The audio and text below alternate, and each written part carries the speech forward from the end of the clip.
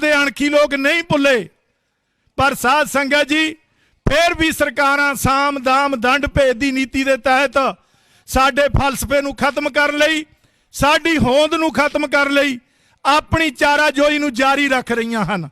पर तुहाडे वर्गे योधे जिहड़े इस धरती तो भी लखां बंदे इस संघर्ष का हिस्सा हो के अपनियां जानां कुर्बानियां करके सानू अपने फर्ज निभाउण लई दस के गए ने, उन्हां दे सारे तुसीं साथी बैठे हो। अज तुहाडे नाल पंथ दी, पंजाब दी, खास करके पंजाब दे खित्ते दी खेतीबाड़ी दी गल मैं तुहाडे नाल सांझी करन लग्या। खेतीबाड़ी जिहड़ी कि पंजाब इंडिया दा 1.5% रकबा है, 1.5% रकबे ने पंजाब दे केंद्री पूल च शुरू तो 80 तो 85% अनाज दिता, जिहदा अज भी 50% कल्ला पंजाब दे रहा है। खेतीबाड़ी अर्थव्यवस्था इस देश का मुख धुरा है। 52% लोग वैसे भी भारत च बसन वाले लोग खेतीबाड़ी करते हैं। खेतीबाड़ी इत्थे दा धुरा है। खेतीबाड़ी ने इस देश की GDP नूं 18% उत्ते चक के रखिया हुआ है। होर पासियों इस देश की आर्थिक मजबूती लई किसी पासियों जो पैसा नहीं आउंदा सी वो पंजाब दे किसानां ने इस देश की आर्थिकता दे लई पैदा करके दिता है। सो जिन्ना बड़ा हुलारा पंजाब दे किसानां ने इस देश नूं दिता, अज पंजाब दे किसान दे हालत बद तो बदतर ने। देश की आर्थिकता तो भावें मजबूत कर दी है किसान ने, पर साध संगत जी उहदी आपदी आर्थिकता इन्नी कमजोर हो गई भी हर पासों किसान डिफाल्टर ते बैंकों का करजाई है और खुदकुशियां दे राह पै गया किसान। बड़ी दुख की गल है साध संगत जी, जिस देश नूं आज़ादी लैके देण वाले लोगों ने इस देश नूं अपना देश समझिया, पर उस देश ने जिवें मैं पहला कहा भी एक ऐसा पिंजरा बनाया जिवें चूहे नूं ताड़ के रखीदा, वो हालात पंजाब की किसानी दे कर दिते ने। भावें कि साडियां किसान जथेबंदियां नूं मैं अपने तौर पर मैनूं दास नूं किसान विंग दा सेवादार होण नाते मैं बेनती भी कीती सी। बहुत किसान जथेबंदियां दे आगूआं नूं मैं बेनती कीती बई भराओ तुसीं आ जाओ, आपां अपनी गल करिए, अपने भविख की बात पाईए।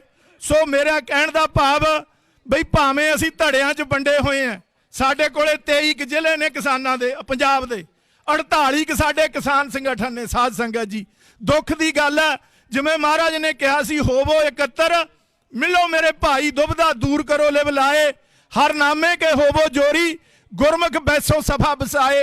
ये गुरु पातशाह का संदेश है बई जदों साडी मझ दुध देणों हट जाए, जदों आपां उहदे थल्ले कटरू भी सड़दे हैं ना, मझ लत्त मारदी है। अजकल किसान खेतीबाड़ी करते हैं, घरे इन्हां दे पशु रखे ने, उन्हां नूं पता भी जदों मझ लत्त मारन लग जाती है कटरू दुध चुंगणों पिछे हट जाता, दुध नहीं चुंगदा कटरू। वो हालात केंद्र सरकार ने साडियां किसानां दियां जथेबंदियां नाल धरोह कीता और पंजाब नाल कीता। साडा कोई मसला अजे तक पंजाब दा हल नहीं कीता। पंजाब दा बड़ा स्रोत जो पानी सी 1955-56 दे विच इहदे ते लुट कीती गई। साध संगत जी अज पंजाब दे पानी दे जिहड़े माहरां ने रिजल्ट कढे ने, वो ये हालात ने भी पंजाब नूं पानी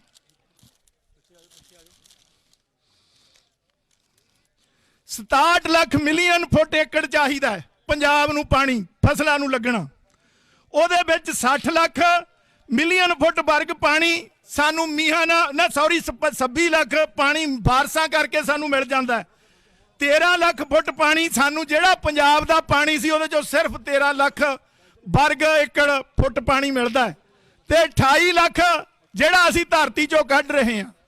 ਧਰਤੀ ਦੇ ਪਾਣੀ ਦੀ ਇਹ ਹਾਲਾਤ ਹੈ ਵੀ ਪੰਜਾਬ ਦੇ ਪਾਣੀ ਦੀਆਂ 3 ਲਹਿਰਾਂ ਸਨ, ਅਸੀਂ 2 ਲਹਿਰਾਂ ਟੱਪ ਕੇ ਥੱਲੇ ਚਲੇ ਗਏ 500 ਫੁੱਟ ਤੋਂ ਥੱਲੇ ਬੋਰ। ਜਿਹੜੀ ਅਗਲੀ ਲੇਅਰ ਹੈ उस लेयर का पानी पीण जोग नहीं है, ना फसलों के बरतन जोग है। महाराज ने ये जिन्होंने स्टडी की है पानी की, उन्होंने दसता भी साडे कोले आने वाले समय सिर्फ 13 साल का पानी रह गया। 2039 दे विच पंजाब दे कोल पानी नहीं रहना, धरती ने रेगिस्तान बन जाना। ये थोड़े नाल रिपोर्ट साझी की है जिहड़ी बिल्कुल हर एक किसान संगठन नूं पता है, साडे ते जिहड़े राज करदे ने उन्हां नूं भी पता है। तो ये चिंतित होना साडे पंजाब दे लोगों का फर्ज है, क्योंकि साडा पानी जो लुटिया गया है ਉਹ ਪਾਣੀ ਅਸੀਂ ਪੰਜਾਬ ਦੇ ਹਰ ਖਿੱਤੇ ਨੂੰ ਲਵਾਉਣਾ ਚਾਹੁੰਦੇ ਹਾਂ। ਇਹ ਤਾਂ ਲੱਗੂਗਾ ਜੇ ਸਾਡੇ ਪੰਜਾਬ ਦੇ ਲੋਕ ਜਾਗਣਗੇ। ਜੇ ਭਾਈ ਆਟੇ ਦਾਲ ਦੀਆਂ ਸਕੀਮਾਂ ਤੇ ਹੀ ਵਿਕਦੇ ਰਹੇ ਫਿਰ ਇਹ ਥੋੜੇ ਸਮੇਂ ਦੀ ਗੱਲ ਹੈ। ਨਾ ਬਾਗ ਰਹੇਗਾ ਨਾ ਬਾਂਸਰੀ ਵੱਜੇਗੀ। ਐਸੇ ਹਾਲਾਤ ਸਾਡੇ ਕਰ ਦਿੱਤੇ ਜਾਣੇ ਨੇ। ਸੋ ਇਹ ਸਾਰੀਆਂ ਗੱਲਾਂ ਜਿਵੇਂ ਰਿਪੇਰੀਅਨ ਕਾਨੂੰਨ ਹੈ, ਇੰਟਰਨੈਸ਼ਨਲ ਕਾਨੂੰਨ ਹੈ, ਉਸ ਕਾਨੂੰਨ ਦੇ ਮੁਤਾਬਕ ਜਿਹੜਾ ਪਾਣੀ ਪੰਜਾਬ ਦੇ ਦਰਿਆਵਾਂ ਦਾ ਪੰਜਾਬ 'ਚੋਂ ਵਗਦਾ, ਦੁਨੀਆ ਦਾ ਕਾਨੂੰਨ ਇਹ ਕਹਿੰਦਾ ਕਿ ਇਹ ਪਾਣੀ ਪੰਜਾਬ ਦਾ। ਪਰ ਸਾਧ ਸੰਗਤ ਜੀ, ਇਹ ਜਿਹੜਾ ਪੰਜਾਬ ਦਾ ਪਾਣੀ ਹੈ ਉਸ ਪੰਜਾਬ ਦੀ ਸਹਿਮਤੀ ਤੋਂ ਬਿਨਾਂ ਬਾਕੀ ਸਟੇਟਾਂ ਨੂੰ ਦਿੱਤਾ ਗਿਆ, ਰਾਜਸਥਾਨ ਨੂੰ ਦਿੱਤਾ ਗਿਆ। ਉਹ ਪਾਣੀ ਸਾਡੇ ਨਾਲ ਲੁੱਟਿਆ ਗਿਆ ਤੇ ਇਹ ਜਿਹੜੀ ਸਟੇਟ ਹੈ ਅੱਜ ਬਦਅਮਨੀ ਦੀ ਹਾਲਤ ਵਿੱਚ ਚਲੀ ਗਈ ਹੈ। ਸੋ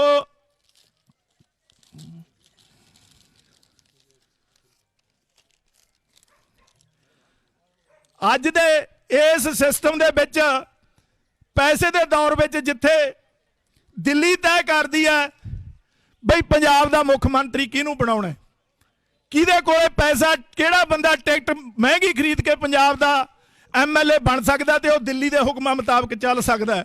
ਉਸ ਤਰ੍ਹਾਂ ਦਾ ਸਾਡਾ ਸਿਆਸੀ ਤਾਣਾ ਬਾਣਾ ਹੋ ਚੁੱਕਿਆ ਹੈ। ਜਿਹੜੀ ਸਮਝ ਸਾਡੇ ਲੋਕਾਂ ਦੇ ਕੰਨਾਂ ਵਿੱਚ ਨਹੀਂ ਪੈਣ ਦਿੱਤੀ ਜਾਂਦੀ। ਪਿੰਡਾਂ ਦੇ ਵਿੱਚ ਸਾਡੇ ਹਾਲਾਤ ਇਹ ਬਣ ਗਏ, ਸਾਡੀ ਅਣਖ ਅਤੇ ਸਵੈਮਾਨ ਜ਼ਮੀਰ ਜਿਹਨੂੰ ਅਸੀਂ ਕਹਿੰਦੇ ਹਾਂ ਉਹ ਸਾਡੇ ਵਿੱਚ ਲੋਕਾਂ 'ਚੋਂ ਖਤਮ ਕਰ ਦਿੱਤੀ ਜਾ ਰਹੀ ਹੈ।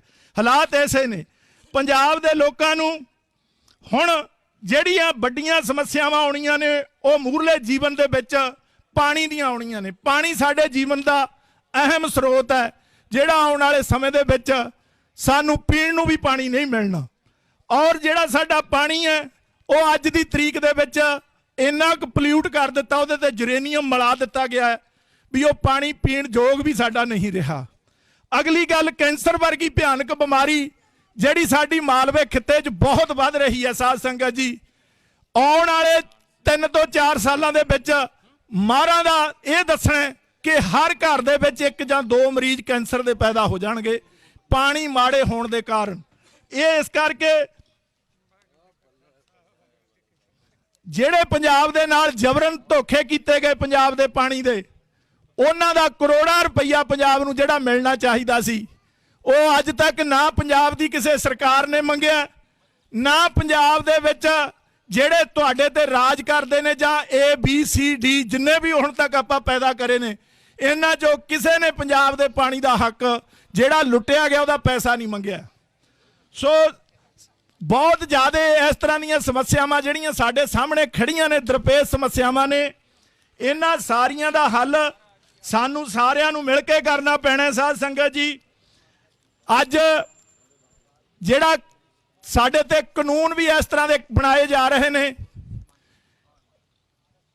ਜਿਵੇਂ ਬੀਜ ਐਕਟ ਕਾਨੂੰਨ ਲਾਗੂ ਕੀਤਾ ਜਾ ਰਿਹਾ ਹੈ, ਉਹਦੇ ਵਿੱਚ ਤੁਸੀਂ ਆਪਦਾ ਘਰ ਦਾ ਬੀਜ ਤਿਆਰ ਨਹੀਂ ਕਰ ਸਕੋਗੇ।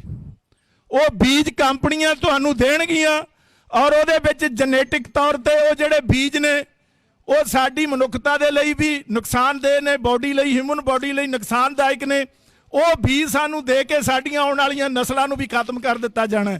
ਸਾਡੇ ਕੋਲੇ ਕੋਈ ਅਧਿਕਾਰ ਨਹੀਂ ਰਹਿਣਾ ਕਿ ਅਸੀਂ ਆਪਣਾ ਬੀਜ ਫਸਲ ਦਾ ਆਪ ਤਿਆਰ ਕਰ ਸਕੀਏ ਜਾਂ ਚੰਗੀ ਸਿਹਤ ਜਿਹੜੀ ਅਸੀਂ ਜਿਉਣਾ ਚਾਹੁੰਦੇ ਹਾਂ ਉਹਦੇ ਲਈ ਸਾਡੇ ਲਈ ਸਰਕਾਰਾਂ ਕੋਈ ਉਪਰਾਲੇ ਕਰਨ। ਇਸ ਗੱਲ ਦੀ ਕੋਈ ਆਸ ਨਹੀਂ ਰੱਖੀ ਜਾ ਸਕਦੀ।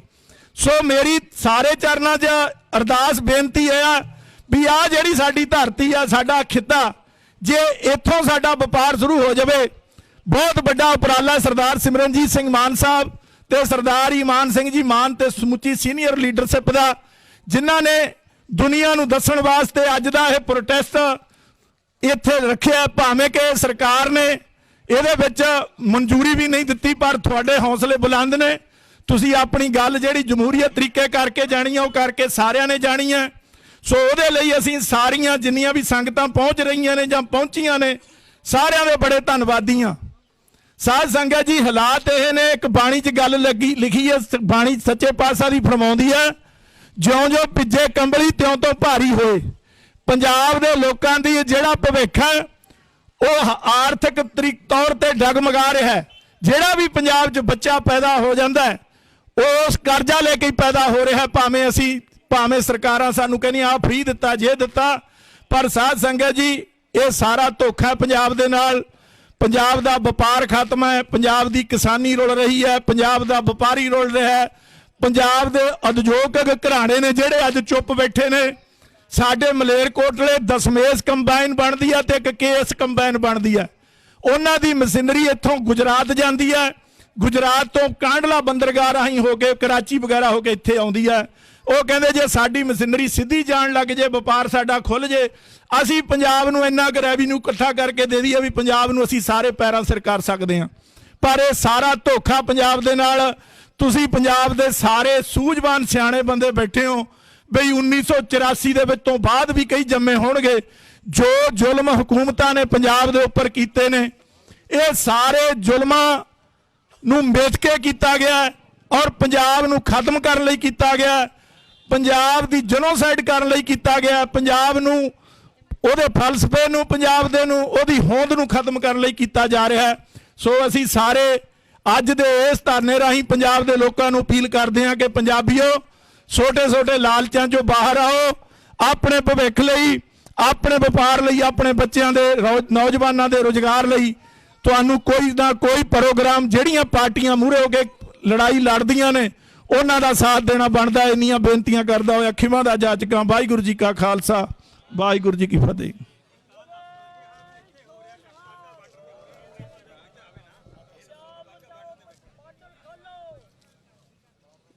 गुरु रूप खालसा जी,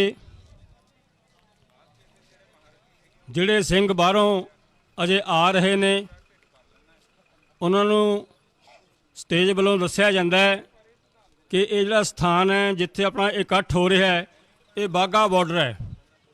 ਸੋ ਤੁਸੀਂ ਸਾਰਿਆਂ ਨੇ ਬਾਘਾ ਬਾਰਡਰ ਤੇ ਪਹੁੰਚਣਾ ਹੈ। ਸਾਰੇ ਇੱਥੇ ਆਪਾਂ ਇਕੱਠੇ ਹੋਏ ਹਾਂ।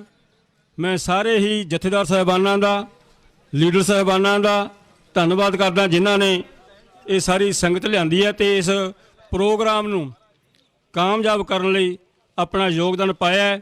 ਸਾਰੇ ਹੀ ਧੰਨਤਾ ਦੇ ਯੋਗ ਨੇ।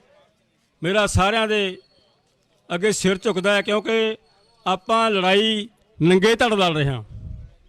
ਅੱਜ ਪਦਾਰਥਵਾਦੀ ਯੁੱਗ ਹੈ ਪਰ ਸਾਡੇ ਕੋਲੇ ਉਹ ਬੰਦੇ ਨਹੀਂ ਹਨ ਜਿਨ੍ਹਾਂ ਕੋਲੇ ਲੁੱਟ ਦਾ ਮਾਲ ਹੈ। ਸਾਰੇ ਆਪਣੀ ਕਿਰਤ ਕਰਨ ਵਾਲੇ ਬੰਦੇ ਨੇ, ਕਮਾਈ ਕਰਕੇ ਖਾਣ ਵਾਲੇ ਬੰਦੇ ਨੇ, ਦਸਾਂ ਨੌਂ ਦੀ ਕਿਰਤ ਕਰਦੇ ਨੇ। ਸਾਰਿਆਂ ਦਾ ਬਹੁਤ ਬਹੁਤ ਧੰਨਵਾਦ ਹੈ। ਸੋ ਮੈਂ ਬੇਨਤੀ ਕਰੂੰਗਾ ਸਰਦਾਰ ਬਲਜਿੰਦਰ ਸਿੰਘ ਜੀ ਪਾਂਗਲੀ ਉਹ ਆਪਣੇ ਵਿਚਾਰ ਸੰਗਤਾਂ ਨਾਲ ਸਾਂਝੇ ਕਰਨਗੇ। ਸਰਦਾਰ ਬਲਜਿੰਦਰ ਸਿੰਘ ਜੀ ਪਾਂਗਲੀ। ਸੋ ਮੈਂ ਸਾਰੀ ਸੰਗਤਾਂ ਦੇ ਚਰਨਾਂ 'ਚ ਬੇਨਤੀ ਕਰਦਾ ਕਿ ਜੋ ਵੀ ਇੱਧਰ ਉੱਧਰ ਸਾਡੇ ਸਿੰਘ ਖੜੇ ਨੇ, ਲੰਗਰ ਛਕਦੇ ਨੇ, ਕੋਈ ਚਾਹ ਪੀਂਦਾ, ਕੋਈ ਪਾਣੀ ਪੀਂਦਾ, ਉਹ ਆਪਣਾ ਜਲ ਪਾਣੀ ਛਕ ਕੇ ਸਾਰੇ ਜਿਹੜੇ ਮੈਟ ਵਿਛਾਏ ਨੇ ਉੱਥੇ ਬੈਠਣ ਦੀ ਕਿਰਪਾਲਤਾ ਕਰੋ ਕਿਉਂਕਿ ਜਿਹੜਾ ਤੁਹਾਡਾ ਦਿੱਖ ਹੈ ਉਹ ਜਦੋਂ ਅਸੀਂ ਸਾਰੇ ਇਕੱਠੇ ਹੋ ਕੇ ਬੈਠਾਂਗੇ ਫੇਰ ਬਣੂਗੀ, ਸਾਡਾ ਇਕੱਠ ਫੇਰ ਬਣੂਗਾ। ਆਲੇ ਦੁਆਲੇ ਖੜਨ ਦੀ ਬਜਾਏ ਆਪਾਂ ਸਾਰੇ ਰਲ ਮਿਲ ਕੇ ਜਿਹੜੇ ਟਾਟ ਵਸਾਏ ਹੋਏ ਨੇ ਇਹਨਾਂ ਦੇ ਬੈਠਣ ਦੀ ਕਿਰਪਾਲਤਾ ਕਰੀਏ।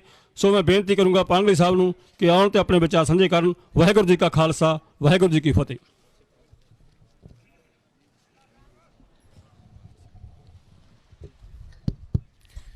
ਅੱਜ ਦੇ ਇਸ ਰੋਸ ਮੁਜ਼ਾਹਰੇ ਦੇ ਵਿੱਚ ਪਹੁੰਚੀ ਸ਼੍ਰੋਮਣੀ ਅਕਾਲੀ ਦਲ ਅੰਮ੍ਰਿਤਸਰ ਦੀ ਸੀਨੀਅਰ ਲੀਡਰਸ਼ਿਪ ਤੇ ਸਮੁੱਚੀ ਸਾਧ ਸੰਗਤ ਜੀ, ਵਾਹਿਗੁਰੂ ਜੀ ਕਾ ਖਾਲਸਾ, ਵਾਹਿਗੁਰੂ ਜੀ ਕੀ ਫਤਿਹ। ਇਹ ਬਾਰਡਰ ਖਲਵਾਉਣ ਦੀ ਜਿਹੜੀ ਰੈਲੀ ਹੈ ਇਹ ਸਾਨੂੰ ਕਿਉਂ ਕਰਨੀ ਪਈ ਹੈ, ਇਹਦੇ ਬਾਰੇ ਆਪ ਜੀ ਨੂੰ ਸਤਿਕਾਰਯੋਗ ਬੁਲਾਰਿਆਂ ਨੇ ਭਲੀ ਭਾਂਤ ਜਾਣੂ ਕਰਵਾਇਆ ਕਿ ਪੰਜਾਬ ਦਾ ਜੋ ਪ੍ਰੋਡਕਟ ਹੈ ਅਗਰ ਉਹ ਪਾਕਿਸਤਾਨ ਜਾਂਦਾ ਹੈ ਤਾਂ कराची ਦੇ ਵਿੱਚ ਹੀ ਹੋ ਕੇ, ਜੇ ਇਹ ਬਾਰਡਰ ਖੁੱਲ ਜਾਣਗੇ ਤਾਂ ਪੰਜਾਬ ਦਾ ਆ ਜਿਹੜਾ ਇਲਾਕਾ ਹੈ ਜਿਹਨੇ ਬਹੁਤ ਮਾਰ ਝੱਲੀ ਹੈ ਅੱਜ ਤੋਂ ਨਹੀਂ ਲੈ ਕੇ ਅੰਗਰੇਜ਼ ਦੇ ਸਮੇਂ ਤੋਂ, ਇਹਨਾਂ ਲੋਕਾਂ ਨੂੰ ਦਬਾਇਆ ਜਾਂਦਾ, ਜਾਣ ਬੁੱਝ ਕੇ ਦਬਾਇਆ ਜਾਂਦਾ। ਕਿਉਂ? ਜਦੋਂ 1849 ਦੇ ਵਿੱਚ ਮਹਾਰਾਜਾ ਰਣਜੀਤ ਸਿੰਘ ਦਾ ਜਿਹੜਾ ਤਖਤ ਲਾਹੌਰ ਸੀ ਉਹਦੇ ਉੱਤੇ ਯੂਨੀਅਨ ਜੈਕ ਚੜਾਇਆ ਗਿਆ ਕਿਉਂਕਿ ਇਹ ਧਰਤੀ ਮਹਾਰਾਜਾ ਰਣਜੀਤ ਸਿੰਘ ਦੀ ਧਰਤੀ ਹੈ। ਸਾਡੀ ਧਰਤੀ ਸਤਲੁਜ ਤੋਂ ਪਾਰ ਹੈ। ਸਾਡੇ ਬਜ਼ੁਰਗਾਂ ਨੇ ਉਹ ਨਹੀਂ ਹੰਡਾਇਆ, ਜਿਹੜੀ ਸੋਵਰਨਟੀ, ਜਿਹੜਾ ਰਾਜ ਭਾਗ ਤੁਸੀਂ ਹੰਡਾਇਆ। ਇਸ ਕਰਕੇ ਤੁਸੀਂ ਨਿਸ਼ਾਨੇ ਤੇ ਜ਼ਿਆਦਾ ਹੋ। 1849 ਦੇ ਵਿੱਚ ਜਦੋਂ ਅੰਗਰੇਜ਼ਾਂ ਨੇ ਉਸ ਨਾਬਾਲਗ ਮਹਾਰਾਜਾ ਦਲੀਪ ਸਿੰਘ ਨੂੰ ਗੱਦੀ ਤੋਂ ਲਾਹ ਕੇ ਉਹਦਾ ਰੀਜੈਂਟ ਬਣਾਤਾ ਸੀ ਇੱਕ ਅੰਗਰੇਜ਼ ਨੂੰ। ਤੇ ਸੰਧੀ ਇਹ ਹੋਈ ਸੀ ਕਿ ਜਦੋਂ ਰਾਜਾ ਦਲੀਪ ਸਿੰਘ ਬਾਲਗ ਹੋਊਗਾ ਤਾਂ ਇਹ ਰਾਜ ਭਾਗ ਪੰਜਾਬੀਆਂ ਦੇ ਸਿੱਖਾਂ ਦੇ ਹਵਾਲੇ ਕੀਤਾ ਜਾਊਗਾ। ਪਰ ਰਾਜ ਭਾਗ ਤੇ ਅੰਗਰੇਜ਼ਾਂ ਨੇ ਕਬਜ਼ਾ ਕਰ ਲਿਆ, ਪਰ ਉਹ ਸਿੰਘਾਂ ਦੀ ਖਸਲਤ ਨੂੰ ਜਾਣਦੇ ਸੀ, ਸਿੰਘਾਂ ਦੀ ਬਹਾਦਰੀ ਦੇ ਉਹਨਾਂ ਨੂੰ ਕਿੱਸੇ ਸੁਣੇ ਹੋਏ ਸੀ, ਕਿਉਂਕਿ ਉਹਨਾਂ ਨੇ ਬਹੁਤ ਵਾਰ ਖਾਲਸਾ ਹੀ ਫੌਜਾਂ ਹੱਥੋਂ ਉਹਨਾਂ ਨੂੰ ਲਹੂ ਦੇ ਲੋਹੇ ਦੇ ਚਨੇ ਚੱਬਣੇ ਪਏ ਸੀ। ਤੋਂ ਅੰਗਰੇਜ਼ਾਂ ਨੇ ਰਾਜ ਭਾਗ ਸੰਭਾਲਦੇ ਹੀ ਸਭ ਤੋਂ ਪਹਿਲਾਂ ਜਿੱਥੇ ਜ਼ਗੀਰਦਾਰ ਕਿਸਮ ਦੇ ਲੋਕਾਂ ਨੂੰ ਆਪਣੇ ਹੱਥ ਦੇ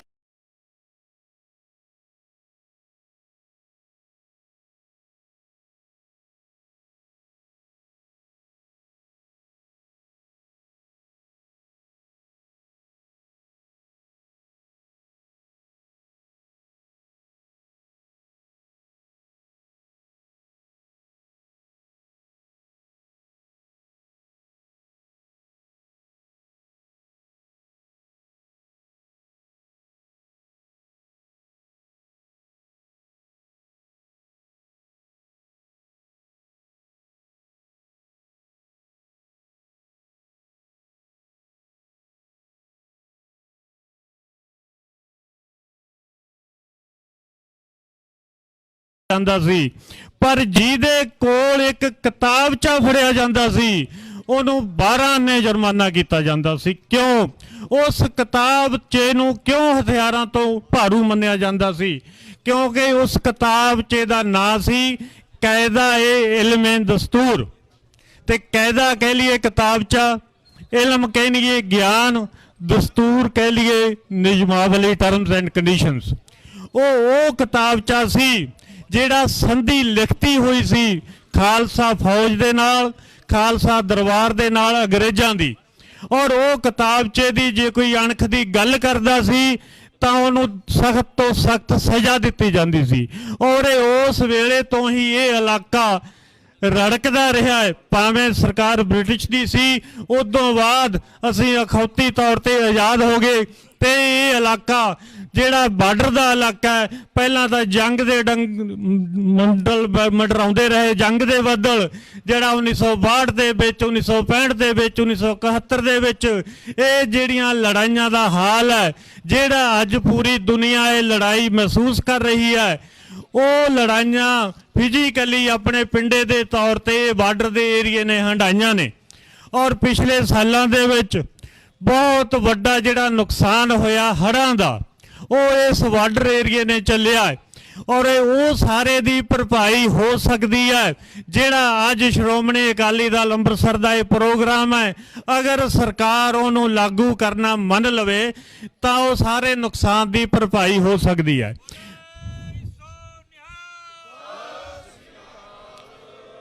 ਬਾਰਡਰ ਦੇ ਵਿੱਚ ਜਾਣ ਬੁੱਝ ਕੇ ਰੁਕਾਵਟਾਂ ਖੜੀਆਂ ਕੀਤੀਆਂ ਜਾਂਦੀਆਂ ਨੇ ਕਿ ਸਿੱਧੀ ਟ੍ਰਾਂਜੈਕਸ਼ਨ ਨਾ ਹੋ ਸਕੇ ਪਾਕਿਸਤਾਨ ਦੇ ਨਾਲ।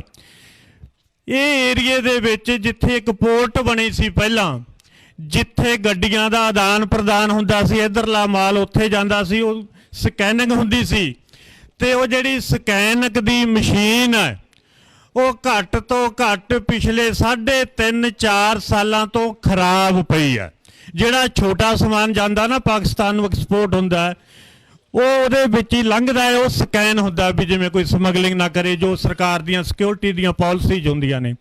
ਉਹ ਮਸ਼ੀਨ ਖਰਾਬ ਹੋਣ ਦਾ ਬਹਾਨਾ ਲਾ ਕੇ ਔਰ ਫਿਰ ਸਾਨੂੰ ਜਾਣ ਬੁੱਝ ਕੇ ਇੱਥੋਂ ਬੰਬੇ ਨੂੰ ਜਾਇਆ ਜਾਂਦਾ, ਜਿਵੇਂ ਮੇਰੇ ਤੋਂ ਪਹਿਲਾਂ ਸਰਦਾਰ ਹਰਦੇਵ ਸਿੰਘ ਜੀ ਨੇ ਦੱਸਿਆ, ਔਰ ਬੰਬੇ ਤੋਂ ਉਹ ਮਾਲ ਉੱਥੇ ਜਾਂਦਾ ਹੈ। ਤੇ ਇਸ ਲਈ ਪੰਜਾਬ ਦੇ ਜਿਹੜੇ ਅੱਜ ਮੈਂ ਤਾਂ ਸਮਝਦਾ ਵੀ ਸਾਡਾ ਜਿਹੜਾ ਖੂਨ ਦਾ ਆਖਰੀ ਕਤਰਾ ਹੈ ਉਹਨੂੰ ਬਚਾਉਣ ਦੇ ਲਈ ਇਹ ਜ਼ਰੂਰੀ ਹੈ ਕਿ ਇਹ ਬਾਰਡਰ ਖੋਲ੍ਹੇ ਜਾਣ। ਪੰਜਾਬ ਦੀ ਜਿਹੜੀ ਉਪਜ ਹੈ ਉਹ ਪਾਕਿਸਤਾਨ ਜਾਵੇ। ਜਦੋਂ ਅਸੀਂ ਕਾਲਜ ਦੇ ਵਿੱਚ ਪੜ੍ਹਦੇ ਸੀ ਅਸੀਂ ਸੁਣਿਆ ਵੀ ਆ ਔਰ ਦੇਖਿਆ ਵੀ ਹੈ ਕਿ ਜਿਹੜੇ ਟਰਾਲੇ ਆਉਂਦੇ ਸੀ ਆਪਣੇ ਈਰਾਨ ਦੇ ਆਲੂ ਲੈਣ ਲਈ, ਬਹੁਤ ਵੱਡੇ ਟਰਾਲੇ ਉਹ ਐਕਸਪੋਰਟ ਹੁੰਦੇ ਸੀ। ਤੇ ਹੌਲੀ ਹੌਲੀ ਇਹਨਾਂ ਨਾਦਰਸ਼ਾਹੀ ਹਕੂਮਤਾਂ ਨੇ ਇਹ ਸਾਰਾ ਸਿਸਟਮ ਬੰਦ ਕਰਤਾ ਹੈ ਔਰ ਇਹਦੀ ਮੋਨੋਪਲੀ ਲਈ, ਜਿਵੇਂ ਸਾਡਾ 에ਅਰਪੋਰਟ ਹੈ, ਇੱਥੇ ਵੀ ਫਲਾਈਟਾਂ ਬੰਦ ਕੀਤੀਆਂ ਗਈਆਂ ਨੇ, ਜਦ ਕਿ ਆਪਾਂ ਨੂੰ ਪਤਾ ਵੀ ਪੰਜਾਬ ਦੇ ਲੋਕ ਹੀ ਜ਼ਿਆਦਾ 에ਅਰ ਸਫ਼ਰ ਕਰਦੇ ਨੇ ਤੇ ਪੰਜਾਬ ਦੇ ਲੋਕ ਹੀ ਜ਼ਿਆਦਾ ਅਬਰੋਡ ਜਾਂਦੇ ਨੇ, ਉੱਥੋਂ ਵਾਪਸ ਆਉਂਦੇ ਨੇ, ਏਅਰਪੋਰਟ ਨੂੰ ਵਰਤਦੇ ਨੇ।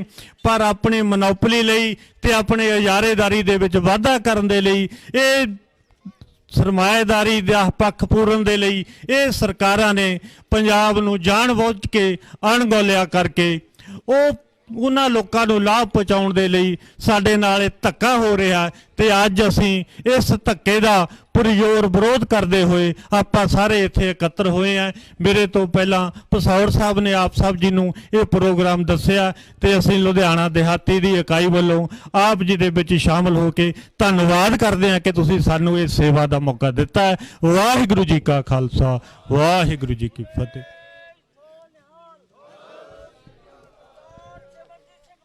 ਜਿੰਦਾਬਾਦ, ਜਿੰਦਾਬਾਦ। ਵਪਾਰ ਵਧਾਓ, ਬਾਰਡਰ ਖੋਲੋ, ਬਾਰਡਰ ਖੋਲੋ, ਬਾਰਡਰ ਖੋਲੋ। ਸ਼੍ਰੋਮਣੀ ਅਕਾਲੀ ਦਲ ਅੰਮ੍ਰਿਤਸਰ। ਸੋ ਹੁਣ ਮੈਂ ਬੇਨਤੀ ਕਰੂੰਗਾ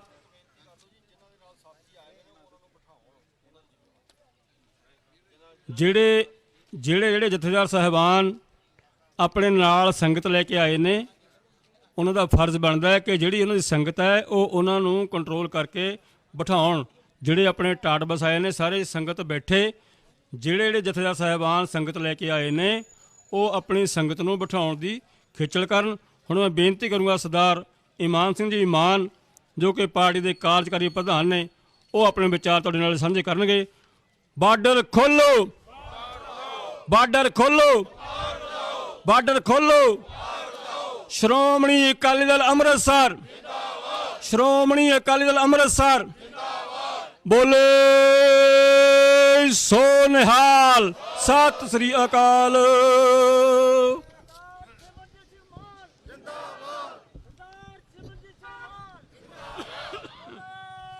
ਸੋ ਨਿਹਾਲ, ਸਤਿ ਸ੍ਰੀ ਅਕਾਲ। ਬੜਾ ਮਨ ਨੂੰ ਦੁੱਖ ਲੱਗਦਾ ਹੈ ਕਿ ਜਿਹੜੇ ਪਾਰਟੀ ਨੇ ਤੁਹਾਨੂੰ ਇੰਨੀ ਦੂਰੋਂ ਪੰਜਾਬ ਦੇ ਪੱਖ 'ਚ ਗੱਲ ਕਰਨ ਵਾਸਤੇ ਸੱਦਾ ਦਿੱਤਾ ਹੈ, ਉਹ ਅੱਜ ਤੁਹਾਨੂੰ ਧੁੱਪ ਤੋਂ ਬਚਾ ਨਹੀਂ ਸਕਦੀ, ਤੁਹਾਡੇ ਉੱਤੇ ਛੱਤ ਨਹੀਂ ਪਾਈ, ਮੱਲੋ ਮੱਲੀ ਸੜਕ ਤੇ ਤੁਹਾਨੂੰ ਟਾਟਾਂ ਵਿਛਾ ਕੇ ਤੁਹਾਡੀ ਲਗਨ ਨੂੰ ਚੁਣੌਤੀ ਦੇ ਕੇ ਲੰਗਰ ਕਿਤੇ ਹੋਰ ਲੁਕੋ ਕੇ ਅੱਜ ਉਰੇ ਮੇਲ ਕਰਨ ਦਾ ਮੌਕਾ ਦਿੱਤਾ ਹੈ।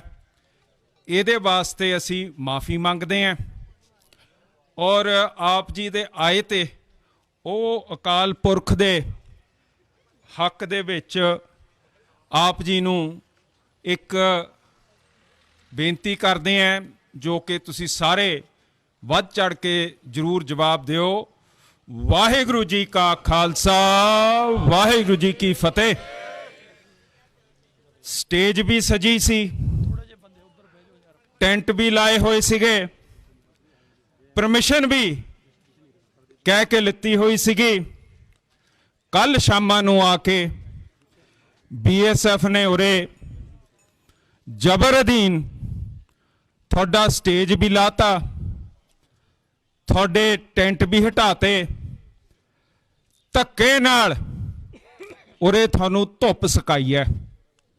ਪਰ ਇਹ ਕੋਈ ਨਵੀਂ ਗੱਲ ਨਹੀਂ ਹੈ, ਇਹ ਸੈਂਟਰ ਨੀਤੀ ਹੈ। ਹੁਣ ਇਹ ਕੀ ਸੈਂਟਰ ਨੀਤੀ ਹੈ? ਸੈਂਟਰ ਪੰਜਾਬ ਬਾਰੇ ਨਹੀਂ ਸੋਚਦੀ, ਇਹ ਵੀ ਕੋਈ ਨਵੀਂ ਗੱਲ ਨਹੀਂ ਹੈ। ਜਦ ਆਪਾਂ ਇਤਿਹਾਸ 'ਚ ਦੇਖਦੇ ਹਾਂ, ਇੱਥੇ ਆ ਕੇ ਜਿਹੜਾ BJP ਦਾ ਹੋਮ ਮਿਨਿਸਟਰ ਹੈ ਉਹਨੇ ਕਿਹਾ ਹੈ ਕਿ ਮੈਂ ਡਰੱਗਸ ਦੇ ਨਾਲ ਡੰਡਾ ਵਰਤੂੰ, ਤੇ ਉਰੇ ਆ ਕੇ ਕਹਿੰਦਾ ਹੈ ਕਿ ਧਰਮ ਤਬਦੀਲ ਨਹੀਂ ਹੋਣ ਦੇਣਾ। ਹੁਣ ਇਹ ਕੀ ਸੋਚ ਹੈ? ਇਹ ਕੋਈ ਨਵੀਂ ਸੋਚ ਹੈ? ਜਿਹੜੇ ਵੇਦ ਲਿਖੇ ਗਏ ਹੈ ਆਰੀਆਂ ਨੇ ਆ ਕੇ ਇਸ ਧਰਤੀ ਪੰਜਾਬ ਸਿੰਧੂ ਦੀ ਧਰਤੀ ਤੇ ਆ ਕੇ ਲਿਖੇ ਹੈ। ਉਹ ਜਿਹੜਾ ਪੁਰਾਤਨ ਵੇਦ ਲਿਖੇ ਗਿਆ ਰਿਗਵੇਦ ਤੇ ਉਹਨਾਂ ਦੇ ਨਾਲ 3 ਹੋਰ, ਉਹਦੇ ਕਰਕੇ ਕਹਿੰਦੇ ਆ ਕਿ ਅਸੀਂ ਅਖੰਡ ਭਾਰਤ ਖੜਾ ਕਰਨਾ ਹੈ। ਪਰ ਸਮੇਂ ਦੇ ਨਾਲ ਜਿਹੜਾ ਬਾਹਮਣਵਾਦ ਦਾ ਸੋਚ ਸੀ ਇਸ ਧਰਤੀ ਤੋਂ ਜਾ ਕੇ ਯਮੁਨਾ ਤੇ ਗੰਗਾ ਦੇ ਵਿੱਚ ਵਸ ਗਿਆ। ਜਿਹੜੀਆਂ ਸਮ੍ਰਿਤੀਆਂ, ਜਿਹੜੇ ਮਹਾਭਾਰਤ ਰਾਮਾਇਣ ਲਿਖੇ ਗਏ, ਉਹ ਸਮੇਂ ਨਾਲ ਉੱਥੇ ਲਿਖੇ ਗਏ। ਜਦ ਇਹ ਸੋਚ ਉੱਥੇ ਚਲੇ ਗਈ, ਫਿਰ ਜਿਹੜੀਆਂ ਮਹਾਭਾਰਤ ਹੈ, ਸਮ੍ਰਿਤੀਆਂ, ਮਨੂ ਸਮ੍ਰਿਤੀਆਂ, ਉਹਦੇ ਵਿੱਚ ਕੀ ਕਹਿੰਦੇ ਆ, ਸ਼ਨਕੈਸਤੂ ਕਿਰਿਆ ਲੋ ਪਦਮਾ ਛਤਰੀ ਜਾਤ ਬ੍ਰਿਸ਼ ਲਤਵ ਗਤਾ ਲੋਕੇ ਬ੍ਰਾਹਮਣ ਦਰਸ਼ਨ, ਕਿ ਇੱਥੇ ਦੇ ਜਿਹੜੇ ਲੋਕ ਆ ਪੰਜਾਬ ਦੇ, ਉਹ ਹੁਣ ਬਾਹਮਣ ਤੇ ਛਤਰੀ ਨੂੰ ਸਿਆਣਦੇ ਨਹੀਂ, ਉਹ ਹੁਣ ਨੀਚ ਹੋ ਗਏ ਐ, ਇੱਥੇ ਚੰਗਾ ਨਹੀਂ ਸਮਝਦੇ। ਫੇਰ ਕਹਿੰਦੇ ਆ ਕਿ ਜਿਹੜੇ ਮੁਖ ਬਾਹੂ ਰੂਪ ਦਜਨਾ ਸਰਵ ਤੇ ਦਸਵਿਆ ਸਮਰਤਾ, ਜਿਹੜੇ 4 ਵਰਨਾਂ ਤੋਂ ਬਾਹਰ ਹੋ ਗਏ ਐ, ਚਾਹੇ ਉਹ ਆਰੀਆ ਭਾਸ਼ਾ ਬੋਲਦੇ ਐ, ਉਹ ਮਲੇਸ਼ ਹੈ। ਮਲੇਸ਼ ਉਂਗਲ ਕਿੱਧਰ ਨੂੰ? ਪੰਜਾਬ ਨੂੰ। ਫਿਰ ਇਹ ਜਿਹੜੀ ਸੋਚ ਗੰਗਾ ਯਮੁਨਾ ਦੀ ਸੀ, ਇਹਦੇ ਵਿੱਚ ਜਿਹੜੇ ਸਾਵਰਕਰ ਵਰਗੇ ਕਹਿੰਦੇ ਆ, ਉਹ ਕਹਿੰਦੇ ਆ ਕਿ ਜੇ ਹਿੰਦੂ ਸੋਚ ਨੂੰ ਇਕੱਠਾ ਕਰਨਾ ਹੈ ਤਾਂ ਦੁਸ਼ਮਣ ਮੁਸਲਮਾਨ ਨੂੰ ਬਣਾਓ। ਫਿਰ ਕਹਿੰਦਾ ਹੈ ਗੋਵਲਕਰ ਕਿ ਜੇ ਤੁਸੀਂ ਹਿੰਦੂ ਰਾਸ਼ਟਰ ਬਣਾਉਣਾ ਹੈ, ਜੋ ਕਿ ਉਰੇ ਕਹਿ ਕੇ ਗਿਆ ਹੈਗਾ ਹੋਮ ਮਿਨਿਸਟਰ ਅਮਿਤ ਸ਼ਾਹ ਕਿ ਅਸੀਂ ਬਣਾਉਣਾ ਹੈ, ਕਹਿੰਦੇ ਕਿ ਜਿਹੜੀਆਂ ਹੋਰ ਸੋਚਾਂ ਹਿੰਦੂਆਂ ਦੇ ਥੱਲੇ ਹੋਣੀਆਂ। ਸਾਧ ਸੰਗਤ ਜੀ, ਤੁਸੀਂ ਦੇਖਿਆ ਹੋਣਾ ਕਿ ਜਦ ਵੀ ਲੋਕ ਸਭਾ ਦੇ ਚੋਣ ਆਉਂਦੇ ਆ ਤਾਂ ਚਾਹੇ ਉਹ ਕਾਂਗਰਸੀ ਹੋਣ, ਚਾਹੇ ਬੀਜੇਪੀ ਆਰਐਸਐਸ ਵਾਲੀ ਸੋਚ ਹੋਵੇ, ਚਾਹੇ ਜਾ ਕੇ ਤੁਹਾਡਾ ਆਮ ਆਦਮੀ ਪਾਰਟੀ ਦਾ ਜਿਹੜਾ ਮੁਖੀ ਹੈ ਉਹ ਜਾ ਕੇ ਗੁਜਰਾਤ 'ਚ ਚੋਣ ਲੜੇ, ਤਾਂ ਹਿੰਦੂ ਰਾਸ਼ਟਰ ਦੀ ਗੱਲ ਹੁੰਦੀ ਹੈ। ਸਾਡੇ ਜਥੇਦਾਰ ਸਾਹਿਬ ਆ ਗਏ ਆ, ਇਹਨਾਂ ਨੂੰ ਸਿਆਣੋ। ਆ ਆਪਣੇ ਮਜੀਠੇ ਤੋਂ ਆਏ ਆ, ਆਓ ਜੀ ਕਰੋ। ਕੋਟਲਾ ਸਾਹਿਬ ਕਰੋ ਤੁਸੀਂ। ਨਹੀਂ ਇਹਨਾਂ ਜਕਾਰਾ ਇੱਕ ਲਾ ਦਿਓ।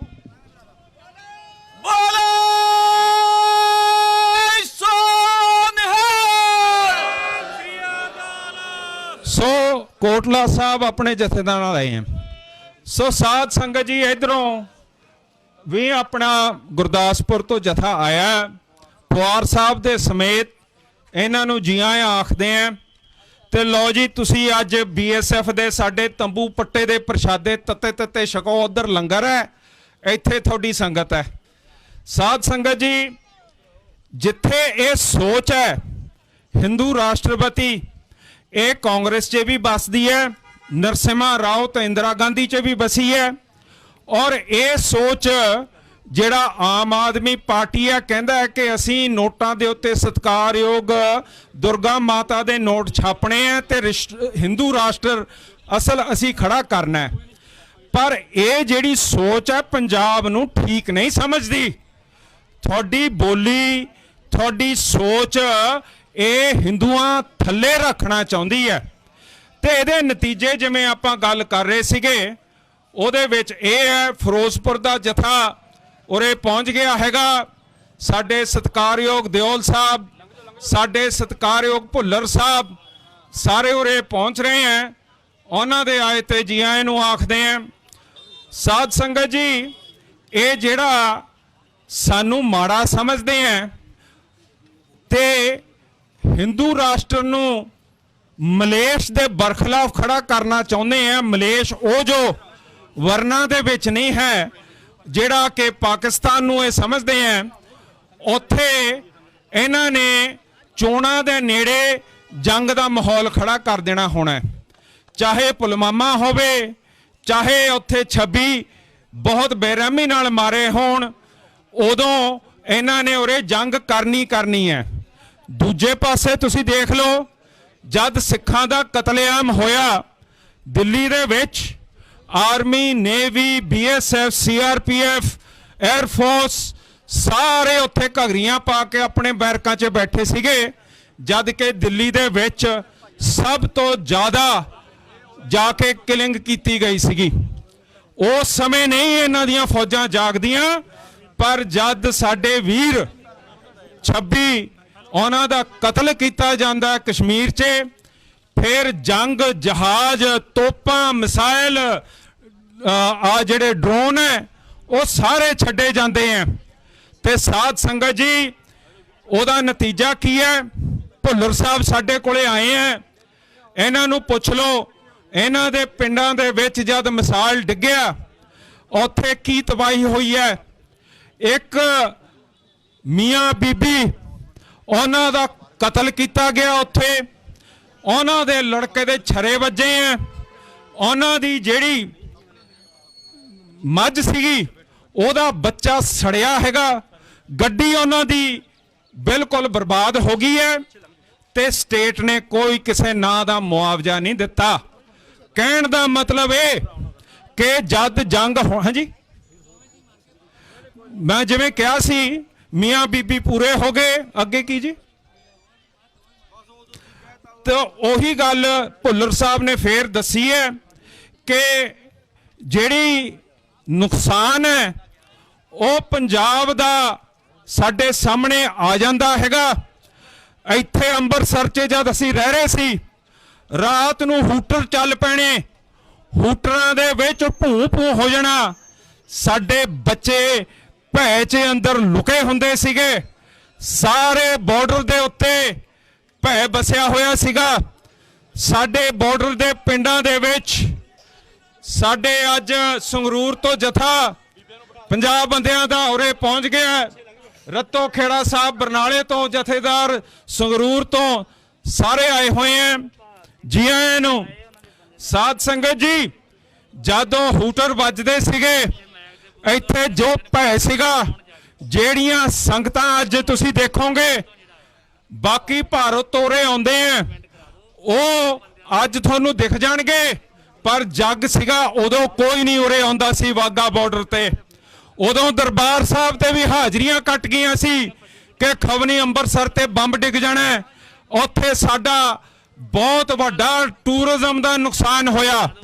ਬਾਰਡਰਾਂ ਤੇ ਸਾਡੇ ਪਿੰਡਾਂ ਤੋਂ ਜਿਹੜੇ ਜ਼ਿਮੀਂਦਾਰ ਸੀਗੇ ਉਹ ਵੈਸੇ ਵੀ ਤਾਰਾਂ ਕਰਕੇ ਆਪਣਾ ਜਾ ਕੇ ਖੇਤੀਬਾੜੀ ਪੂਰੀ ਤਰ੍ਹਾਂ ਦੇਖ ਰੇਖ ਨਹੀਂ ਕਰ ਸਕਦੇ।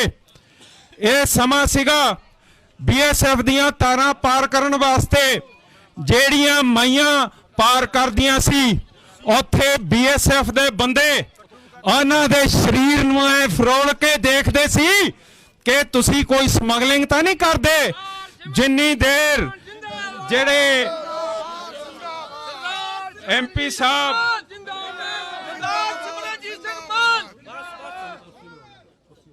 ਸਰ ਸਿਮਰਨਜੀਤ ਸਿੰਘ ਮਾਨ ਨੇ ਪਾਰਲੀਮੈਂਟ ਦੇ ਵਿੱਚ ਜਾ ਕੇ BSF ਦੇ ਬਾਰੇ ਕੰਪਲੇਂਟ ਨਹੀਂ ਕੀਤੀ ਕਿ ਬੀਬੀਆਂ ਦੀ ਜਿਹੜੀ ਉੱਥੇ ਸਰਚ ਕਰਦੇ ਆ ਉਹ ਲੇਡੀ ਕਾਂਸਟੇਬਲ ਉੱਥੇ ਹੋਣੇ ਚਾਹੀਦੇ ਆ।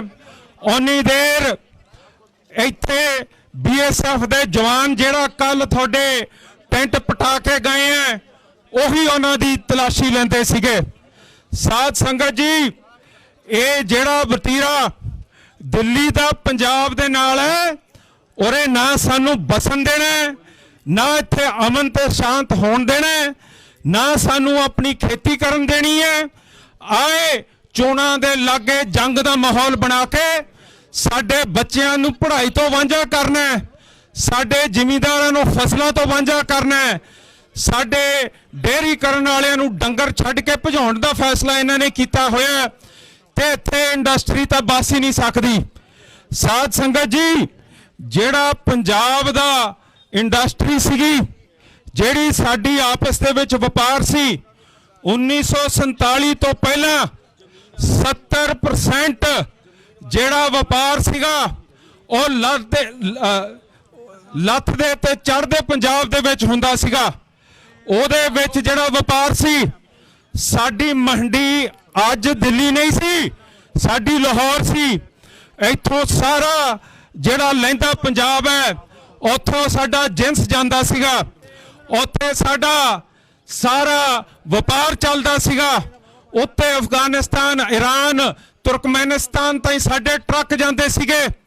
ਉੱਥੋਂ ਸਾਨੂੰ ਬਹੁਤ ਫਾਇਦਾ ਹੁੰਦਾ ਸੀਗਾ। ਉਸ ਸਮੇਂ 'ਚ ਕਹਿੰਦੇ ਸੀ ਲਾਹੌਰ ਤੇ ਅੰਮ੍ਰਿਤਸਰ ਤਕਰੀਬਨ ਜੁੜ ਗਏ ਸੀਗੇ।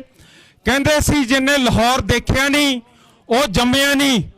ਅੱਜ ਸਾਨੂੰ ਵੱਢ ਕੇ ਦੋ ਪਾਸੇ ਕਰਕੇ ਵਪਾਰ ਰੋਕ ਕੇ ਬਹੁਤ ਵੱਡਾ ਨੁਕਸਾਨ ਕਰਤਾ ਹੈ। ਤੇ ਜਿਹੜੇ ਜੰਗ ਲੜੇ ਜਾਂਦੇ ਆ ਉਹਨਾਂ ਦਾ ਫਾਇਦਾ ਕੀ ਹੈ? ਅੱਜ ਜਿਹੜੇ ਜੰਗ ਲੜੇ ਜਾ ਰਹੇ ਆ ਉਹਦੇ ਵਿੱਚ ਤੁਸੀਂ ਦੇਖ ਸਕਦੇ ਹੋ ਈਰਾਨ ਤੇ ਇਸਰਾਇਲ ਦਾ ਚੱਲ ਰਿਹਾ। ਉਹਦੇ ਵਿੱਚ ਕਿਸ਼ਤੀਆਂ ਸਾਰੀਆਂ ਰੁਕ ਗਈਆਂ। ਤੇਲ ਦੀ ਤੁਸੀਂ ਕਰ ਲਓ ਜੀ।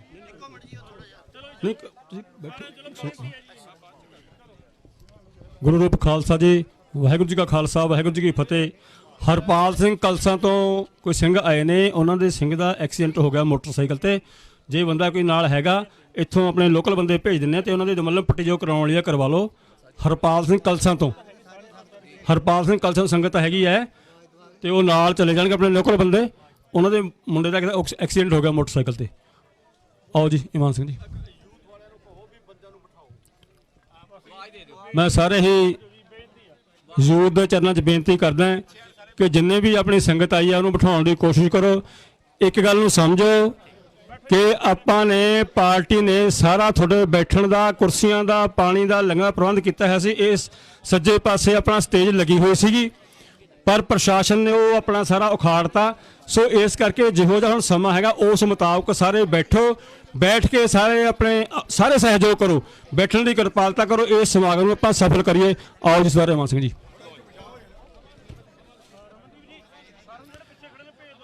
ਸੋ ਜਿਹੜੀ ਜੰਗ ਹੁਣ ਈਰਾਨ ਤੇ ਇਸਰਾਇਲ ਦੀ ਚੱਲ ਰਹੀ ਹੈ ਉਹਦੇ ਵਿੱਚ ਤੇਲ ਤੇ ਗੈਸ ਦੀ ਬਹੁਤ ਵੱਡੀ ਸਾਨੂੰ ਔਕੜ ਆ ਰਹੀ ਹੈ। ਭੈ ਸਾਰੇ ਦੇਸ਼ 'ਚ ਪਿਆ ਹੋਇਆ ਹੈ ਔਰ ਇਹ ਜਿਹੜਾ ਗੈਸ ਦਾ ਸੈਂਟਰ ਹੈ ਉਹ ਗੁਜਰਾਤ ਹੈ। ਕਤਰ ਤੋਂ, ਸਊਦੀ ਤੋਂ ਟੈਂਕਰ ਜਿਹੜੇ LNG ਦੇ ਭਰ ਕੇ ਆਉਂਦੇ ਆ ਉਹ ਸਿੱਧਾ ਗੁਜਰਾਤ ਦੇ ਜਾ ਕੇ ਉੱਥੇ ਉਤਰਦੇ ਆ। ਉੱਥੇ ਇਹ ਲਿਕੁਇਫਾਈਡ ਨੈਚੁਰਲ ਗੈਸ ਉਹ ਨਿਕਲਦੀ ਹੈ। ਉਹਨੂੰ ਪਹਿਲਾਂ ਤਾਂ ਪਲਾਂਟ ਲਾਉਂਦੇ ਆ ਕਿ ਉਹ ਜਿਹੜੀ ਲਿਕੁਇਡ ਬਣੀ ਹੋਈ ਹੈ ਵਾਪਸ ਗੈਸ ਬਣੇ, ਗੈਸੀਫਿਕੇਸ਼ਨ ਕਰਦੇ ਹੈਗੇ ਆ। ਉਹਦੇ ਬਾਅਦ ਉਹ ਜਿਹੜੀ ਗੈਸ ਹੈ ਉਹਦੇ ਤੋਂ ਕੀ ਕੁਝ ਹੋ ਸਕਦਾ ਹੈ? ਤੁਹਾਨੂੰ ਮੈਨੂੰ ਪਤਾ ਹੈ ਕਿ ਗੈਸ ਤੋਂ ਬਿਜਲੀ ਬਣ ਸਕਦੀ ਹੈ, ਉਹਦੇ ਨਾਲ ਟਰਬਾਈਨ ਚੱਲ ਸਕਦੀ ਹੈ ਕਿਉਂਕਿ ਜਿੱਥੇ ਗੈਸ ਹੁੰਦੀ ਹੈ ਸਭ ਤੋਂ ਸਸਤੀ ਹੁੰਦੀ ਹੈ, ਉੱਥੇ ਬਿਜਲੀ ਸਭ ਤੋਂ ਸਸਤੀ ਪੈਦਾ ਹੋ ਜਾਂਦੀ ਹੈ। ਜਿੱਥੇ ਗੈਸ ਤੋਂ ਬਿਜਲੀ ਬਣਦੀ ਹੈ ਉੱਥੇ ਇੰਡਸਟਰੀ ਤੇ ਰਹਿਣ ਬਹਿਣ ਨੂੰ ਫਾਇਦਾ ਹੋ ਜਾਂਦਾ ਜੇ ਤੁਹਾਨੂੰ ਬਿਜਲੀ ਸਸਤੀ ਤੇ ਵਧੀਆ ਬਿਨਾਂ ਪ੍ਰਦੂਸ਼ਣ ਤੋਂ ਮਿਲਦੀ ਹੈ। ਸੋ ਬਹੁਤ ਵੱਡਾ ਫਾਇਦਾ ਗੁਜਰਾਤ ਨੂੰ ਹੋ ਜਾਂਦਾ ਹੈ। ਫਿਰ ਉੱਥੇ ਜਿਹੜੀ ਗੈਸ ਹੈ ਉਹਦੇ ਤੋਂ ਬਣਦਾ ਜਿਹੜੀ ਚੀਜ਼ ਤੁਸੀਂ ਵਰਤਦੇ ਹੋ ਉਹ ਹੈਗਾ ਯੂਰੀਆ ਤੇ ਹੋਰ ਖਾਦਾਂ। ਉਹਦੇ ਪਲਾਂਟ ਹੁਣ ਗੁਜਰਾਤ ਲਵੇ ਬਣੇ ਪਏ ਹੈਗੇ ਆ। ਉਸ ਤੋਂ ਉਪਰੰਤ ਜਿਹੜਾ ਉੱਥੇ ਇੰਡਸਟਰੀ ਖੜੀ ਹੁੰਦੀ ਹੈ ਉਹ ਹੁੰਦੀ ਹੈ ਕਿ ਇੱਥੇ ਪਲਾਸਟਿਕ ਵੀ ਪਾਵਰ ਦੇ ਨਾਲ ਤੇ ਜਿਹੜੇ ਹਾਈਡਰੋਕਾਰਬਨ ਜਿਹਨੂੰ ਆਪਾਂ ਗੈਸ ਕਹਿੰਦੇ ਆ, ਤੇਲ ਕਹਿੰਦੇ ਆ, ਉਹਦੇ ਨਾਲ ਪਲਾਸਟਿਕ ਬਣਦੀ ਹੈ। ਪਲਾਸਟਿਕ ਤੁਸੀਂ ਦੇਖ ਲਓ ਸਾਰੇ ਕਿਤੇ ਲਾਗੂ ਹੈਗਾ। ਉੱਥੇ ਪਲਾਸਟਿਕ ਦੀ ਇੰਡਸਟਰੀ ਬਣੀ ਹੋਈ ਹੈ। ਫਿਰ ਉੱਥੇ ਤੁਸੀਂ ਦੇਖੋ ਜਿਹੜੇ ਪੈਟਰੋਕੈਮੀਕਲ ਦੇ ਕੰਪਲੈਕਸ ਹੈ ਉਹ ਬਣੇ ਹੋਏ ਹੈ। ਫਿਰ ਅੱਗੇ ਉੱਥੇ ਜਿਹੜੀ ਫਾਰਮਾਸਿਊਟੀਕਲ ਜਿਹੜੀਆਂ ਗੋਲੀਆਂ ਖਾਂਦੇ ਹੋ ਉਹ ਵੀ ਉੱਥੇ ਹੀ ਬਣਦੀਆਂ ਹੈਗੀਆਂ। ਉਹ ਵੀ ਗੁਜਰਾਤ ਦੇ ਵਿੱਚ ਇੰਡਸਟਰੀ ਆ ਕੇ ਖੜੀ ਹੋ ਗਈ ਹੈ। ਤੇ ਸਾਧ ਸੰਗਤ ਜੀ, ਜਿੱਥੇ ਪਾਵਰ ਸਸਤੀ ਹੈ, ਜਿੱਥੇ ਬਿਜਲੀ ਸਸਤੀ ਹੈ, ਉੱਥੇ ਤੁਹਾਡੀ ਸਟੀਲ ਇੰਡਸਟਰੀ ਵੀ ਖੜੀ ਹੋ ਜਾਊਗੀ। ਅੱਜ ਬੜੇ ਖੁਸ਼ੀ ਦੀ ਗੱਲ ਹੈ ਕਿ ਫਤਿਹਗੜ੍ਹ ਸਾਹਿਬ ਤੋਂ ਬਹੁਤ ਵੱਡੇ ਜਥੇ ਆਏ ਹੈ ਪਰ ਇਹਨਾਂ ਦਾ ਜਿਹੜਾ ਨਗਰ ਹੈ ਜਿਹੜਾ ਮਹਾਰਾਜ ਹਰਗੋਬਿੰਦ ਪਾਤਸ਼ਾਹ ਦੇ ਨਾਂ ਤੇ ਵਸਿਆ ਗੋਬਿੰਦਗੜ੍ਹ ਮੰਡੀ, ਉੱਥੇ ਸਾਰੀ ਸਟੀਲ ਦੀ ਇੰਡਸਟਰੀ ਉੱਠ ਕੇ ਗੁਜਰਾਤ ਚਲੀ ਗਈ ਹੈ। ਹੁਣ ਦੱਸੋ ਕਿਉਂ ਗਈ ਹੈ? ਕਿਉਂਕਿ ਗੈਸ ਉੱਥੇ ਹੈਗੀ ਹੈ, ਉੱਥੇ ਗੈਸ ਆਉਂਦੀ ਹੈ। ਤੁਹਾਡਾ ਉਰੇ ਬਟਾਲਾ ਹੈਗਾ, ਇੱਥੋਂ ਸਾਰੀ ਇੰਡਸਟਰੀ ਉੱਡ ਗਈ ਹੈ। ਕਿਉਂ? ਕਿਉਂਕਿ ਸੈਂਟਰ ਨੇ ਸਬਸਿਡੀ ਹਿਮਾਚਲ ਤੇ ਵੀ ਦੇਤੀ, ਗੁਜਰਾਤ ਤੇ ਸਾਰੇ ਸਾਧਨ ਖੜੇ ਕਰਤੇ। ਫਿਰ ਬਟਾਲਾ ਕਿੱਥੇ ਗਿਆ? ਉਹ ਵੀ ਗੁਜਰਾਤ ਚਲੇ ਗਿਆ ਹੈਗਾ। ਠੀਕ ਹੈ ਨਾ ਜੀ। ਜਦ ਅੰਮ੍ਰਿਤਸਰ ਬਾਰਡਰ ਤੇ ਬਣ ਗਿਆ ਤੇ ਜਿੱਥੇ ਲਾਹੌਰ ਕੈਪੀਟਲ ਆਫ ਪੰਜਾਬ ਪਾਕਿਸਤਾਨ ਬਣਿਆ, ਇਹਨੂੰ ਵੱਢ ਕੇ ਜਿਵੇਂ ਬੰਦੇ ਨੂੰ ਉਹਦਾ ਰੰਗ ਹੋ ਜਾਂਦਾ, ਇੱਕ ਪਾਸਾ ਜਾਮ ਕਰਤਾ। ਇਹ ਜਿਹੜੀ ਥਾਂ ਸੀਗੀ ਸਭ ਤੋਂ ਜ਼ਿਆਦਾ ਮੈਡੀਕਲ ਮਾਹਰ ਅੰਮ੍ਰਿਤਸਰ 'ਚ ਹੁੰਦੇ ਸੀਗੇ। ਇਹ ਇੱਕ ਸਿਹਤ ਸੇਵਾਵਾਂ ਦਾ ਗੜ੍ਹ ਸੀਗਾ ਉਸ ਸਮੇਂ ਤੋਂ, ਜਦ ਮਹਾਰਾਜ ਨੇ ਸਰੋਵਰ ਸਾਨੂੰ ਬਖਸ਼ਤਾ। ਇਹਦਾ ਇਤਿਹਾਸ ਹੈਗਾ। ਇੱਥੋਂ ਚੱਕ ਕੇ ਜਿਹੜਾ ਸਾਰਾ ਡਾਕਟਰ, ਜਿਹੜੇ ਪਹਿਲੇ ਡਾਕਟਰ ਸੀਗੇ, ਉਹ ਕਿੱਥੇ ਗਏ? ਪੀਜੀਆਈ ਦਾ ਨਾਂ ਸੁਣਿਆ? ਪੀਜੀਆਈ ਦਾ ਚੰਡੀਗੜ੍ਹ 'ਚ, ਉਹਦੇ ਵਿੱਚ ਪਹਿਲੇ ਡਾਕਟਰ ਕਿੱਥੋਂ ਆਏ? ਤੁਹਾਡੇ ਅੰਮ੍ਰਿਤਸਰ ਗੁਰੂ ਕੀ ਨਗਰੀ ਤੋਂ ਚੱਕ ਕੇ ਉਹ ਸਾਰਾ ਉੱਥੇ ਪੱਟ ਕੇ ਲੈ ਗਏ। ਕਹਿਣ ਦਾ ਭਾਵ ਇਹ ਹੈ, ਲਗਾਤਾਰ ਸਿਸਟਮ ਨਾਲ ਸੈਂਟਰ ਦੀ ਸਰਕਾਰ ਨੇ ਬਾਰਡਰ ਤੋਂ ਰੋਜ਼ਗਾਰ ਤੇ ਇੰਡਸਟਰੀ ਚੱਕ ਕੇ ਪਿੱਛੇ ਭਾਰਤ 'ਚ ਲੈ ਗਏ ਹੈ। ਇੱਥੇ ਤੁਹਾਡਾ ਮੈਦਾਨ ਜੰਗ ਬਣਾਤਾ ਹੈ। ਜਦ ਵੀ ਚੋਣ ਆਉਣ, ਜਦ ਵੀ ਆਪਣਾ ਗੁੱਸਾ ਕੱਢਣਾ ਹੋਏ, ਜਦ ਵੀ ਇੱਕ ਛੋਟੇ ਦੇਸ਼ ਨੂੰ ਧਮਕੀ ਦਿਖਾਣੀ ਪੈਣੀ, ਚਾਈਨਾ ਤੋਂ ਡਰਦੇ ਮਾਰੇ ਪੱਦ ਮਾਰਦੇ ਉੱਥੋਂ ਭੱਜੇ ਆਉਂਦੇ ਆ ਤੇ ਇੱਥੇ ਆ ਕੇ ਅੱਖਾਂ ਦਿਖਾ ਦਿੰਦੇ ਆ। ਉਹ ਧਰਤੀ ਦੇ ਉੱਤੇ ਜਿਹੜੇ ਕਹਿੰਦੇ ਮਲੇਸ਼ ਰਹਿੰਦੇ ਆ। ਇਹ ਮਤਸ਼ਬੀ ਸੋਚ ਦਿੱਲੀ ਦੀ ਉਰੇ ਵੱਸਦੀ ਹੈ, ਜਿਸ ਕਰਕੇ ਲੋਕ ਸਭਾ ਦਾ ਚੋਣ ਆਇਆ ਨਹੀਂ ਤੇ ਇੱਥੇ ਆਪਰੇਸ਼ਨ ਸਿੰਦੂਰ ਲਾਗੂ ਹੋਇਆ ਨਹੀਂ। ਹੁਣ 24 ਹਿੰਦੂ ਬਹੁਤ ਬੇਰਹਿਮੀ ਨਾਲ ਮਾਰੇ। ਸਾਨੂੰ ਬਹੁਤ ਲੱਗਦਾ ਹੈ ਆ ਜੰਮੂ ਕਸ਼ਮੀਰ ਦੇ ਬੈਠੇ ਆ, 35 ਸਿੱਖ ਚਿੱਟੀ ਸਿੰਘਪੁਰਾ 'ਚ ਠੋਕਤੇ। ਉੱਥੇ ਬਿਲ ਕਲਿੰਟਨ ਆਪਦੀ ਫਾਰਵਰਡ 'ਚ ਮੈਡਲਿਨ ਆਲਰਾਈਟ ਦੀ ਕਿਤਾਬ 'ਚ, ਜਿਹੜੀ ਅਸੀਂ SGPC ਨੂੰ ਦਾਨ ਕਰਕੇ ਆਏ ਹਾਂ, ਉਹਦੇ 'ਚ ਸਪਸ਼ਟ ਲਿਖਦਾ ਹੈ ਕਿ ਇਹ ਹਿੰਦੂ ਮਿਲੀਟੈਂਟਸ ਨੇ ਕੀਤਾ ਸੀਗਾ। ਉੱਥੇ ਜਾ ਕੇ ਦਿਖਾਣ ਨੂੰ ਕਿ ਬਾਹਰਲੇ ਆ ਕੇ ਉਰੇ ਮਾਰ ਕੇ ਗਏ। ਕੌਣ? ਆ ਮਲੇਸ਼ ਗੰਦੇ, ਇਹਨਾਂ ਨੇ ਕੀਤਾ। ਪਥਰੀਵਲ 'ਚ ਹਮਲਾ ਕਰਤਾ, ਉੱਥੇ ਬੰਦੇ ਮਾਰਤੇ। DNA ਕਹਿੰਦਾ ਕਿ ਉਹ ਤਾਂ ਉਹ ਪਿੰਡ ਦੇ ਸੀਗੇ, ਬਾਹਰੋਂ ਕੋਈ ਨਹੀਂ ਸੀਗਾ। ਸਾਧ ਸੰਗਤ ਜੀ, ਇਹਨੂੰ ਤਾਂ ਉਂਗਲ ਚੱਕ ਕੇ ਮਾੜਾ ਹੀ ਕਹਿਣਾ ਹੈ। ਤੇ ਕਿਹੜੀ ਧਰਤੀ ਨੂੰ ਮਾੜਾ ਕਹਿਣਾ? ਜਿੱਥੇ ਨਨਕਾਣਾ ਸਾਹਿਬ ਹੈ, ਜਿੱਥੇ ਕਰਤਾਰਪੁਰ ਸਾਹਿਬ ਹੈ, ਜਿੱਥੇ ਪੰਜਾ ਸਾਹਿਬ ਹੈ, ਉਹਨੂੰ ਗੰਦ ਕਹਿਣਾ, ਗੰਦ। ਆ ਆਪਰੇਸ਼ਨ ਸਿੰਦੂਰ ਹੋਇਆ, ਇੰਡਸ ਵਾਟਰ ਟ੍ਰੀਟੀ ਰੱਦ ਕਰਤੀ। ਉੱਥੋਂ ਦੇ ਬਿਆਨ ਕਰਤਾ ਕਿ ਅਸੀਂ ਪਾਣੀ ਖੋਹ ਕੇ ਦਰਿਆਵਾਂ ਦੇ ਹੁਣ ਰਾਜਸਥਾਨ ਤੇ ਹਰਿਆਣਾ ਤੇ ਦਿੱਲੀ ਨੂੰ ਦੇਣੇ ਆ। ਸਾਧ ਸੰਗਤ ਜੀ, ਜੇ ਇਸ ਧਰਤੀ ਤੋਂ ਪਾਣੀ ਲੈ ਕੇ ਜਾਓਗੇ, ਇੱਥੇ ਮੈਨੂੰ ਦੱਸੋ ਜ਼ਿਮੀਂਦਾਰੀ ਕਿੰਨੇ ਕਰਦੇ ਆ? ਮੈਂ ਤਾਂ ਕਰਦਾ ਭਾਈ, ਹੋਰ ਕੋਈ ਕਰਦਾ? ਮੈਨੂੰ ਦੱਸੋ, ਜੇ ਤੁਹਾਡਾ ਪਾਣੀ ਕੋਈ ਖੋਹ ਕੇ ਲੈ ਜੇ, ਉੱਥੇ ਕੁਝ ਕਰ ਸਕਦੇ ਹੋ? ਜੇ ਨਹੀਂ ਕਰ ਸਕਦੇ, ਫਿਰ ਤੁਸੀਂ ਕੀ ਕਰੋਗੇ? ਜਾ ਕੇ ਪੂਜਾ ਕਰਨ ਲੱਗ ਪਓਗੇ ਕਿ ਰੱਬ ਮੈਨੂੰ ਵਾਪਸ ਦੇ ਦੇ? ਕਿ ਜਿਵੇਂ ਸਾਡੀ ਆਦਤ ਹੈ ਇਸ ਇਲਾਕੇ ਦੀ, ਡੰਗ ਚੱਕ ਕੇ ਜਿਹੜਾ ਚੋਰੀ ਕਰਦਾ ਉਹਦੇ ਨਾਲ ਸਿੱਧੇ ਹੋਣਗੇ ਤੇ ਜਿਹੜਾ ਉਧਰ ਇਹ ਕਹਿੰਦੇ ਆ ਕਿ ਮਲੇਸ਼ ਵੱਸਦਾ ਹੈ, ਉਹ ਫਿਰ ਸਿੱਧਾ ਹੋਊਗਾ ਕਿ ਪੂਜਾ ਕਰਨ ਲੱਗ ਪਊਗਾ? ਜੇ ਸਿੱਧਾ ਹੋਊਗਾ ਤਾਂ ਜੰਗ ਕਿੱਥੇ ਲੜਨਗੇ?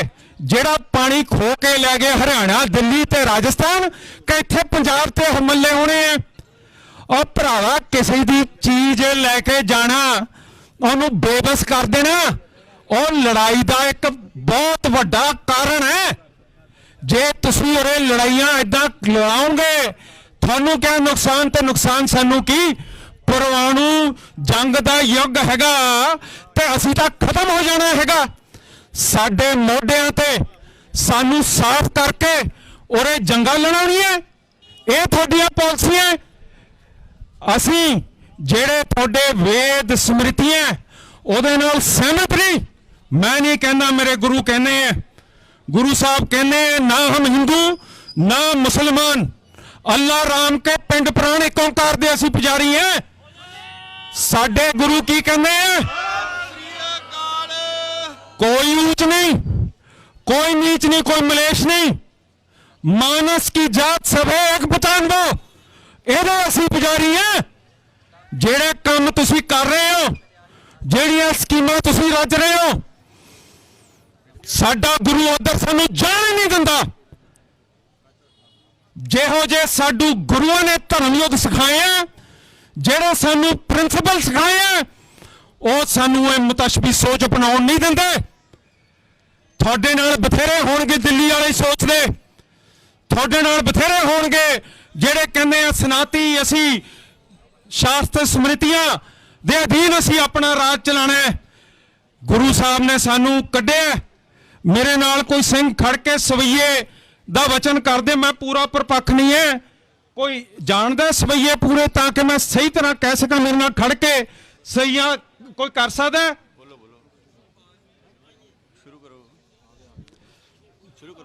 कौन करूगा मेरे नाल? राम रहीम पुराण कुरान अनेक है, मत अगना मान्यो, सिमरत शास्त्र वेद सवे बहुत वेद कहे, हम एक ना जानियो। और सी के मैं था, हाँ दसो हाँ सीरियस पाल किरपा तुमरी कर, किरपा तुमरी कर, मैं ना कहो, मैं ना कहो, सब तोहे पखानियो, सब एक पहचानियो, तोहे पहचानियो। और यार मैं ਉਹਦਾ ਤੇ ਇਹ ਵੀ ਬੰਦੇ ਆ ਤੇ ਤੁਸੀਂ ਵੀ ਬੰਦੇ ਹੋ, ਤੇ ਤੁਸੀਂ ਜਿਹੜੇ ਮਾੜਾ ਸੋਚਦੇ ਹੋ ਤੁਸੀਂ ਵੀ ਬੰਦੇ ਹੋ। ਤੇ ਆ ਕੋਈ ਰਵਈਆ, ਇਹ ਕੋਈ ਰਵਈਆ ਕਿਹੜੇ ਸਾਨੂੰ ਮਤਵਜੀ ਸੋਚ ਤੇ ਵਾੜੀ ਜਾਂਦੇ ਹੋ ਦਿੱਲੀ ਦੀ? ਸਾਡਾ ਨਹੀਂ ਹੈ ਰਾਹ,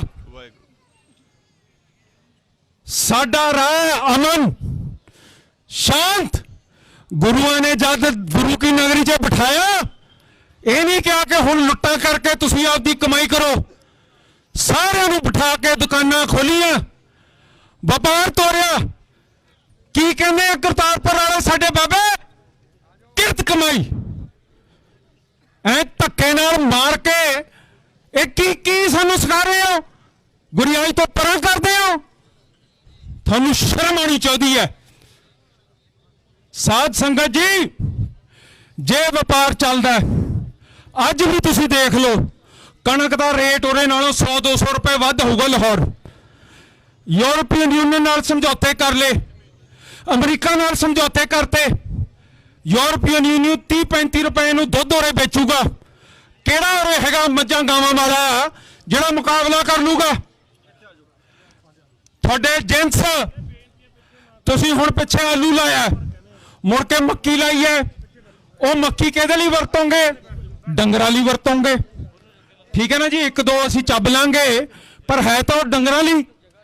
ते अमरीका थानू चारा जद मिल्क जिहड़ा ऑयल केक है, खल जिन्नू आपां बनाउंदे हैं, वो सस्ती करती। तुहाडे जिमींदारां दा क्या बनूगा? ते भरावा इत्थे तुसीं जाके टमाटर डबल रेट ते बेच दो, ਇੱਥੇ ਜਾ ਕੇ ਤੁਸੀਂ ਆਪਦੀਆਂ ਸਬਜ਼ੀਆਂ ਜਾ ਕੇ ਡਬਲ ਰੇਟ ਤੇ ਵੇਚ ਦੋ, ਟਰੱਕਾਂ 'ਚ ਪਾ ਕੇ ਅਫਗਾਨਿਸਤਾਨ ਤੇ ਲੈ ਜਾਓ। ਟਰਾਂਸਪੋਰਟ ਤੁਹਾਡੇ ਹੱਥ ਹੈ।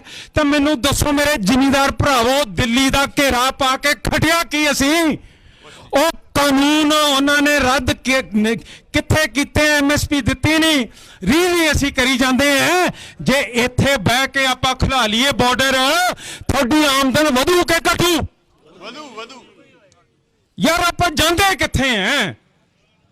साध संगत जी, फिर दसो अज तुसी मकान छातना है, ठीक है ना जी, मकान छातना है। ते गुजरात च सीमेंट फैक्ट्री, हिमाचल च सीमेंट फैक्ट्री, ते जब बॉर्डर खुला सी थानू थैला सीमेंट का 200-250 रुपए का नहीं मिलता सीगा, जिप्सम नहीं मिलता सीगा। साध संगत जी, मैं गुजरात बारे दसिया, उत्थे CNG दियां किश्तियां आके कितनी इंडस्ट्री खड़ा कर गई। पंजाब च भी हो सकता है। जेड़ा तुर्कमेनिस्तान है ਉਹਦੇ ਕੋਲੇ गैस हैगी है, ਉਹਦੀ पाइपलाइन का तय होया सी, तुर्कमेनिस्तान ने खत्म करता अपना हिस्सा। अफगानिस्तान जो अज भारत नाल सही है, ਉਹਨੇ ਇਸ ਸਾਲ 2026 ਚ ਆਪਣਾ ਹਿੱਸਾ ਖਤਮ ਕਰ ਦੇਣਾ ਹੈ। ਅੱਗੇ ਆ ਗਿਆ ਪਾਕਿਸਤਾਨ ਤੇ ਇੰਡੀਆ, ਜਿਹੜਾ ਸਮਝੌਤਾ ਸੀਗਾ ਤੁਰਕਮੈਨਿਸਤਾਨ, ਅਫਗਾਨਿਸਤਾਨ, ਪਾਕਿਸਤਾਨ, ਇੰਡੀਆ, ਗੈਸ ਦੀ ਪਾਈਪਲਾਈਨ ਆ ਕੇ ਫਾਜ਼ਿਲਕਾ ਤੇ ਜਾ ਕੇ ਉੱਥੇ ਭਾਰਤ 'ਚ ਐਂਟਰੀ ਕਰਨੀ ਸੀ। ਭਾਰਤ 'ਚ ਐਂਟਰੀ ਕਰਕੇ ਫਿਰ ਕੀ ਹੋਣਾ ਸੀ ਜੋ ਗੁਜਰਾਤ 'ਚ ਹੁੰਦਾ ਹੈ, ਉੱਥੇ ਕੀ ਹੋਣਾ ਸੀ, ਬਠਿੰਡੇ ਦੀ ਜਿਹੜੀ ਰਿਫਾਈਨਰੀ ਹੈ ਉਹਨੂੰ ਮਟੀਰੀਅਲ ਮਿਲ ਜਾਣਾ ਸੀਗਾ, ਉੱਥੇ ਤੁਹਾਡਾ ਪੈਟਰੋਕੈਮੀਕਲ ਕੰਪਲੈਕਸ ਖੜਾ ਹੋ ਜਾਣਾ ਸੀਗਾ, ਉੱਥੇ ਤੁਹਾਡੀਆਂ ਨੌਕਰੀਆਂ ਬਣ ਜਾਣੀਆਂ ਸੀ। ਜਿੱਥੇ ਵੱਡੀਆਂ ਫੈਕਟਰੀਆਂ ਆ ਗਈਆਂ ਉੱਥੇ ਹੋਰ ਵੀ ਸਾਧਨ ਵੱਧ ਜਾਂਦੇ ਹੈ, ਉੱਥੇ ਕੰਸਟਰਕਸ਼ਨ ਵੱਧ ਜਾਂਦੀ ਹੈ, ਉੱਥੇ ਤੁਹਾਨੂੰ ਪਾਵਰ ਸਸਤੀ ਹੋ ਜਾਂਦੀ ਹੈ, ਉੱਥੇ ਇੰਡਸਟਰੀ ਆ ਜਾਂਦੀ ਹੈ। ਉਹ ਕਿਉਂ ਨਹੀਂ ਕਰ ਰਹੇ? ਫਿਰ ਇੱਕ ਫਾਜ਼ਿਲਕਾ ਤੋਂ ਕੱਢ ਕੇ ਫਿਰੋਜ਼ਪੁਰ, ਤਰਨਤਾਰਨ, ਅੰਮ੍ਰਿਤਸਰ ਸਾਹਿਬ, ਗੁਰਦਾਸਪੁਰ ਚਲੇ ਜਾਣੀ ਸੀ। ਬਟਾਲੇ ਦੇ ਵਿੱਚ ਸਿੱਖ ਰਾਜ ਦੀਆਂ ਫੈਕਟਰੀਆਂ ਲੱਗੀਆਂ ਸੀ, ਸਾਡੇ ਉੱਥੇ ਕਾਰੀਗਰ ਕੰਮ ਕਰਦੇ ਸੀ, ਉਹ ਇੰਡਸਟਰੀ ਬਟਾਲੇ ਦੀ ਬਹੁਤ ਵੱਡੀ ਸੀ, ਸਾਰਾ ਕੁਝ ਉੱਥੇ ਬਣਦਾ ਸੀ। ਅੱਜ ਖੋਖਲ ਖਤਮ। ਉੱਥੇ ਹੁਣ ਗੁਰਦਾਸਪੁਰ ਤਾਂ ਬਾਰਡਰ ਏਰੀਆ ਬਣ ਗਿਆ, ਜਿੱਥੇ BSF ਤੇ ਪੰਜਾਬ ਪੁਲਿਸ ਆਪਣੀ ਤਾਨੇਸ਼ਾਹੀ ਨਾਲ ਰਣਜੀਤ ਸਿੰਘ ਵਰਗਿਆਂ ਨੂੰ ਜਣੇ ਮਾਰ ਕੇ ਕਹਿੰਦੀ ਹੈ ਇਹ ਤਾਂ ISI के एजेंट और स्मगलर हैं। साले ਕੰਮ ਦੇ ਨਹੀਂ ਸਕਦੇ, ਨੌਕਰੀਆਂ ਪੈਦਾ ਨਹੀਂ ਕੀਤੀਆਂ, ਜੰਗਾਂ ਸਾਡੇ ਮੋਢਿਆਂ ਤੇ ਰੱਖ ਕੇ ਬੰਦੂਕਾਂ ਲੜੀ ਜਾਂਦੇ ਹੋ, ਤੇ ਸਾਡੇ ਬੇਰੁਜ਼ਗਾਰ ਜਿਹੜੇ ਜਾ ਕੇ ਦਵਾਈ 'ਚ ਕੰਮ ਕਰਕੇ ਪਿੱਛੇ ਆਪਣੇ ਘਰ 'ਚ ਪਿੰਡ 'ਚ ਮਕਾਨ ਪਾਉਂਦੇ ਸੀ, ਉਹ ਉੱਥੋਂ ਉੱਜੜ ਗਏ। ਇਹ ਹਾਲ ਕੀ ਬਣਾਤਾ? ਡਰੋਨ ਰਾਹੀਂ ਗੰਨਾ ਤੇ ਸਾਨੂੰ ਡਰੱਗਸ ਦਾ ਸ਼ਿਕਾਰ ਬਣਾਤਾ। ਜੇ ਸਾਡੇ ਬੱਚੇ ਗੁਜਰਾਤੀਆਂ ਵਾਂਗੂ ਫੈਕਟਰੀ 'ਚ ਕੰਮ ਕਰਦੇ ਤਾਂ ਕੀ ਅਸੀਂ ਇਸ ਧਰਤੀ ਦੇ ਸੌ ਪੁੱਤ ਨਹੀਂ ਸੀ ਬਣ ਸਕਦੇ? ਸਾਲਿਓ ਆਏ ਵਾਰੀਆਂ ਜੰਗਾਂ ਲੜ ਕੇ ਸਾਡੀ ਬਰਬਾਦੀ ਨਾਸ਼ ਕਰਤਾ ਹੈ। ਤੁਹਾਡੀ ਜਿਹੜੀ ਨਫ਼ਰਤ ਭਰੀ ਸੋਚ ਹੈ, ਜਿਹੜੀ ਅਗਲੇ ਨੂੰ ਮਲੇਸ਼ ਸ਼ੂਦਰ ਕਹਿ ਕੇ ਵੱਖਰਾ ਦਿਖਾਉਂਦੀ ਹੈ, ਉਹਨੇ ਗਵਾਂਢੀ ਦੇਸ਼ ਨਾਲ ਜਿਹੋ ਜਿਹੀਆਂ ਵੰਡਾਂ ਪਾਈਆਂ ਹੋਈਆਂ, ਅੱਜ ਤੁਹਾਡੇ ਬੱਚੇ ਚਾਹੇ ਜੰਗ ਹੋਏ ਚਾਹੇ ਨਾ ਹੋਏ ਇਸ ਸੋਚ ਮੁਤਸ਼ਵੀ ਸੋਚ ਦੇ ਸ਼ਿਕਾਰ ਹੈ। ਕਿਉਂਕਿ ਇਹੋ ਜਿਹਾ ਇੱਕ ਕੇਸ ਨਹੀਂ ਹੈਗਾ। ਕੱਲ ਮੈਂ ਵਕੀਲ ਕੋਲੇ ਪੱਟੀ ਬੈਠਾ ਸੀਗਾ, ਕਹਿੰਦਾ ਜੀ ਜਦ ਵੀ ਡਰੱਗਸ ਦਾ NDPS ਦਾ ਕੇਸ ਹੁੰਦਾ ਹੈ ਮੈਂ ਪੇਪਰ ਫਰੋਲ ਕੇ ਦੇਖਦਾ ਕਿ ਕਿਹੜਾ ਕੇਸ ਦੇ ਵਿੱਚ ਉਰੇ ਸਾਡੇ ਪੱਟੀ ਇਲਾਕੇ ਤਰਨਤਾਰਨ ਸਾਹਿਬ ਦਾ ਹੋਊਗਾ, ਜਿੱਥੇ ਗੁਰੂ ਸਾਹਿਬ ਦੀਆਂ ਕੱਲੇ ਕੱਲੇ ਪਿੰਡ 'ਚ ਚਰਨ ਪਏ ਹੋਏ ਆ। ਉਹ ਇਲਾਕਾ ਦੇ ਬੱਚੇ ਹੁਣ ਇਸ ਹਾਲਤ 'ਚ ਰਹਿਣ ਕਿ ਕੰਮ ਹੀ ਇੱਕੋ ਰਹਿ ਗਿਆ। ਇਹ ਸਾਡੇ ਮਾਝੇ ਦੀ ਪੰਜਾਬ ਦੀ ਬਰਬਾਦੀ ਹੈ, ਤੇ ਇੰਨੀ ਬੇਅਕਲ ਬਰਬਾਦੀ ਹੈ। ਜਿੱਥੇ ਵਪਾਰ ਚੱਲੇ, ਇੱਥੇ ਇੰਡਸਟਰੀ ਆਏ, ਆਵਾਜਾਈ ਹੋਵੇ, ਉੱਥੇ ਕੀ ਕੇਰਲਾ ਦੇ ਲੌਂਗ ਇਲਾਇਚੀ ਉੱਥੇ ਜਾ ਕੇ ਵਿਕਣਗੇ ਨਹੀਂ? ਕੀ ਉੱਥੇ ਚੇਨਈ ਦੀਆਂ ਟਰੱਕ ਤੇ ਬੱਸ ਨਹੀਂ ਵਿਕਣਗੇ? ਕੀ ਉੱਥੇ ਅਸਾਮ ਦੀ ਚਾਹ ਨਹੀਂ ਆਊਗੀ? ਕੀ ਸਾਰੇ ਦੇਸ਼ ਨੂੰ ਮਾਰਕੀਟ ਮਿਲੂਗਾ ਕਿ ਨਹੀਂ ਮਿਲੂਗਾ? ਫਿਰ ਕੀ ਅੰਨ ਸਾਡੇ ਸਾਹਮਣੇ ਅੱਖਾਂ 'ਚ ਧੂੜ ਪਾਈ ਹੋਈ ਹੈ ਕਿ ਅਸੀਂ ਇਹਨਾਂ ਨਾਲ ਇਕੱਠੀ ਹੈ, ਹੁਣ ਅੱਬਾ ਹੈ, ਹੁਣ ਇਹ ਹੋ ਗਿਆ। ਹੁਣ ਮੋਦੀ ਜੀ ਉੱਥੇ ਖੜ ਕੇ ब्रिज के उत्ते फिरोजपुर कहते हैं मेरे को बचा लो, पाकिस्तान के नेड़े मेरे को किसानों ने घेर लिया है, ते जाके वो साडे मुख्यमंत्री नूं कहंदे आपने मेरे मरवाना था। और साले असीं तां उरे बसदे हैं, असीं उरे रहिंदे हैं, सानूं तां दिन रात उरे सारा रहना पैंदा है। तेरे तां पीले हो गए सीगे सारे जब तू एक दिन ब्रिज के उत्ते खड़ गया, तेनों घेरा पै गया, कहंदा पाकिस्तान मेरे ते हमला कर दूं, ਤੇ ਸਾਰੇ ਸਾਨੂੰ ਸਦਾ ਲਈ ਇੱਥੇ ਐ ਬਣਾਉਣਾ ਹੈ। ਬਿਲਕੁਲ ਮਾੜੀ ਸੋਚ। ਤੇ ਮੈਂ ਅੱਜ ਨਿੰਦਦਾ ਪੰਜਾਬੀਆਂ ਨੂੰ ਜਿਹੜੇ ਵਾਰ-ਵਾਰ ਸੈਂਟਰ ਤੇ ਦਿੱਲੀ ਦੀ ਲੜ ਫੜ ਕੇ ਕਦੀ ਸਾਨੂੰ ਆ ਕੇਜਰੀਵਾਲ ਫੜਾ ਦਿੰਦੇ ਆ, ਕਦੇ ਬਾਦਲ ਸਾਹਿਬ ਤੇ BJP ਸਾਡੇ ਸਿਰ ਤੇ ਆ ਜਾਂਦੀ ਹੈ, ਕਦੀ ਅਮਰਿੰਦਰ ਤੇ ਸੋਨੀਆ ਗਾਂਧੀ ਸਾਡੇ ਸਿਰ ਤੇ ਚੜ ਜਾਂਦੇ ਆ। ਇਹ ਤੁਹਾਡੀ ਭਲਾਈ ਦੀ ਸੋਚ ਨਹੀਂ ਹੈ, ਤੁਹਾਡੀ ਗੁਲਾਮੀ ਦੇ ਚਿੰਨ੍ਹ ਹੈ ਕਿ ਅਸੀਂ ਆਪਣੀ ਗੱਲ ਨਹੀਂ ਕਹਿ ਸਕਦੇ ਹੈਗੇ। ਸਾਧ ਸੰਗਤ ਜੀ, ਆਪਾਂ ਨੂੰ ਬੇਅੰਤ ਫਾਇਦਾ ਹੈ, ਸਾਨੂੰ ਨਹੀਂ ਫਾਇਦਾ ਹੈ, ਸਾਡੇ ਗਵਾਂਢੀ ਦੇਸ਼ ਨੂੰ ਫਾਇਦਾ ਹੈ, ਉਹਨੂੰ ਨਹੀਂ ਫਾਇਦਾ ਹੈ। ਆ ਦਿੱਲੀ ਵਾਲਿਆਂ ਨੂੰ ਫਾਇਦਾ ਹੈ ਜੇ ਅਮਨ ਨਾਲ ਵਪਾਰ ਕਰੀਏ ਤੇ ਖੁਸ਼ਹਾਲਤਾ ਫੈਲਾਈਏ। ਨਫ਼ਰਤ, ਮਲੇਸ਼ਪਣਾ, ਕਿਸੇ ਨੂੰ ਮਾੜਾ ਕਹਿਣਾ, ਹਮੇਸ਼ਾ ਜੰਗਾਂ ਲੜਨੀਆਂ ਕਿਸੇ ਦੇ ਫਾਇਦੇ ਦੀ ਨਹੀਂ। ਅੱਜ ਈਰਾਨ ਤੇ ਇਸਰਾਇਲ ਨੂੰ ਦੇਖ ਲਓ, ਸਾਰੇ ਦੁਨੀਆ ਨੂੰ ਉਹਨਾਂ ਨੇ ਗੋਡਿਆਂ ਤੇ ਲਾਤਾ ਹੈਗਾ। ਸਾਰੇ ਤਰਲੇ ਕਹਿੰਦੇ ਕਿ ਬਹਿ ਜਾਓ ਆਰਾਮ ਨਾਲ।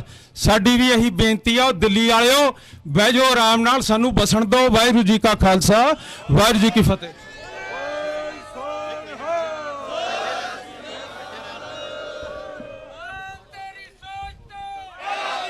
ਠੋਕ ਕੇ ਪਹਿਰਾ ਦੇਾਂਗੇ, ਠੋਕ ਕੇ। ਜਿੰਦਾਬਾਦ, ਜਿੰਦਾਬਾਦ। ਗੁਰੂ ਰੂਪ ਖਾਲਸਾ ਜੀ, ਸਰਦਾਰ ਇਮਾਨ ਸਿੰਘ ਜੀ ਨੇ ਤੁਹਾਡੇ ਆਪਣੇ ਨਾਲ ਦਿਲ ਦੇ ਬਲਬਲੇ ਸਾਂਝੇ ਕੀਤੇ ਨੇ, ਕੌਮ ਦੇ ਦੁੱਖ ਦਰਦ ਨੂੰ ਤੁਹਾਡੇ ਅੱਗੇ ਰੱਖਿਆ। ਸੋ ਹੁਣ ਮੈਂ ਬੇਨਤੀ ਕਰੂੰਗਾ ਸਰਦਾਰ ਸ਼ਮਸ਼ੇਰ ਸਿੰਘ ਜੀ ਬਰਾੜ, ਜੋ ਕਿ ਸਾਡੇ ਅੰਮ੍ਰਿਤਸਰ ਦੇ ਜ਼ਿਲ੍ਹਾ ਪ੍ਰਧਾਨ ਨੇ, ਉਹਨਾਂ ਨੂੰ ਕਿ ਉਹ ਵੀ 3-4 ਮਿੰਟਾਂ ਲਈ ਆਪਣੇ ਵਿਚਾਰ ਤੁਹਾਡੇ ਨਾਲ ਸਾਂਝੇ ਕਰਨਗੇ। ਸਰਦਾਰ ਸ਼ਮਸ਼ੇਰ ਸਿੰਘ ਜੀ ਬਰਾੜ।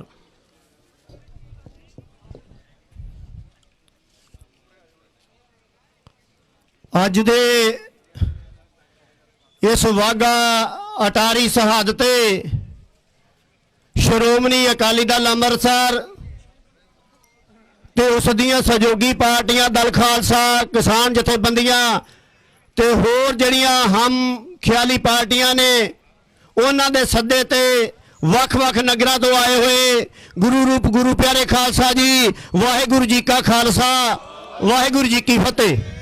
ਵੀਰੋ, ਜਿਸ ਮਕਸਦ ਵਾਸਤੇ ਅੱਜ ਅਸੀਂ ਇੱਥੇ ਇਕੱਠੇ ਹੋਏ ਆ, ਉਹ ਸੋਚ ਹੈ ਸਰਦਾਰ ਸਿਮਰਨਜੀਤ ਸਿੰਘ ਜੀ ਮਾਨ ਜੀ ਦੀ, ਜਿਨ੍ਹਾਂ ਨੇ ਸਾਡੇ ਪੰਜਾਬ ਦੇ ਦਰਦ ਨੂੰ ਪਛਾਣਿਆ।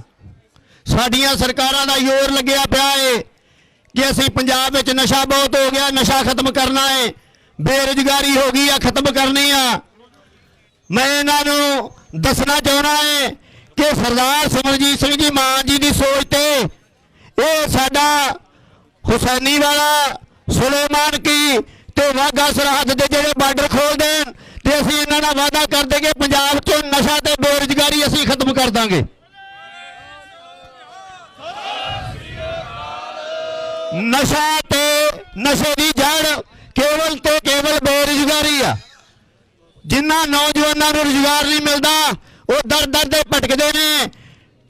ਉਹ ਸਕੂਲਾਂ ਕਾਲਜਾਂ ਵਿੱਚ ਆਪਣੇ ਕੀਮਤੀ ਜਿਹੜਾ ਉਹ ਸਮਾਂ ਜ਼ਿੰਦਗੀ ਦਾ ਉਹਨਾਂ ਗਾਲ ਕੇ ਇੱਥੋਂ ਤੱਕ ਪਹੁੰਚੇ ਹੁੰਦੇ ਨੇ, ਪਰ ਉਹਨਾਂ ਨੂੰ ਜਦੋਂ ਰੁਜ਼ਗਾਰ ਨਹੀਂ ਮਿਲਦਾ ਤੇ ਫਿਰ ਉਹਨਾਂ ਦੇ ਦਿਮਾਗ ਵਿੱਚ ਜਿਹੜਾ ਹੈ ਉਹ ਨਸ਼ੇ ਦੀ ਲੱਤ ਜਿਹੜੀ ਉਹ ਲੱਗ ਜਾਂਦੀ ਆ।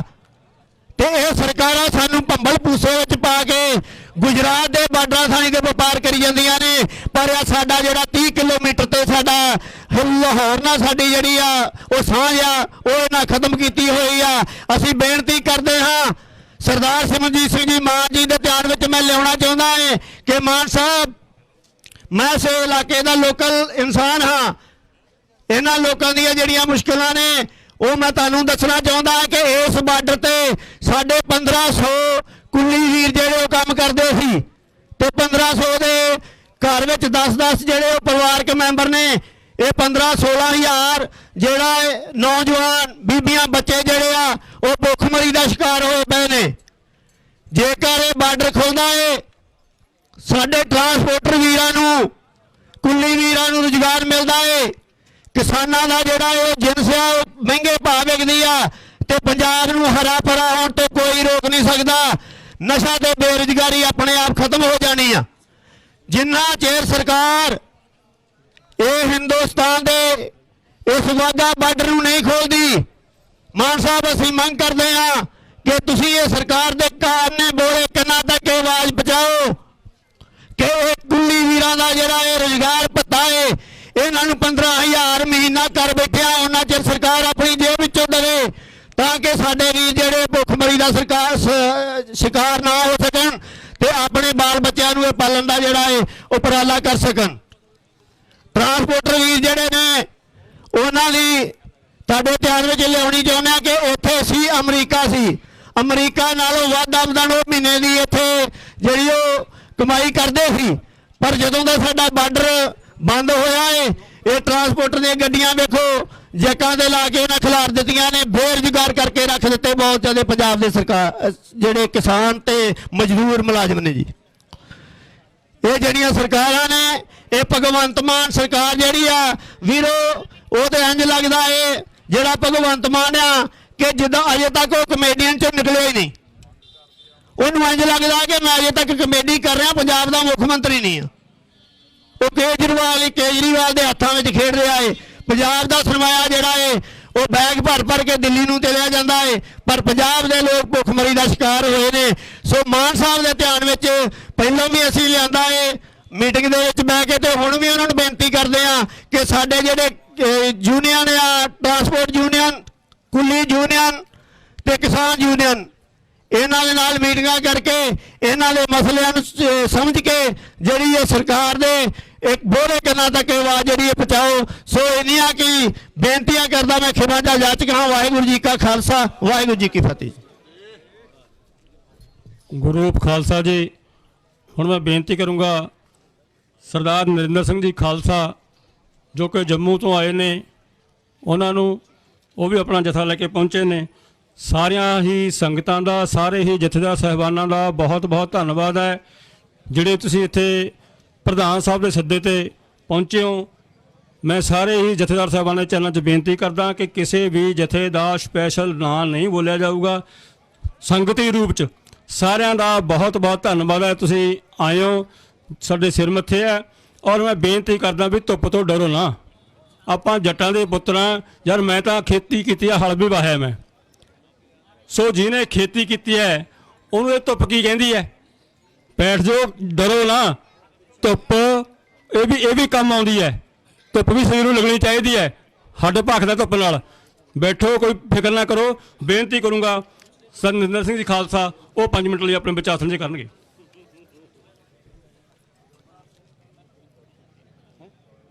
ਅੱਜ ਦੇ ਇਤਿਹਾਸਕ ਬਾਰਡਰ ਖੋਲੋ ਜੋ ਮੁਹਿੰਮ ਸਤਿਕਾਰਯੋਗ ਸਰਦਾਰ ਸਿਮਰਨਜੀਤ ਸਿੰਘ ਜੀ ਮਾਨ, ਸਾਡੀ ਸਮੁੱਚੀ ਪਾਰਟੀ ਸ਼੍ਰੋਮਣੀ ਅਕਾਲੀ ਦਲ ਅੰਮ੍ਰਿਤਸਰ, ਦਲ ਖਾਲਸਾ ਦੀ ਸਮੁੱਚੀ ਲੀਡਰਸ਼ਿਪ, ਸਾਡੇ ਕਿਸਾਨ ਆਗੂ ਔਰ ਮੇਰੇ ਸਾਹਮਣੇ ਬੈਠੀ ਪੰਜਾਬ ਦੀ ਸੰਗਤ, ਪਾਰਟੀ ਦੇ ਆਗੂ ਵਰਕਰ, ਸਾਰਿਆਂ ਨੂੰ ਵਾਹਿਗੁਰੂ ਜੀ ਕਾ ਖਾਲਸਾ, ਵਾਹਿਗੁਰੂ ਜੀ ਕੀ ਫਤਿਹ।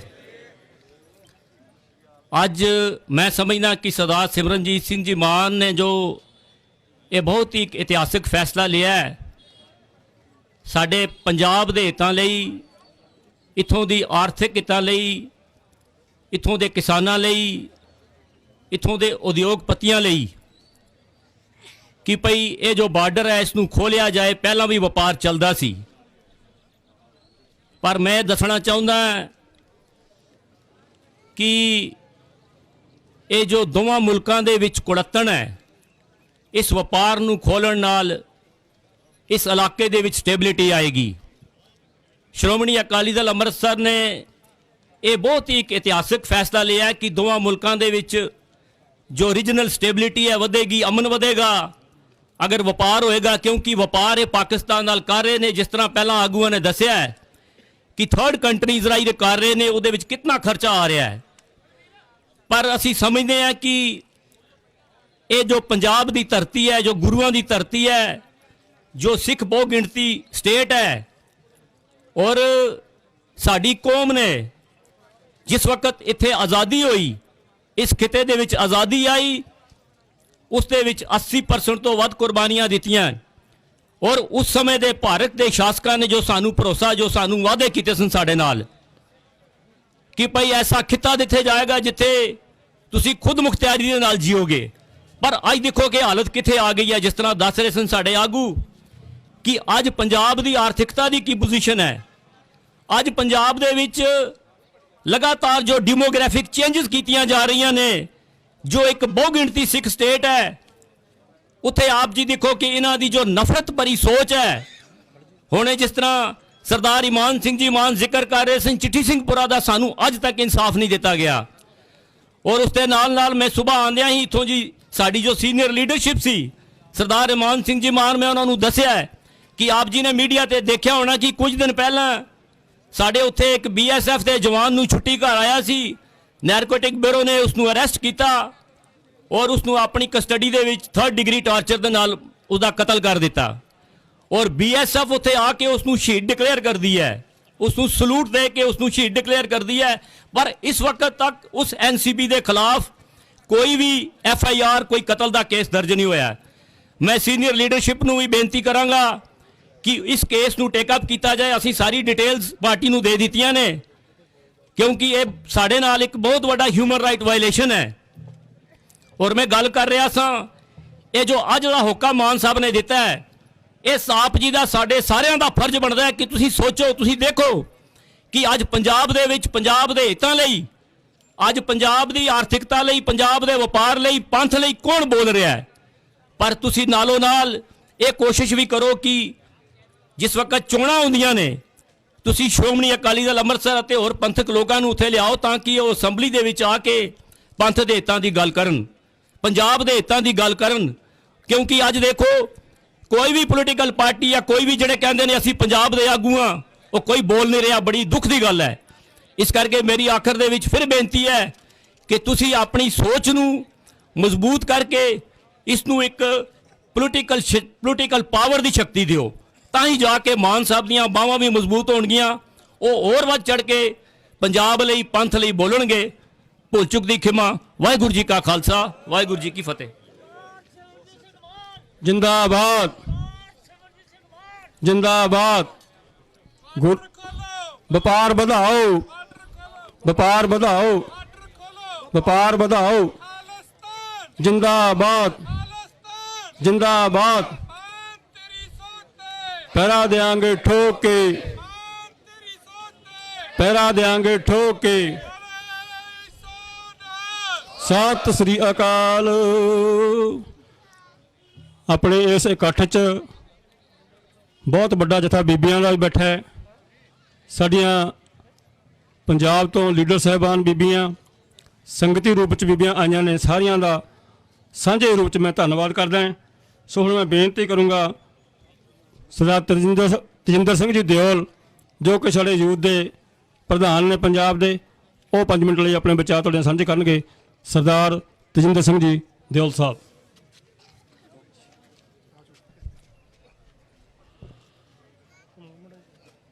ਕੌਮੇ ਮੇਰੀਏ ਸਮੇਂ ਨੇ ਢੋਲ ਮਾਰੇ, ਪਰ ਉਸ ਵਿੱਚ ਤੇਰੀ ਆਵਾਜ਼ ਕੋਈ ਨਾ। ਅੱਜ ਪੰਜਾਬ ਦੀ ਹੂਕ ਲੈ ਕੇ, ਪੰਜਾਬ ਦੇ ਲੋਕਾਂ ਦਾ ਦਰਦ ਲੈ ਕੇ ਤੇ ਪੰਜਾਬ ਤੇ ਬਾਰਡਰ ਤੇ ਵਸੇ ਹੋਏ ਲੋਕਾਂ ਦੀਆਂ ਮੁਸ਼ਕਲਾਂ ਨੂੰ ਲੈ ਕੇ ਇੱਥੇ ਪਹੁੰਚੇ ਹੋਏ ਸਾਰੀ ਸੰਗਤ ਦਾ ਧੰਨਵਾਦ ਕਰਦੇ ਹੋਏ ਫਤਿਹ ਬੁਲਾਉਂਦੇ ਹਾਂ।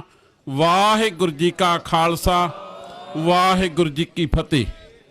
ਅੱਜ ਅਸੀਂ ਉਸ ਆਗੂ ਦੇ ਕਹਿਣ ਦੇ ਉੱਤੇ ਇੱਥੇ ਪਹੁੰਚੇ ਹਾਂ ਜਿਨ੍ਹਾਂ ਦੀ ਸੋਚ ਬਾਰੇ ਮੈਂ ਤੁਹਾਡੇ ਨਾਲ 2 ਗੱਲਾਂ ਕਰਨੀਆਂ ਨੇ।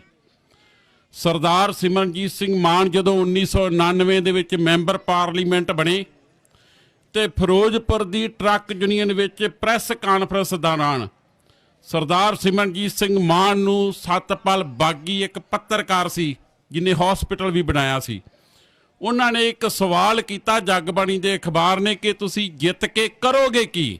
ਜੇ ਤੁਹਾਡੀ ਪੰਜਾਬ 'ਚ ਸਰਕਾਰ ਆਉਂਦੀ ਏ ਤੁਸੀਂ ਕੀ ਕਰਨਾ ਚਾਹੁੰਦੇ ਜੀ?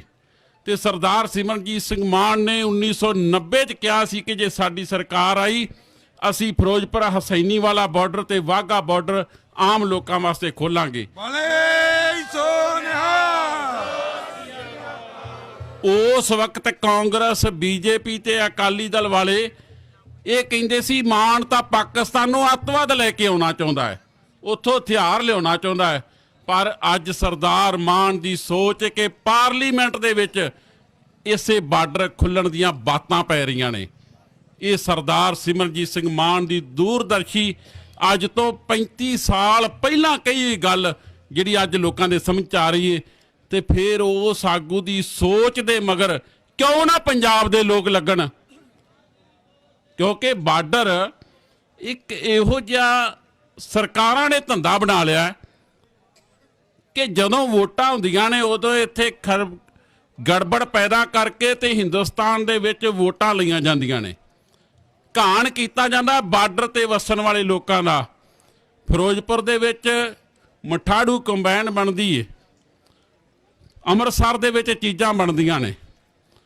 ਉਹ ਮਠਾੜੂ ਕੰਬਾਈਨ ਮੈਂ 2000 ਸਨ ਦੇ ਵਿੱਚ ਪਾਕਿਸਤਾਨ ਗਿਆ ਤੇ ਕਸੂਰ ਦੇ ਵਿੱਚ ਮਠਾੜੂ ਦੀ ਕੰਬਾਈਨ ਚੱਲੀ। ਹੁਣ ਫਿਰੋਜ਼ਪੁਰ ਤੋਂ 14 ਮੀਲ ਦੂਰ ਕਸੂਰ ਏ ਤੇ ਕੰਬਾਈਨ ਕਿੱਥੋਂ ਆਉਂਦੀ ਏ? ਇੱਥੋਂ ਵਾਇਆ ਕਾਂਡਲਾ, ਕਰਾਂਚੀ, ਫਿਰ ਕਸੂਰ 14 ਮੀਲ ਦੂਰ। ਤੇ ਉਹ ਕਿੰਨਾ ਉਹਦੇ ਤੇ ਕਿਰਾਇਆ, ਉਹਦੇ ਤੇ ਕਿਰਾਇਆ ਜਿਹੜਾ ਹੁੰਦਾ ਹੈ ਉਹਦੀ ਕਮਾਈ ਕੌਣ ਕਰਦਾ? ਅੰਬਾਨੀ ਤੇ ਅਡਾਨੀ, ਇਹ ਮੋਦੀ ਦੇ ਯਾਰ, ਜਿੰਦੇ ਨਾਲ ਸਾਡੇ ਪੰਜਾਬ ਦੇ ਲੋਕਾਂ ਦਾ, ਲਹਿੰਦੇ ਤੇ ਚੜ੍ਹਦੇ ਦੋਵਾਂ ਪੰਜਾਬ ਦੇ ਲੋਕਾਂ ਦਾ ਆਰਥਿਕ ਸ਼ੋਸ਼ਣ ਕੀਤਾ ਜਾਂਦਾ ਹੈ।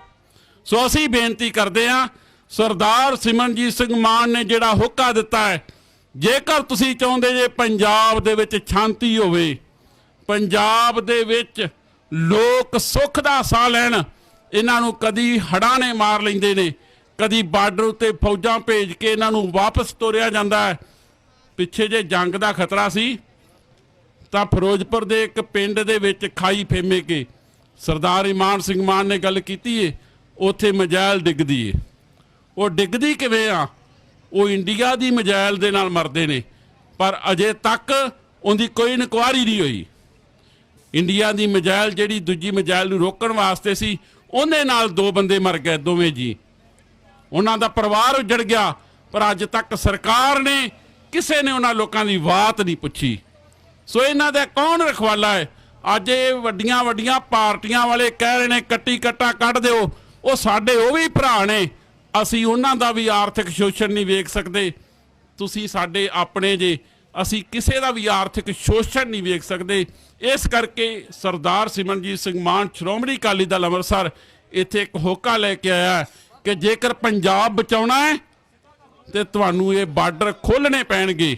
ਇੱਕ ਮੈਂ ਗੱਲ ਕਹਿ ਕੇ ਖਿਮਾ ਦੇ ਜਾਚਕ ਹੋ ਜਾਣਾ, ਕਿਉਂਕਿ ਸਰਕਾਰ ਬਾਰਡਰ ਖੋਲ੍ਹਣਾ ਚਾਹੁੰਦੀ ਏ, ਪਰ ਬੰਦ ਕਿਉਂ ਨੇ?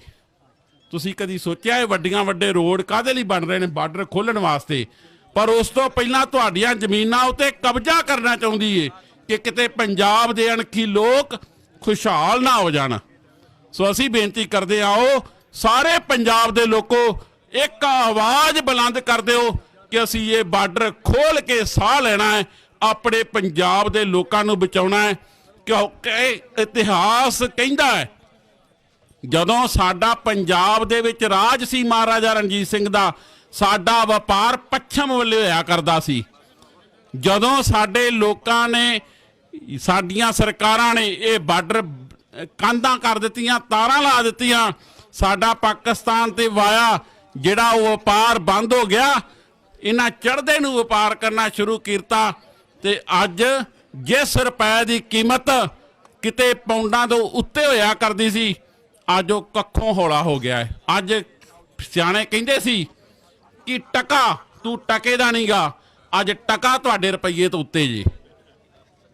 ਸੋ ਅਸੀਂ ਇੰਨੀਆਂ ਕੁ ਬੇਨਤੀਆਂ ਕਰਦੇ ਹੋਏ, ਆਪ ਸਭਤਾ ਦਾ ਤਹਿ ਦਿਲੋਂ ਧੰਨਵਾਦ ਕਰਦੇ ਹੋਏ, ਮੈਨੂੰ ਅੱਜ ਇੱਕ ਆਸ ਜਗੀ ਹੈ ਕਿ ਅੱਜ ਯੂਥ ਅਕਾਲੀ ਦਲ ਨੇ, ਯੂਥ ਵਿੰਗ ਸ਼੍ਰੋਮਣੀ ਅਕਾਲੀ ਦਲ ਅੰਮ੍ਰਿਤਸਰ ਨੇ ਜਿਹੜੀ ਵੱਡੇ ਤੌਰ ਤੇ ਹਾਜ਼ਰੀ ਭਰੀ ਏ, ਸਾਰੀ ਅੱਜ ਲੀਡਰਸ਼ਿਪ ਇੱਥੇ ਪਹੁੰਚੀ ਹੈ। ਮੈਂ ਸਮੁੱਚੇ ਰੂਪ ਵਿੱਚ ਸਾਰਿਆਂ ਦਾ ਤਹਿ ਦਿਲੋਂ ਧੰਨਵਾਦ ਕਰਦਾ ਹੈ। ਆਸ ਕਰਦਾ ਕਿ ਆਉਣ ਵਾਲੇ ਸਮੇਂ ਵਿੱਚ ਤੁਸੀਂ ਸ਼੍ਰੋਮਣੀ ਅਕਾਲੀ ਦਲ ਅੰਮ੍ਰਿਤਸਰ ਦਾ ਸਾਥ ਦਿਓਗੇ ਤੇ ਇਹਨਾਂ ਬਾਰਡਰਾਂ ਨੂੰ ਖਿਲਾਉਣ ਵਾਸਤੇ ਸਰਦਾਰ ਸਿਮਰਨਜੀਤ ਸਿੰਘ ਮਾਨ ਦੇ ਹੱਥ ਮਜ਼ਬੂਤ ਕਰੋਗੇ।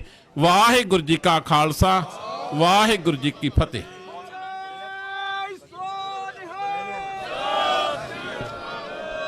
ਵਾਹਿਗੁਰੂ ਜੀ ਕਾ ਖਾਲਸਾ, ਵਾਹਿਗੁਰੂ ਜੀ ਕੀ ਫਤਿਹ।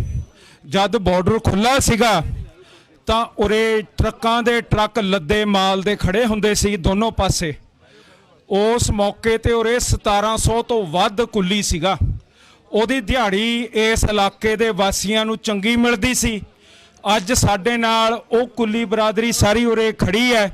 ਮੈਂ ਬੇਨਤੀ ਕਰਦਾ ਕਿ ਸਰ ਮੋਹਨ ਸਿੰਘ ਜੀ ਉਹ ਦੱਸਣਗੇ ਕਿ ਕਿਵੇਂ ਜਦ ਵੀ ਕੋਈ ਜੰਗ ਹੁੰਦੀ ਹੈ ਇਹਨਾਂ ਦਾ ਰੋਜ਼ਗਾਰ ਟੁੱਟ ਜਾਂਦਾ ਹੈ, ਇਹਨਾਂ ਨੂੰ ਬੇਬਸ ਹੋ ਕੇ ਆਪਣੀਆਂ ਦਿਹਾੜੀਆਂ ਤੇ ਘਰ ਪਾਲਣ ਵਾਸਤੇ ਥਾਂ ਥਾਂ ਜਾਣਾ ਪੈਂਦਾ ਹੈ, ਤੇ ਜਦ ਸਰਕਾਰ ਦੀ ਅੱਬਾ ਹੋ ਜਾਂਦੀ ਹੈ ਫਿਰ ਖੁਸ਼ਹਾਲਤਾ ਆ ਜਾਂਦੀ ਹੈ, ਤੇ ਇਹਦੇ ਨਾਲ ਰਹਿਣਾ ਇਹਨਾਂ ਦਾ ਹਰਾਮ ਕੀਤਾ ਹੈ ਇਹ ਸੋਚ ਨੇ। ਸੋ ਮੈਂ ਬੇਨਤੀ ਕਰਦਾ ਮੋਹਨ ਸਿੰਘ ਜੀ ਨੂੰ ਕਿ ਪ੍ਰਧਾਨ ਸਾਡੇ ਕੁਲੀ ਯੂਨੀਅਨ ਦੇ ਹੋਰ ਵੀ ਹੈਗੇ, ਉਹ ਜਿਹੜਾ ਵੀ ਚਾਹੁੰਦਾ ਹੈ ਆਪਣੀ ਦੁੱਖ ਤਕਲੀਫ ਉਰੇ ਸਾਨੂੰ ਦੱਸੇ। ਵਾਹਿਗੁਰੂ ਜੀ ਕਾ ਖਾਲਸਾ, ਵਾਹਿਗੁਰੂ ਜੀ ਕੀ ਫਤਿਹ। ਵੇਖੋ ਜੀ, ਜਦੋਂ ਤੋਂ ਬਾਰਡਰ ਚੱਲਿਆ ਵਾ 1971 ਤੋਂ, ਠੀਕ ਹੈ ਜੀ, ਸਾਡੀ ਤੀਜੀ ਪੀੜ੍ਹੀ ਆ ਜਿਹੜੀ ਇੱਥੇ ਬਾਰਡਰ ਤੇ ਕੰਮ ਕਰ ਰਹੀ ਆ। ਹਿੰਦੁਸਤਾਨ ਦੇ ਵਿੱਚ ਜਦੋਂ ਵੀ ਕੋਈ ਵਿਪਤਾ ਪੈਂਦੀ ਆ, ਕਿਤੇ ਵੀ ਜੰਗ ਲੱਗਦੀ ਆ, ਪਹਿਲ ਦੇ ਆਧਾਰ ਤੇ ਜਿਹੜੀ ਪੋਰਟ ਹੈ ਬੰਦ ਕੀਤੀ ਜਾਂਦੀ ਆ। ਅਸੀਂ 1433 ਕੁੱਲੀਆਂ ਦਾ ਪਰਿਵਾਰ ਆ। 1433 ਕੁੱਲੀ ਅਸੀਂ, ਸਾਡੇ ਪਿੱਛੇ ਵੀ ਪਰਿਵਾਰ ਹੈਗਾ, ਕਿਸੇ ਦੇ ਇੱਕ ਕਿਸੇ ਦੇ ਦੋ ਆ। ਜਦੋਂ ਵੀ ਕੋਈ ਵਿਪਤਾ ਪੈਂਦੀ ਹੈ, ਪਹਿਲ ਦੇ ਆਧਾਰ ਤੇ ਪੋਰਟ ਬੰਦ ਕੀਤੀ ਜਾਂਦੀ ਆ ਤੇ ਅਸੀਂ ਜਿਹੜੇ ਕੁੱਲੀਆਂ ਹੀ ਬੇਰੁਜ਼ਗਾਰ ਹੋ ਜਾਂਦੇ ਆ। ਅਸੀਂ ਸਰਕਾਰ ਦੇ ਅੱਗੇ ਵੀ ਇਹੋ ਅਪੀਲ ਕਰਦੇ, ਜਦੋਂ ਵੀ ਕੋਈ ਸਰਕਾਰ ਆਉਂਦੀ ਹਰ ਵਾਰੀ ਇਹੋ ਅਪੀਲ ਕਰਦੇ ਆ ਵੀ ਜੇ ਤੁਸੀਂ ਪੋਰਟ ਬੰਦ ਕਰਦੇ ਜੇ, ਲੇਕਿਨ ਸਾਡਾ 1433 ਕੁੱਲੀਆਂ ਦਾ ਕੁਝ ਸੋਚਿਆ ਜਾਵੇ, ਸਾਨੂੰ ਕੋਈ ਮਜ਼ਦੂਰੀ ਦਿੱਤੀ ਜਾਵੇ ਉਹਦੇ ਬਾਰੇ, ਜਾਂ ਸਾਨੂੰ ਸਰਕਾਰੀ ਦਾਇਰੇ ਵਿੱਚ ਲਿਆਂਦਾ ਜਾਵੇ ਵੀ ਜਦੋਂ ਪੋਰਟ ਬੰਦ ਹੁੰਦੀ ਆ ਸਾਡੇ ਘਰਾਂ ਦੇ ਚੁੱਲ੍ਹੇ ਨਾ ਠੰਡੇ ਪੈਣ, ਵੀ ਉਦੋਂ ਹੀ ਸਾਡੇ ਘਰਾਂ ਦੇ ਚੁੱਲ੍ਹੇ ਠੰਡੇ ਪੈ ਜਾਂਦੇ। ਹੁਣ ਵੀ ਕਿਸੇ ਨੇ ਆਪਣੇ ਬੱਚੇ ਪੜਾਉਣੇ ਹੀ, ਕਿਸੇ ਨੇ ਆਪਣੇ ਬੱਚੇ ਢਾਹ ਕੇ ਦੁਕਾਨਾਂ ਤੇ ਰਖਾ ਦਿੱਤੇ, ਕੋਈ 1000 ਕੋਈ 500 ਦੇ ਵਿੱਚ। ਕੋਈ ਸਾਡੇ ਕੁੱਲੀ ਭਰਾ ਜਿਹੜੇ ਕੋਈ ਬੰਬੇ ਗਿਆ ਵਾ, ਕੋਈ ਕਿਤੇ ਗਿਆ ਪੋਰਟ ਤੇ ਕੰਮ ਕਰਨ, ਦੂਰ ਦੂਰ ਗਏ ਨੇ। ਮਤਲਬ ਕਜਾ ਅਸੀਂ 1433 ਕੁੱਲੀ ਇੱਥੇ ਆ, ਸਭ ਇੱਕ ਦੂਰ ਦੂਰ ਵਿਖੜੇ ਹੋਏ ਨੇ। ਅੱਜ ਵੀ ਅਸੀਂ ਚਲੋ ਜ਼ਿਆਦਾ ਨਹੀਂ ਆ, ਕੋਈ 100-200 ਬੰਦਾ ਇਕੱਠੇ ਹੋਏ ਆ। ਮਤਲਬ ਕਹਿਣ ਨੂੰ ਅਸੀਂ 1433 ਕੁੱਲੀ ਹੈਗੇ, ਲੇਕਿਨ ਇਕੱਠੇ ਨਹੀਂ ਹੋ ਸਕੇ ਕਿਉਂਕਿ ਦੂਰ ਦੂਰ ਸਾਰੇ, ਕੋਈ ਕਿਤੇ ਕੰਮ ਤੇ ਕੋਈ ਕਿਤੇ, ਕਿਉਂਕਿ ਹੁਣ ਬੱਚੇ ਤੇ ਪਾਲਣੇ ਆ। ਤੇ ਜਦੋਂ ਦੀ ਪੋਰਟ ਬੰਦ ਹੋਈ ਆ, ਇਸ ਕਰਕੇ ਸਾਡੇ ਤੇ ਉਦੋਂ ਦੇ ਚੁੱਲ੍ਹੇ ਠੰਡੇ ਹੋਏ। ਅਸੀਂ ਤੇ ਗੌਰਮੈਂਟ ਨੂੰ ਇਹੋ ਹੀ ਅਪੀਲ ਕਰਦੇ ਆ ਵੀ ਸਾਨੂੰ ਸਰਕਾਰੀ ਦਾਇਰੇ ਵਿੱਚ ਲਿਆਂਦਾ ਜਾਵੇ। ਚਲੋ ਅੱਜ ਮਾਨ ਸਾਹਿਬ ਹੁਣੀ ਆਏ ਨੇ, ਇਹਨਾਂ ਨੇ ਸਾਡੀ ਦੁੱਖ ਤਕਲੀਫ ਸੁਣੀ ਆ। ਇਹ ਆਂਦੇ ਅਸੀਂ ਵੀ ਸਰਕਾਰ ਦੇ ਅੱਗੇ ਤੁਹਾਡੀ ਜਿਹੜੀ ਆਵਾਜ਼ ਉਠਾਵਾਂਗੇ ਵੀ ਇਹ 1433 ਕੁੱਲੀ ਆ ਜਿਹੜਾ ਇਹਨਾਂ ਨੂੰ ਵੀ ਸਰਕਾਰੀ ਦਾਇਰੇ ਵਿੱਚ ਲਿਆਂਦਾ ਜਾਵੇ। ਜੇ ਨਹੀਂ ਆ ਤੇ ਇਹਨਾਂ ਨੂੰ ਜਦੋਂ ਦਾ ਬਾਰਡਰ ਬੰਦ ਹੋਇਆ ਵਾ ਇਹਨਾਂ ਨੂੰ ਕੋਈ ਮਜ਼ਦੂਰੀ ਭੱਤਾ ਦਿੱਤਾ ਜਾਵੇ। ਤੇ ਇਸ ਕਰਕੇ ਅਸੀਂ ਅਪੀਲ ਕਰਦੇ ਸਰਕਾਰ ਅੱਗੇ ਵੀ, ਮਾਨ ਸਾਹਿਬ ਹੁਣ ਅੱਗੇ ਵੀ ਸਾਡੇ ਬਾਰੇ ਕੁਝ ਸੋਚਿਆ ਜਾਵੇ ਤੇ ਬਾਰਡਰ ਜਿਹੜਾ ਵਾ ਇਹ ਚਲਾਇਆ ਜਾਵੇ। ਇਹਦੇ ਵਿੱਚ ਸਾਰੇ ਪੰਜਾਬ ਦੀ ਖੁਸ਼ਹਾਲੀ ਹੈਗੀ ਆ, ਕਿਸਾਨਾਂ ਦੀ ਆ, ਮਜ਼ਦੂਰਾਂ ਦੀ। ਜੇ ਪੋਰਟ ਇਹ ਚੱਲਦੀ ਸੀ, ਇੱਥੋਂ ਬਹੁਤ ਹੀ ਟਰੱਕ ਯੂਨੀਅਨ ਹੀ, ਬਹੁਤ ਜ਼ਿਆਦਾ ਲੋਕ ਹੀ, ਢਾਬੇ ਹੀ, ਇੱਥੇ ਸਾਰੇ ਰੋਟੀ ਖਾਂਦੇ। 1433 ਕੁੱਲੀ ਦੇ ਹੈਗਾ ਹੀ, ਹਜ਼ਾਰਾਂ ਹੀ ਪਰਿਵਾਰ ਹੀ ਜਿਹੜੇ ਲਾਗੇ ਲਾਗੇ ਪਿੰਡ ਸੀ ਨਾ, ਉਹ ਵੀ ਰੋਟੀ ਖਾਂਦੇ। ਜੇ ਕਹਿੰਦੇ ਨਾ ਬਾਰਡਰ ਹੀ ਨਸ਼ਾ ਆਉਂਦਾ, ਬਾਰਡਰ ਹੀ ਨਸ਼ਾ ਨਹੀਂ ਆਉਂਦਾ ਸੀ। ਜਦੋਂ ਪੋਰਟ ਚੱਲਦੀ ਉਦੋਂ ਸਾਰੇ ਸਟੇਸ਼ਨ ਚੱਲਦਾ ਸੀ, ਬਾਰਡਰ ਚੱਲਦਾ ਸੀ, ਸਾਰੇ ਆਪੋ ਆਪਣੇ ਕੰਮ ਵਿੱਚ ਲੱਗੇ ਸੀ, ਕਿਸੇ ਦਾ ਗਲਤ ਕੰਮ ਵੱਲੇ ਧਿਆਨ ਨਹੀਂ ਜਾਂਦਾ। ਜਦੋਂ ਦੇ ਬਾਰਡਰ ਜਾਂ ਸਟੇਸ਼ਨ ਬੰਦ ਹੋਇਆ ਨਾ, ਉਦੋਂ ਦਾ ਨਸ਼ਾ ਜ਼ਿਆਦਾ ਵੱਧ ਚੁੱਕਿਆ ਵਾ। ਜੇ ਅੱਜ ਇਹ ਬਾਰਡਰ ਚੱਲਦਾ ਵਾ ਨਾ ਤਾਂ ਨਸ਼ਾ ਨਹੀਂ ਹੋਊਗਾ, ਕਿਉਂਕਿ ਜਦੋਂ ਕਿਸੇ ਦਾ ਬੱਚਾ ਕੋਈ ਭੁੱਖਾ ਮਰਨਾ ਨਾ, ਉਹ ਗਲਤ ਰਾਹ ਵੱਲੇ ਚੱਲਦਾ ਹੀ ਚੱਲਦਾ ਵਾ, ਯਾਰ ਐਦਾਂ ਵੀ ਮਰਨਾ ਵਾ, ਫਿਰ ਗਲਤ ਕੰਮ ਕਰਕੇ ਮਰ ਲਈਏ। ਤੇ ਐਸ ਕਰਕੇ ਜੇ ਸਰਕਾਰ ਅੱਜ ਬਾਰਡਰ ਚਲਾਉਂਦੀ ਹੈ ਨਾ ਤੇ ਪੰਜਾਬ ਵਿੱਚੋਂ ਨਸ਼ਾ ਬੰਦ ਹੋ ਸਕਦਾ ਵਾ। ਮੈਂ ਇੰਨੀ ਗੱਲ ਕਹਿੰਦਾ ਆ, ਜੇ ਮੈਂ ਕੋਈ ਗਲਤ ਬੋਲ ਗਿਆ ਤੇ ਸਾਰਿਆਂ ਤੋਂ ਮਾਫੀ ਮੰਗਦਾ। ਵਾਹਿਗੁਰੂ ਜੀ ਕਾ ਖਾਲਸਾ, ਵਾਹਿਗੁਰੂ ਜੀ ਕੀ ਫਤਿਹ। ਕੁੱਲੀ ਯੂਨੀਅਨ ਜਿੰਦਾਬਾਦ। ਸਤਿ ਸ੍ਰੀ ਅਕਾਲ। ਜਿੰਦਾਬਾਦ ਜਿੰਦਾਬਾਦ ਜਿੰਦਾਬਾਦ। ਕੁੱਲੀ ਯੂਨੀਅਨ ਜਿੰਦਾਬਾਦ ਜਿੰਦਾਬਾਦ ਜਿੰਦਾਬਾਦ। ਕੁੱਲੀ ਯੂਨੀਅਨ ਜਿੰਦਾਬਾਦ ਜਿੰਦਾਬਾਦ ਜਿੰਦਾਬਾਦ। ਕਿਸਾਨ ਮਜ਼ਦੂਰ ਏਕਤਾ ਜਿੰਦਾਬਾਦ ਜਿੰਦਾਬਾਦ ਜਿੰਦਾਬਾਦ। ਕਿਸਾਨ ਮਜ਼ਦੂਰ ਏਕਤਾ ਜਿੰਦਾਬਾਦ ਜਿੰਦਾਬਾਦ ਜਿੰਦਾਬਾਦ। ਕੁੱਲੀ ਯੂਨੀਅਨ ਜਿੰਦਾਬਾਦ ਜਿੰਦਾਬਾਦ ਜਿੰਦਾਬਾਦ। ਬੋਲੇ ਸਤਿ ਸ੍ਰੀ ਅਕਾਲ। ਚਲੋ ਠੀਕ ਹੈ ਜੀ, ਬੜਾ ਧੰਨਵਾਦ ਜੀ। ਨਹੀਂ ਨਹੀਂ ਕੋਈ ਨਹੀਂ, ਆਪਾਂ ਅੱਗੇ ਵੀ ਇੱਧਰ ਰੱਖਾਂਗੇ। ਗੁਰੂ ਖਾਲਸਾ ਜੀ, ਇਹ ਸਨ ਮੇਰੇ ਵੀਰ ਕੁਲੀ ਜਿਹੜੇ ਕਿ ਇਸ ਜਦੋਂ ਬਾਰਡਰ ਚੱਲਦਾ ਹੈ ਤਾਂ ਇਹਨਾਂ ਦਾ ਰੁਜ਼ਗਾਰ ਚੱਲਦਾ ਹੈ, ਇਹਨਾਂ ਦਾ ਘਰ ਚੱਲਦਾ ਹੈ, ਜਿਵੇਂ ਸਾਰਿਆਂ ਨੇ ਦੱਸਿਆ ਹੈ। ਸੋ ਇਹਨਾਂ ਤੇ ਵੀ ਬਹੁਤ ਵੱਡੀ ਵਿਪਤਾ ਹੈ ਜਦੋਂ ਵਪਾਰ ਬੰਦ ਹੁੰਦਾ ਹੈ। ਸੋ ਸ਼੍ਰੋਮਣੀ ਅਕਾਲੀ ਦਲ ਅੰਮ੍ਰਿਤਸਰ ਇਹਨਾਂ ਦੇ ਨਾਲ ਖੜਾ ਹੈ, ਖੜਾ ਰਹੂਗਾ, ਇਹਨਾਂ ਦੀ ਪੂਰੀ ਮਦਦ ਕਰੂਗਾ। ਸੋ ਮੈਂ ਬੇਨਤੀ ਕਰੂੰਗਾ ਸਾਡੇ ਪੰਜਾਬ ਦੇ ਵਪਾਰ ਮੰਡਲ ਦੇ ਪ੍ਰਧਾਨ ਨਵਨੀਤ ਕੁਮਾਰ ਗੋਪੀ ਜੀ, ਉਹ ਵੀ 5 ਮਿੰਟ ਲਈ ਆਪਣੇ ਵਿਚਾਰ ਸਾਂਝੇ ਕਰਨਗੇ। ਨਵਨੀਤ ਕੁਮਾਰ ਗੋਪੀ ਜੀ।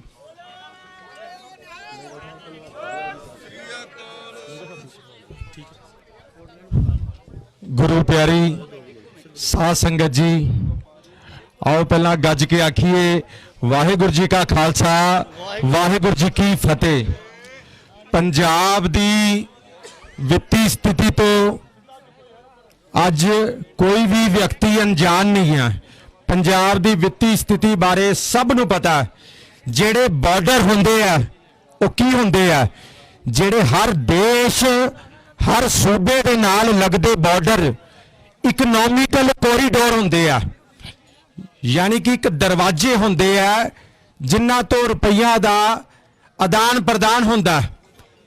ਤੇ ਜਦੋਂ ਕਿਸੇ ਵੀ ਦੇਸ਼ ਨੂੰ ਤੁਸੀਂ ਤਬਾਹ ਕਰਨਾ ਹੋਵੇ, ਕਿਸੇ ਸੂਬੇ ਨੂੰ ਤਬਾਹ ਕਰਨਾ ਹੋਵੇ, ਤੁਸੀਂ ਉਹ ਦਰਵਾਜ਼ੇ ਬੰਦ ਕਰ ਦਿਓ।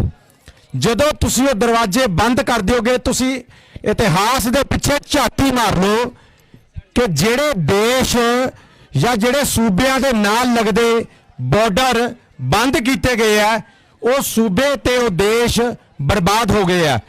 ਜਦ ਦੇਸ਼ ਦੇ ਵਿੱਚ ਬਾਕੀ ਸੂਬਿਆਂ ਦੇ ਨਾਲ ਲੱਗਦੇ ਬਾਰਡਰ ਖੁੱਲੇ ਆ, ਤੇ ਫਿਰ ਸਾਡੇ ਪੰਜਾਬ ਦੇ ਬਾਰਡਰ ਕਿਉਂ ਬੰਦ ਹੈ? ਤੁਹਾਨੂੰ ਇਹ ਜਾਣਕਾਰੀ ਹੋਏਗੀ ਕਿ ਪੰਜਾਬ ਦੇ ਵਿੱਚ ਉਗਰਵਾਦ ਤੋਂ ਬਾਅਦ ਜਦੋਂ ਅੱਤਵਾਦ ਆਇਆ ਸੀ, ਉਸ ਤੋਂ ਬਾਅਦ ਕੀ ਹੋਇਆ? ਅੱਤਵਾਦ ਤੋਂ ਬਾਅਦ ਸਭ ਤੋਂ ਵੱਡੀ ਗੱਲ ਆਈ, ਇੱਥੇ ਇੱਕ ਐਜੂਕੇਸ਼ਨ ਪਾਲਿਸੀ ਲਿਆਂਦੀ ਗਈ। ਐਜੂਕੇਸ਼ਨ ਪਾਲਿਸੀ ਦੇ ਤਹਿਤ ਸਾਰੇ ਦੇ ਸਾਰੇ ਬੱਚੇ ਵਿਦੇਸ਼ਾਂ ਦੇ ਵਿੱਚ ਜਾਣ ਲੱਗ ਪਏ। ਉਹਦਾ ਕਾਰਨ ਸੀ ਕਿ ਤੁਹਾਡੇ ਪੰਜਾਬ ਦੇ ਬਾਰਡਰ ਬੰਦ ਹੈ, ਬੇਰੁਜ਼ਗਾਰੀ ਹੈ। ਜਿਵੇਂ ਕਿ ਹੁਣੇ ਕੁੱਲੀ ਵੀਰਾਂ ਨੇ ਦੱਸਿਆ ਕਿ ਅਸੀਂ ਬੇਰੁਜ਼ਗਾਰ ਹੋ ਜੰਨੇ ਆ ਤੇ ਸਾਡਾ ਕੋਈ ਕੰਮ ਨਹੀਂ ਰਹਿੰਦਾ ਤੇ ਸਾਡਾ ਮਨ ਕਰਦਾ ਕਿ ਅਸੀਂ ਕਿਸੇ ਵੀ ਕੰਮ ਨੂੰ ਹੱਥ ਪਾ ਲਈਏ। ਸੋ ਪੰਜਾਬ ਦੀ ਨੌਜਵਾਨੀ ਨੇ ਵੀ ਆਪਣਾ ਰੁਖ ਪੰਜਾਬ ਨੂੰ ਛੱਡ ਕੇ ਵਿਦੇਸ਼ਾਂ ਵੱਲ ਨੂੰ ਕਰ ਲਿਆ। ਪ੍ਰਧਾਨ ਸਾਹਿਬ ਨੇ ਜਦੋਂ ਪਿਛਲੇ ਸਾਲ 2025 ਦੇ ਵਿੱਚ ਜੰਗ ਦਾ ਐਲਾਨ ਹੋਇਆ ਸੀ, ਆਪਰੇਸ਼ਨ ਸੰਦੂਰ ਹੋਇਆ ਸੀ, ਉਸ ਵੇਲੇ ਵਿਧਾਨ ਸਭਾ ਚੋਣਾਂ ਹੋਈਆਂ ਸੀ। ਉਸ ਵੇਲੇ ਸਰਦਾਰ ਸਿਮਰਨਜੀਤ ਸਿੰਘ ਮਾਨ ਸਾਹਿਬ ਨੇ ਜੰਗ ਰੋਕਣ ਦਾ ਸੱਦਾ ਦਿੱਤਾ ਸੀ। ਜਦੋਂ ਇਹਨਾਂ ਨੇ ਟਰੰਪ ਦੀ ਗੱਲ ਮੰਨਣੀ ਸੀ ਤਾਂ ਤੁਹਾਡੇ ਪੰਜਾਬ ਦੇ ਮੈਂਬਰ ਪਾਰਲੀਮੈਂਟ ਰਹੇ ਹੈ ਤੇ ਤੁਸੀਂ ਉਹਨਾਂ ਦੀ ਗੱਲ ਮੰਨ ਕੇ ਇਹ ਜੰਗ ਨੂੰ ਰੋਕ ਦਿੰਦੇ, ਪਰ ਇਹਨਾਂ ਨੇ ਟਰੰਪ ਦੀ ਗੱਲ ਮੰਨੀ ਤੇ ਸਾਡੇ ਟਰੰਪ ਤੇ ਸਰਦਾਰ ਸਿਮਰਨਜੀਤ ਸਿੰਘ ਮਾਨ ਤੇ ਜਿਨ੍ਹਾਂ ਨੇ ਜੋ ਵੀ ਗੱਲ ਕਹੀ ਉਹ ਸੱਚੀ ਤੇ ਖਰੀ ਹੋਈ। ਤੇ ਜੇਕਰ ਅੱਜ ਪੰਜਾਬ ਦਾ ਮਾਹੌਲ ਖਰਾਬ ਹੁੰਦਾ, ਮੈਂ ਵਪਾਰ ਵਰਗ ਨੂੰ ਦੇਖਦਾ, ਲੁਧਿਆਣੇ ਦੇ ਵਿੱਚ ਵਪਾਰੀਆਂ ਨੂੰ ਦੇਖਦਾ, ਜਿਵੇਂ ਕਿ ਸਰਦਾਰ ਸਿਮਰਨਜੀਤ ਸਿੰਘ ਮਾਨ ਸਾਹਿਬ ਨੇ ਤੇ ਸਰਦਾਰ ਇਮਾਨ ਸਿੰਘ ਮਾਨ ਜੀ ਕਹਿੰਦੇ ਆ TAPI ਤੁਰਕਮੇਨਿਸਤਾਨ, ਅਫਗਾਨਿਸਤਾਨ, ਪਾਕ ਇੰਡੀਆ, ਇਹ ਜਿਹੜੀ ਲਾਈਨ ਹੈਗੀ ਸੀ IPI ਜਿਹੜੀ ਇਰਾਕ ਪਾਕਿਸਤਾਨ ਦੇ ਰਾਹੀਂ ਆਪਾਂ ਨੂੰ ਇੱਥੋਂ ਗੈਸ ਤੇ ਤੇਲ ਦੇ ਲਈ ਆਂਦੀ ਹੈ, ਉਹਦੇ ਬਾਰੇ ਅੱਜ ਤੱਕ ਕਿਸੇ ਵੀ ਆਗੂ ਨੇ ਗੱਲ ਨਹੀਂ ਕੀਤੀ। ਸਰਦਾਰ ਸਿਮਰਨਜੀਤ ਸਿੰਘ ਮਾਨ ਤੋਂ ਇਲਾਵਾ, ਸਰਦਾਰ ਇਮਾਨ ਸਿੰਘ ਮਾਨ ਤੋਂ ਇਲਾਵਾ। ਤੇ ਮੈਂ ਇਹ ਗੱਲ ਵਿਧਾਨ ਸਭਾ ਚੋਣਾਂ 2025 ਦੇ ਵਿੱਚ ਕੀਤੀ, ਪਰ ਕਿਸੇ ਨੇ ਵੀ ਇਸ ਗੱਲ ਤੇ ਗੌਰ ਨਹੀਂ ਕੀਤਾ। ਸੋ ਅੱਜ ਸਰਦਾਰ ਸਿਮਰਨਜੀਤ ਸਿੰਘ ਮਾਨ ਸਾਹਿਬ ਨੇ ਪਹਿਲਾਂ ਵੀ ਪਿਛਲੇ ਸਾਲ ਅਪ੍ਰੈਲ ਦੇ ਵਿੱਚ ਹੋਕਾ ਦਿੱਤਾ ਸੀ ਇੱਥੇ ਤੁਹਾਨੂੰ ਸਾਰਿਆਂ ਨੂੰ ਜਗਾਉਣ ਦਾ ਕਿ ਵੀਰੋ ਤੁਸੀਂ ਇਕੱਠੇ ਹੋ ਜਾਓ। ਪੰਜਾਬ ਦੇ ਲੋਕੋ, ਤੁਹਾਡਾ ਵਪਾਰ ਸੂਰਤ ਦੇ ਵਿੱਚ ਚਲਾ ਗਿਆ, ਗੁਜਰਾਤ ਦੇ ਵਿੱਚ ਚਲਾ ਗਿਆ। ਅਗਰ ਤੁਸੀਂ ਅੱਜ ਸਰਦਾਰ ਸਿਮਰਨਜੀਤ ਸਿੰਘ ਮਾਨ ਸਾਹਿਬ ਦੀ ਗੱਲ ਮੰਨ ਕੇ ਸਾਰੇ ਪੰਜਾਬ ਦੇ ਵਪਾਰੀ ਇਕਜੁੱਟ ਹੋ ਕੇ ਇੱਥੇ ਉਹਨਾਂ ਦੀ ਗੱਲ ਮੰਨ ਕੇ ਅੱਜ ਉਹਨਾਂ ਦੇ ਮੋਢੇ ਨਾਲ ਮੋਢਾ ਲਾ ਕੇ ਖੜਾ ਹੁੰਦੇ ਹੋ, ਤੇ ਮੇਰਾ ਵਾਅਦਾ ਰਿਹਾ ਬਾਰਡਰ ਖੁੱਲੂਗਾ, ਖੁਸ਼ਹਾਲੀ ਆਊਗੀ ਤੇ ਇਹਦੇ ਨਾਲ ਦੀ ਨਾਲ ਵਪਾਰ ਚੱਲੂਗਾ। ਤੁਹਾਡੇ ਪੰਜਾਬ ਦੀ GDP ਸਾਰੀ ਵਧੇਗੀ। ਸੋ ਮੈਂ ਇਹਦੀਆਂ ਗੱਲਾਂ ਦੇ ਨਾਲ ਹੀ ਮੈਂ ਖਿਮਾ ਦਾ ਯਾਚਕ ਹਾਂ, ਅਗਰ ਮੈਂ ਕੋਈ ਗੱਲ ਵੱਧ ਘੱਟ ਕਹਿ ਗਿਆ ਹਾਂ ਤੇ ਮੈਂ ਆਸਰਾ ਕਰਦਾ ਹਾਂ, ਓਟ ਆਸਰੇ ਦੇ ਵਿੱਚ ਹਾਂ ਮਾਲਕ ਦੀ। ਤੇ ਵਾਹਿਗੁਰੂ ਜੀ ਕਾ ਖਾਲਸਾ, ਵਾਹਿਗੁਰੂ ਜੀ ਕੀ ਫਤਿਹ।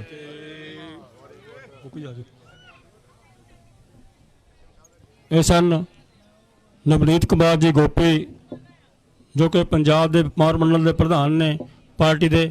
ਹੁਣ ਮੈਂ ਬੇਨਤੀ ਕਰੂੰਗਾ ਸਰਦਾਰ ਉਪਕਾਰ ਸਿੰਘ ਜੀ ਸੰਧੂ, ਉਹ ਵੀ 5 ਮਿੰਟ ਲਈ ਆਪਣੇ ਵਿਚਾਰ ਸਾਂਝੇ ਕਰਨਗੇ ਤੁਹਾਡੇ ਨਾਲ। ਸਰਦਾਰ ਉਪਕਾਰ ਸਿੰਘ ਜੀ ਸੰਧੂ ਸਾਹਿਬ।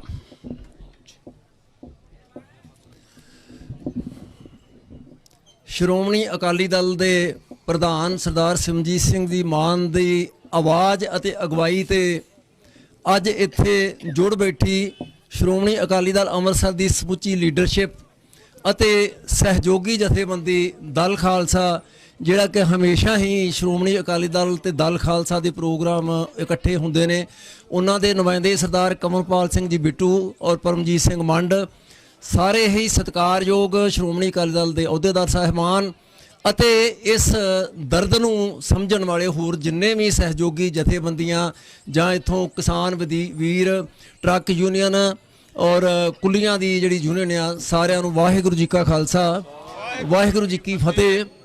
ਇੱਕ ਥੋੜੀ ਜੀ ਮੈਂ ਕੌੜੀ ਗੱਲ ਕਰਨ ਲੱਗਾ, ਸ਼ਾਇਦ ਕਿਸੇ ਨੂੰ ਲੱਗੇ। ਦਲ ਖਾਲਸਾ ਦੇ ਬਾਨੀ ਗਜਿੰਦਰ ਸਿੰਘ ਨੇ 1980 ਜਾਂ ਉਸ ਤੋਂ ਪਹਿਲਾਂ ਇੱਕ ਕਿਤਾਬ ਰਿਲੀਜ਼ ਕੀਤੀ ਸੀ, 5 ਤੀਰ ਹੋਰ, ਜਿਹੜੀ ਕਿ ਬਾਅਦ ਚ ਬੈਨ ਹੋ ਗਈ ਸੀ। ਤੇ ਉਹਦੇ ਵਿੱਚ ਇੱਕ ਗੀਤ ਇਹ ਵੀ ਸੀ ਹੈਗਾ ਕਿ ਇਹ ਗਾਂਧੀ, ਇਹ ਨਹਿਰੂ ਜਾਂ ਨਹਿਰੂ ਦੀ ਧੀ ਹੈ, ਗੰਗੂ ਹੀ ਗੰਗੂ ਆ, ਹੋਰ ਇੱਥੇ ਕੀ ਆ। ਤੇ ਉਹ ਸੱਚ ਆ, ਉਹ ਉਸ ਵੇਲੇ ਵੀ ਸੱਚ ਸੀ, ਉਹ ਅੱਜ ਵੀ ਸੱਚ ਆ। ਦਿੱਲੀ ਦੇ ਜਿਹੜਾ ਵੀ ਬੈਠਾ ਰੂਹ ਗੰਗੂ ਦੀ ਰਹਿਣੀ ਆ ਉਹਦੇ ਵਿੱਚ, ਤੇ ਪੰਜਾਬ ਨੂੰ ਕਦੀ ਵੀ ਬਰਦਾਸ਼ਤ ਨਹੀਂ ਕੀਤਾ ਜਾਣਾ। ਅੱਜ ਅਸੀਂ 9 ਮਾਰਚ ਦੇ ਰਿਸ਼ਤੇ ਦੀ ਗੱਲ ਕਰ ਦਿੰਦੇ ਆ। ਅਗਰ 9 ਮਾਰਚ ਵਾਲੇ ਵੰਡ ਤੋਂ ਬਾਅਦ ਜਦੋਂ ਪੰਜਾਬੀ ਸੂਬੇ ਦਾ ਵੀ ਮੰਗ ਚੱਲੀ ਸੀ, ਉਹ ਸਾਥ ਦਿੰਦੇ ਅਗਰ ਸਿੱਖਾਂ ਦਾ ਜਾਂ ਪੰਜਾਬ ਦਾ, ਆਪਾਂ ਕਹਿ ਦਿੰਦੇ ਪੰਜਾਬ ਵਾਸੀ ਹੋ ਕੇ ਵੀ, ਤੇ ਸ਼ਾਇਦ ਸਾਡਾ ਚੰਡੀਗੜ੍ਹ ਵੀ ਨਾ ਜਾਂਦਾ ਤੇ ਸਾਡੇ ਪਾਣੀ ਵੀ ਨਾ ਜਾਂਦੇ। ਕੁਛ ਮਾੜੀ ਘਟੀਆ ਮੁਤਸਬੀ ਸੋਚ ਵਾਲੇ ਲਾਲਾ ਜਗਤ ਨਾਰਾਇਣ ਤੇ ਉਹਦੇ ਸਾਥੀਆਂ ਨੇ ਸਾਡੇ ਭਰਾਵਾਂ ਦੇ ਵਿੱਚ, ਪੰਜਾਬ 'ਚ ਵਸਦੇ ਹਿੰਦੂ ਵੀਰਾਂ ਦੇ ਮਨਾਂ 'ਚ ਸਿੱਖਾਂ ਪ੍ਰਤੀ ਇੰਨਾ ਕੁ ਜ਼ਹਿਰ ਭਰਤਾ ਸੀ ਕਿ ਸਾਡੇ ਵਿਰੋਧ ਵਿੱਚ ਖਲੋਤੇ ਸਨ। ਔਰ ਸਟੇਟਸ ਬਣੀਆਂ ਲੈਂਗੁਏਜ ਦੇ ਆਧਾਰ ਤੇ, ਭਾਸ਼ਾ ਦੇ ਆਧਾਰ ਤੇ। ਜੇ ਬੰਗਾਲ ਦਾ ਹਿੰਦੂ ਸੀ ਉਹਨੇ ਆਪਣੀ ਭਾਸ਼ਾ ਬੰਗਾਲੀ ਲਿਖਾਈ ਹੈ, ਤਾਮਿਲ ਦਾ ਹਿੰਦੂ ਸੀ ਉਹਨੇ ਤਾਮਿਲ ਲਿਖਾਈ। ਇਕੱਲਾ ਪੰਜਾਬ ਸੀ ਜਿੱਥੋਂ ਪੰਜਾਬ ਦੇ ਹਿੰਦੂ ਨੇ ਆਪਣੀ ਭਾਸ਼ਾ ਪੰਜਾਬੀ ਨਹੀਂ ਲਿਖਾਈ, ਮਾਤ ਭਾਸ਼ਾ ਨਹੀਂ ਲਿਖਾਈ, ਹਿੰਦੀ ਲਿਖਾਈ ਸੀ। ਇਹ ਗੱਲਾਂ ਮੇਰਾ ਕਰਨ ਦਾ ਮਕਸਦ ਇਹ ਸੀ ਕਿ ਇਹ ਬਾਰਡਰ ਨਾਲ ਹੀ ਆ, ਪਾਕਿਸਤਾਨ ਉਂਝ ਵੈਰੀ ਆ, ਪਰ ਜੇ ਗੁਜਰਾਤ ਤੋਂ ਬੰਬੇ ਤੋਂ ਵਪਾਰ ਕਰਦੇ ਆ ਫਿਰ ਕੋਈ ਵੈਰ ਨਹੀਂਗਾ। ਸਿਰਫ ਪੰਜਾਬ ਨੂੰ ਮਾਰਨ ਦੇ ਲਈ ਨਵੇਂ ਤਰੀਕੇ, ਜਿਵੇਂ ਵਿਗਿਆਨਕ ਖੋਜ ਕਰਦੇ ਨਾ ਵੀ ਅਸੀਂ ਚੰਦਰਮਾ ਦੇ ਜਾਣਾ ਜਾਂ ਹੋਰ ਜਿੰਨੀਆਂ ਵੀ ਨਵੀਆਂ ਕਾਢਾਂ ਕੱਢਦੇ ਆ, ਜਿਹੜੇ ਪੰਜਾਬ ਦੇ ਸੰਬੰਧੀ ਜਿਹੜੀ ਦਿੱਲੀ ਆ ਉਹ ਇਹੋ ਹੀ ਖੋਜਾਂ ਕਰਦੀ ਰਹਿੰਦੀ ਆ ਕਿ ਪੰਜਾਬ ਨੂੰ ਕਿਸ ਤਰ੍ਹਾਂ ਮਾਰ ਸਕਦੇ ਆ, ਸਿੱਖਾਂ ਦਾ ਕਿਸ ਤਰ੍ਹਾਂ ਨੁਕਸਾਨ ਕਰ ਸਕਦੇ ਆ। ਮਤਲਬ ਲੰਬੀ ਲਿਸਟ ਆ, ਸਮਾਂ ਥੋੜਾ, ਬੁਲਾਰੇ ਜ਼ਿਆਦੇ ਆ। ਜਿਵੇਂ ਤੁਹਾਨੂੰ ਹੜ੍ਹਾਂ ਦੀ ਮਾਰ ਮਾਰੀ ਆ, ਪਾਣੀ ਖੋਏ ਆ, ਚੰਡੀਗੜ੍ਹ ਖੋਇਆ, ਤੇ ਬੰਦੀ ਸਿੰਘ ਮਤਲਬ ਰਾਮ ਰਹੀਮ ਵਰਗਿਆਂ ਨੂੰ ਇੰਨੀ ਪ੍ਰੋਲ, ਮਤਲਬ ਕੋਈ ਕੰਪੈਰੀਜ਼ਨ। ਚਿੱਟੀ ਸਿੰਘ ਪੁਰਾ ਆਪਣੇ ਇਮਾਨ ਸਿੰਘ ਜੀ ਬੋਲ ਕੇ ਗਈ ਆ, ਅੱਜ ਤੱਕ ਉਹ ਇਨਸਾਫ ਨਹੀਂ, 84 ਦਾ ਨਵੰਬਰ ਦਾ ਇਨਸਾਫ ਨਹੀਂ। ਪਰ ਦੂਸਰੇ ਬੰਨੇ ਅੱਜ ਉਹ ਸੰਧੂਰ ਹੋਇਆ, ਜੇ ਉੱਥੇ ਦਾ ਇੰਨਾ ਕਿ ਸੇਕ ਲੱਗਾ ਆ ਕਿ ਉਹਦੇ 'ਚ ਵੀ ਆਪਾਂ ਕਹਿੰਦੇ ਆ ਵੀ ਪੰਜਾਬ ਨੂੰ ਨਿਸ਼ਾਨਾ ਬਣਾ ਕੇ ਉਹਦੇ ਬਹਾਨੇ 'ਚ ਪੰਜਾਬ ਨੂੰ ਤਬਾਹ ਕਰੀਏ। ਸੋ ਇਹ ਜਿੰਨਾ ਚਿਰ ਪੰਜਾਬ, ਸਾਡੇ ਹਿੰਦੂ ਵੀਰ ਪੰਜਾਬ ਦੇ ਵਿੱਚ ਵਸਦੇ ਇਕੱਲੇ ਸਿੱਖ ਨਹੀਂ ਹੈ। ਜੇ ਕੋਈ ਗੱਲ ਆਪਾਂ ਜਦੋਂ ਮੰਗ ਕਰਦਾ ਪੰਜਾਬ, ਉਦੋਂ ਅਸੀਂ ਪੰਜਾਬ ਦਾ, ਭਾਰਤ ਦਾ ਹਿੱਸਾ ਨਹੀਂ। ਜਦੋਂ ਕੁਝ ਖੋਣਾ ਆ ਉਦੋਂ ਅਸੀਂ ਭਾਰਤ ਦਾ ਹਿੱਸਾ ਨਹੀਂ, ਪਰ ਜਦੋਂ ਕੁਝ ਦੇਣਾ ਨਹੀਂ ਹੁੰਦਾ ਉਦੋਂ ਅਸੀਂ ਭਾਰਤ ਦਾ ਹਿੱਸਾ ਬਣ ਜਾਂਦੇ ਆ। ਸੋ ਇਹ ਤਕੜਿਆਂ ਹੋ ਕੇ, ਇਕੱਠਿਆਂ ਹੋ ਕੇ ਪੰਜਾਬ ਦੇ ਸਾਰੇ ਨਿਵਾਸੀ, ਚਾਹੇ ਉਹ ਹਿੰਦੂ ਆ, ਚਾਹੇ ਮੁਸਲਮਾਨ ਆ, ਚਾਹੇ ਸਿੱਖ ਆ, ਚਾਹੇ ਈਸਾਈ ਆ, ਜਿੰਨਾ ਚਿਰ ਇੱਕ ਆਵਾਜ਼ ਨਹੀਂ ਬਣਦੇ ਇਹ ਬਾਰਡਰ ਨਹੀਂ ਖੁੱਲਣਾ। ਔਰ ਇਹ ਬੜੀ ਵੱਡੀ ਜ਼ਰੂਰਤ ਆ ਪੰਜਾਬ ਦੀ ਕਿ ਪੰਜਾਬ ਅੰਮ੍ਰਿਤਸਰ ਦੀ, ਇਹ ਕਿੱਤਾ ਬਹੁਤ ਖੁਸ਼ਹਾਲ ਹੋ ਸਕਦਾ ਆ। ਜਿਹੜਾ ਨਹੀਂ ਬਦਨੀਅਤ ਆ, ਜਿੰਨਾ ਚਿਰ ਉਹਨਾਂ ਨੂੰ ਮਤਲਬ ਤਾਕਤ ਨਹੀਂ ਦਿਸੂਗੀ ਉਹਨਾਂ ਵਿੱਚ ਚਿਰ ਹੋਣਾ ਨਹੀਂ। ਨਸ਼ਿਆਂ 'ਚ ਤਬਾਹ ਕੀਤਾ ਜਾ ਸਕਦਾ, ਵੱਖਰੇ ਢੰਗ ਤਰੀਕੇ ਅਪਣਾਏ ਜਾ ਸਕਦੇ ਆ, ਪਰ ਬਾਰਡਰ ਨਹੀਂ ਖੋਲ੍ਹਣਾ। ਸੋ ਇਸ ਮੁੱਦੇ ਤੇ ਆ ਕੇ ਸਾਰਾ ਪੰਜਾਬ ਇਕੱਠਾ ਹੋ ਕੇ ਸਰਦਾਰ ਸਿਮਰਜੀਤ ਸਿੰਘ ਮਾਨ ਦੀ ਅਗਵਾਈ 'ਚ ਲੜਾਈ ਲੜੇ, ਤੇ ਇਹ ਮੋਰਚਾ ਕਿਤੇ ਵੀ ਇਹ ਨਹੀਂ ਹੋ ਸਕਦਾ ਵੀ ਇਹ ਅਸੀਂ ਕਾਮਯਾਬੀ ਹਾਸਲ ਨਾ ਕਰੀਏ। ਇੰਨੇ ਲਫ਼ਜ਼ਾਂ ਨਾਲ ਧੰਨਵਾਦੀ ਹਾਂ। ਵਾਹਿਗੁਰੂ ਜੀ ਕਾ ਖਾਲਸਾ, ਵਾਹਿਗੁਰੂ ਜੀ ਕੀ ਫਤਿਹ।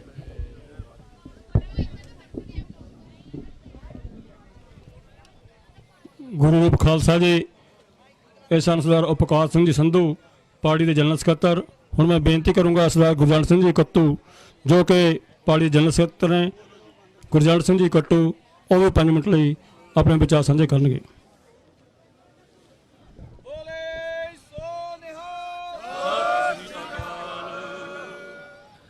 ਕੜਕਦੀ ਧੁੱਪ ਦੇ ਵਿੱਚ ਪਾਰਟੀ ਪ੍ਰਧਾਨ ਸਰਦਾਰ ਸਿਮਰਨਜੀਤ ਸਿੰਘ ਮਾਨ ਸਾਹਿਬ ਦੇ ਸੱਦੇ ਤੇ ਪੰਜਾਬ ਦੇ ਕੋਨੇ-ਕੋਨੇ ਤੋਂ ਚੱਲ ਕੇ ਪਹੁੰਚੀ ਗੁਰੂ ਰੂਪ ਪਿਆਰੀ ਸਾਧ ਸੰਗਤ ਜੀ, ਫਤਿਹ ਪ੍ਰਵਾਨ ਕਰੋ। ਆਖੋ ਵਾਹਿਗੁਰੂ ਜੀ ਕਾ ਖਾਲਸਾ, ਵਾਹਿਗੁਰੂ ਜੀ ਕੀ ਫਤਿਹ।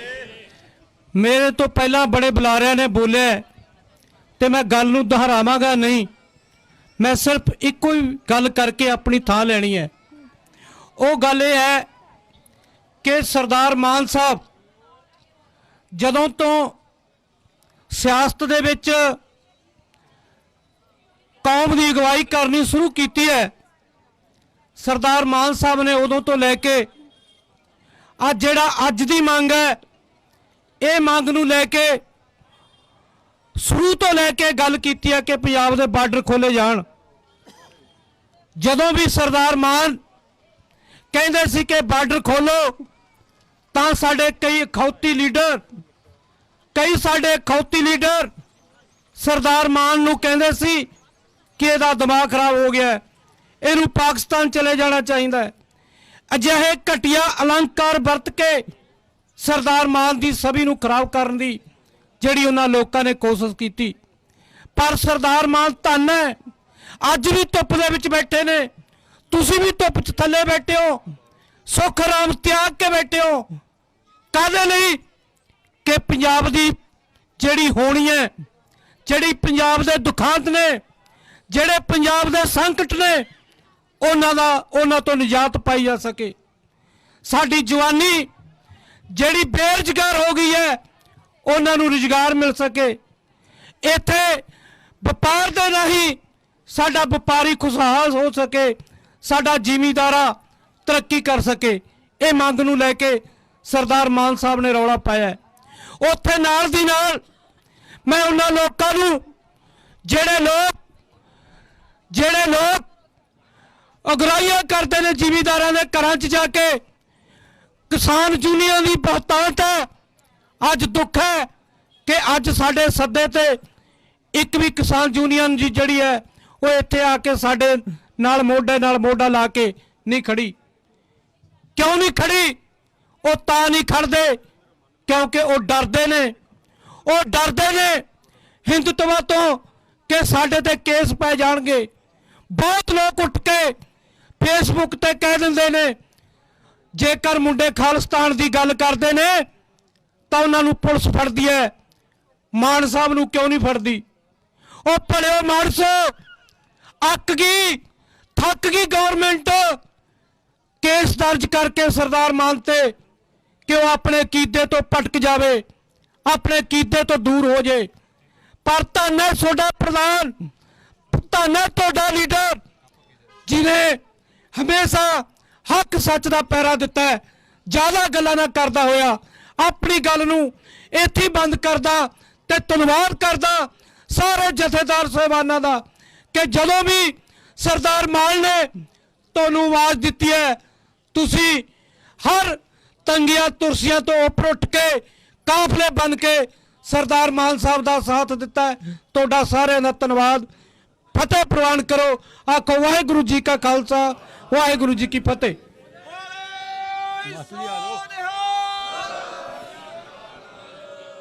ਗੁਰੂ ਜਿੰਦਾਬਾਦ, ਜਿੰਦਾਬਾਦ, ਜਿੰਦਾਬਾਦ, ਜਿੰਦਾਬਾਦ, ਜਿੰਦਾਬਾਦ। ਗੁਰੂ ਰੂਪ ਖਾਲਸਾ ਜੀ। ਮੈਂ ਫਿਰ ਦੁਬਾਰਾ ਸਾਰੀਆਂ ਹੀ ਸੰਗਤਾਂ ਦਾ, ਸਾਰੇ ਹੀ ਜਥੇਦਾਰ ਸਾਹਿਬਾਨਾਂ ਦਾ, ਜਨਰਲ ਸਕੱਤਰਾਂ ਦਾ, PAC ਮੈਂਬਰਾਂ ਦਾ, ਜ਼ਿਲ੍ਹਾ ਪ੍ਰਧਾਨਾਂ ਦਾ ਧੰਨਵਾਦ ਕਰਦਾ ਜਿਨ੍ਹਾਂ ਨੇ ਇਸ ਇਕੱਠ ਨੂੰ ਕਾਮਯਾਬ ਕੀਤਾ ਹੈ। ਤੇ ਮੈਂ ਫਿਰ ਦੁਬਾਰਾ ਸਾਰੀ ਸੰਗਤ ਦੇ ਚਰਨਾਂ 'ਚ ਬੇਨਤੀ ਕਰਦਾ ਵੀ ਧੁੱਪ ਤੋਂ ਡਰੋ ਨਾ ਭਾਈ, ਛਾਂ 'ਚ ਨਾ ਭੱਜੋ।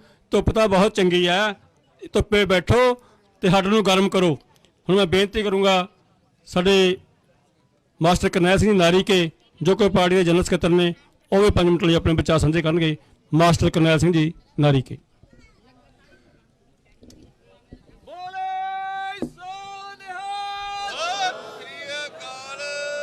ਸਤਿਕਾਰਯੋਗ ਖਾਲਸਾ ਜੀ, ਫਤਿਹ ਬੁਲਾਓ। ਵਾਹਿਗੁਰੂ ਜੀ ਕਾ ਖਾਲਸਾ, ਵਾਹਿਗੁਰੂ ਜੀ ਕੀ ਫਤਿਹ। ਮੈਂ ਤੁਹਾਡੇ ਨਾਲ ਇੱਕ ਅੱਧੀ ਗੱਲ ਹੀ ਕਰਾਂਗਾ। ਸਿਆਣੀਆਂ ਗੱਲਾਂ ਕਰਨ ਵਾਲੇ ਸਿਆਣੇ ਲੀਡਰ ਹਾਲੇ ਬੋਲਣਗੇ। ਇਸ ਵਾਸਤੇ ਮੈਂ ਤੁਹਾਨੂੰ ਬੇਨਤੀ ਕਰਦਾ ਕਿ ਜਿਹੜੀ ਗੱਲ ਮੈਂ ਕਹਾਂ ਮੈਂ ਤੁਹਾਡੇ ਵਾਸਤੇ ਨਹੀਂ ਕਹਿੰਦਾ, ਉਹ ਮੈਂ ਹੋਰ ਬੰਦਿਆਂ ਨੂੰ ਉਪਦੇਸ਼ ਕਰਨ ਵਾਸਤੇ ਕਹਿਣਾ। ਤੁਸੀਂ ਆਪਦੇ 'ਚ ਨਾ ਲਾਇਆ ਕਰੋ। ਤੁਸੀਂ ਤਾਂ ਪੂਜਨੀਕ ਹੋ ਸਾਰੇ ਜਿਹੜੇ ਇੱਥੇ ਆਏ ਹੋ, ਧਰਮ ਦੀ ਲੜਾਈ ਲੜ ਰਹੇ ਹੋ, ਬੜਾ ਉਦਮ ਕਰਦੇ ਹੋ। ਸਾਰੀਆਂ ਪਾਰਟੀਆਂ ਪੰਜਾਬ ਦੇ ਅੰਦਰ ਜਿੱਥੇ ਕੋਈ ਮਤਲਬ ਨਹੀਂ ਹੁੰਦਾ, ਲੋਕਾਂ ਨੂੰ ਗੁੰਮਰਾਹ ਕਰਕੇ ਵੋਟਾਂ ਖਾਤਰ ਰੈਲੀਆਂ ਕਰਦੇ ਨੇ। ਇੱਕ ਸਰਦਾਰ ਸਿਮਰਨਜੀਤ ਸਿੰਘ ਮਾਨ ਹੈ ਜਿਹੜਾ ਸਾਡੀ ਅਰਦਾਸ ਦੇ ਮੁਤਾਬਕ ਉਹ ਗੱਲ ਕਰਦਾ ਜਿਹਦੇ ਵਿੱਚ ਸਾਰਿਆਂ ਦਾ ਹੀ ਭਲਾ ਹੋਵੇ। ਸਤਿ ਸ੍ਰੀ ਅਕਾਲ। ਇਹ ਕੋਈ ਸਰਦਾਰ ਸਿਮਰਨਜੀਤ ਸਿੰਘ ਮਾਨ ਸਾਹਿਬ ਆਪਦੇ ਵੱਲੋਂ ਨਹੀਂ ਕਰਦੇ, ਦੁਨੀਆ ਲੈਵਲ ਤੇ WTO ਆਰਗੇਨਾਈਜੇਸ਼ਨ ਹੈ, ਉਹਦਾ ਫੈਸਲਾ ਹੈ ਵੀ ਕੋਈ ਬਾਰਡਰ ਬੰਦ ਨਹੀਂ ਕਰਨਾ। ਪਰ ਇਹ ਝੂਠੀ ਬਾਹਮਣਵਾਦੀ ਸਰਕਾਰ ਉਸ ਨੂੰ ਸੱਚ ਕਰਨ ਵਾਸਤੇ ਹੋਰ ਜਗ੍ਹਾ ਤੋਂ ਵਪਾਰ ਕਰਦੀ ਹੈ, ਪਰ ਇੱਥੇ ਪੰਜਾਬ ਨੂੰ ਗਰੀਬ ਕਰਨ ਵਾਸਤੇ ਉਹ ਨਹੀਂ ਸਮਝਦੀ। ਮੈਂ ਤੁਹਾਨੂੰ ਇੱਕ ਬੇਨਤੀ ਕਰਦਾ ਕਿ ਚਾਈਨਾ ਦੇ ਵਿੱਚ ਕੋਈ ਮਹਾਤਮਾ ਪੁਰਸ਼ ਬਹੁਤ ਪ੍ਰਚਾਰ ਕਰਿਆ, ਬਹੁਤ ਜ਼ੋਰ ਲਾਇਆ, ਇਕੱਠ ਬਥੇਰਾ ਹੋ ਜਾ ਕਰੇ, ਪਰ ਲੋਕਾਂ ਵਿੱਚ ਫਰਕ ਕੋਈ ਨਾ ਆਵੇ, ਜਿਵੇਂ ਆਪਣੇ ਨਾਲ ਵਾਪਰਦਾ। ਤੇ ਉੱਥੇ ਦੀ ਉੱਥੇ, ਪਰ ਇੱਕ ਗੱਲ ਯਾਦ ਰੱਖੇ ਸਰਕਾਰ, ਆਹ ਜਿਹੜਾ ਪ੍ਰੋਗਰਾਮ ਹੈ ਇਹਦਾ ਹਾਮੀ ਪੰਜਾਬ ਦਾ ਹਰ ਇੱਕ ਬੰਦਾ ਹੈ, ਚਾਹੇ ਉਹ ਇੱਥੇ ਨਹੀਂ ਆਇਆ, ਪਰ ਉਹਦੀ ਜ਼ੁਬਾਨ ਤੇ ਹੈ ਕਿ ਬਾਰਡਰ ਖੁੱਲ੍ਹਣਾ ਚਾਹੀਦਾ, ਸਾਰਿਆਂ ਦੀ ਜ਼ੁਬਾਨ ਤੇ ਹੈ।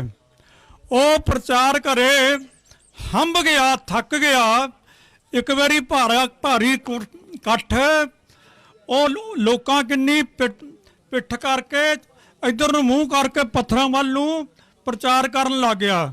ਉਹ ਕਹਿੰਦੇ ਬਾਬਾ ਜੀ ਅਸੀਂ ਤਾਂ ਇੱਧਰ ਬੈਠੇ ਹਾਂ। ਉਹ ਕਹਿੰਦਾ ਕੋਈ ਗੱਲ ਨਹੀਂ ਹੈਗਾ, ਜਾਇ ਇੱਧਰ ਪੱਥਰ ਨੇ, ਆਏ ਉੱਧਰੋਂ ਤੁਸੀਂ। ਕਹਿੰਦਾ ਤਾਂ ਕਰਕੇ ਮੈਂ ਕਰਦਾ, ਇਹ ਬ੍ਰਾਹਮਣਵਾਦ ਸਰਕਾਰ ਪੱਥਰ ਪੂਜ ਕੇ, ਪੱਥਰ ਹੀ ਇਹਨਾਂ ਦੇ ਦਿਲ ਨੇ। ਅਸੀਂ ਲੜਦੇ ਹਾਂ ਜ਼ੁਲਮ ਨਾਲ, ਇਹ ਜ਼ੁਲਮ ਕਰੇ ਤੇ ਖੁਸ਼ ਹੋ ਕੇ ਵੋਟਾਂ ਪਾਉਂਦੇ ਨੇ। ਇਹ ਫਰਕ ਹੈ, ਪਰ ਸਮਾਂ ਆਊਗਾ ਜਦੋਂ ਸੱਚ ਦਾ ਰਾਜ ਹੋਊਗਾ, ਸਾਰਾ ਕੁਝ ਹੋਊਗਾ। ਆਪਾਂ ਇਸ ਤਰ੍ਹਾਂ ਹੀ ਦ੍ਰਿੜਤਾ ਦੇ ਨਾਲ ਚੱਲਦੇ ਰਹੀਏ।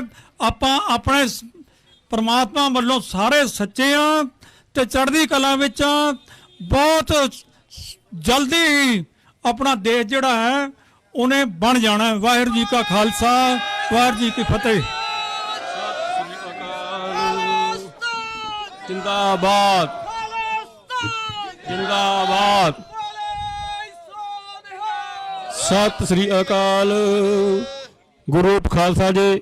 ਹੁਣ ਮੈਂ ਬੇਨਤੀ ਕਰੂੰਗਾ ਸਰਦਾਰ ਹਰਪਾਲ ਸਿੰਘ ਜੀ ਬਲੇਰ, ਜੋ ਕਿ ਪਾਰਟੀ ਦੇ ਜਨਰਲ ਸਕੱਤਰ ਨੇ, ਜਿਨ੍ਹਾਂ ਨੇ ਇਸ ਇਕੱਠ ਵਿੱਚ ਬਹੁਤ ਅਹਿਮ ਭੂਮਿਕਾ ਨਿਭਾਈ ਹੈ, ਸਾਰਾ ਪ੍ਰਬੰਧ ਕੀਤਾ ਹੈ। ਤੇ ਸਾਰੇ ਜਿਹੜੀ ਅੰਮ੍ਰਿਤਸਰ ਦੀ ਟੀਮ ਹੈ ਉਹ ਬਹੁਤ ਅੱਛੀ ਹੈ, ਜਿਨ੍ਹਾਂ ਨੇ ਸਾਰਾ ਪ੍ਰਬੰਧ ਤੁਹਾਡੇ ਲਈ ਬਹੁਤ ਵਧੀਆ, ਟੈਂਟ ਵੀ ਲਾਏ ਸੀਗੇ, ਸਟੇਜ ਵੀ ਲਾਏ ਸੀ, ਕੁਰਸੀਆਂ ਵੀ ਲਾਈਆਂ, ਸਭ ਕੁਝ ਕੀਤਾ ਸੀਗਾ, ਪਰ ਲੰਗਰ ਦਾ ਵੀ ਕੀਤਾ ਸੀਗਾ। ਪਰ ਉਹ ਕੋਈ ਗੱਲ ਨਹੀਂ, ਇਹ ਸਾਡੇ ਨਾਲ ਹੁੰਦਾ ਹੀ ਆਇਆ। ਸਰਕਾਰਾਂ ਕਰਦੀਆਂ ਨੇ, ਜ਼ੁਲਮ ਕਰਦੀਆਂ ਨੇ, ਆਪਾਂ ਜ਼ੁਲਮ ਨੂੰ ਝੱਲਣਾ ਤੇ ਨਾਲ ਨਾਲ ਟਾਕਰਾ ਵੀ ਕਰਨਾ ਹੈ। ਸਰਦਾਰ ਹਰਪਾਲ ਸਿੰਘ ਜੀ ਬਲੇਰ। ਖਾਲਿਸਤਾਨ ਜਿੰਦਾਬਾਦ, ਖਾਲਿਸਤਾਨ ਜਿੰਦਾਬਾਦ, ਸਰਦਾਰ ਸਿਮਰਨਜੀਤ ਸਿੰਘ ਮਾਨ ਜਿੰਦਾਬਾਦ, ਸ਼੍ਰੋਮਣੀ ਅਕਾਲੀ ਦਲ ਅੰਮ੍ਰਿਤਸਰ ਜਿੰਦਾਬਾਦ, ਸ਼੍ਰੋਮਣੀ ਅਕਾਲੀ ਦਲ ਅੰਮ੍ਰਿਤਸਰ ਜਿੰਦਾਬਾਦ, ਖਾਲਿਸਤਾਨ ਜਿੰਦਾਬਾਦ, ਬੋਲੇ ਸੋ ਨਿਹਾਲ। ਗੁਰੂ ਰੂਪ, ਗੁਰੂ ਪਿਆਰੀ ਸਾਧ ਸੰਗਤ ਜੀ,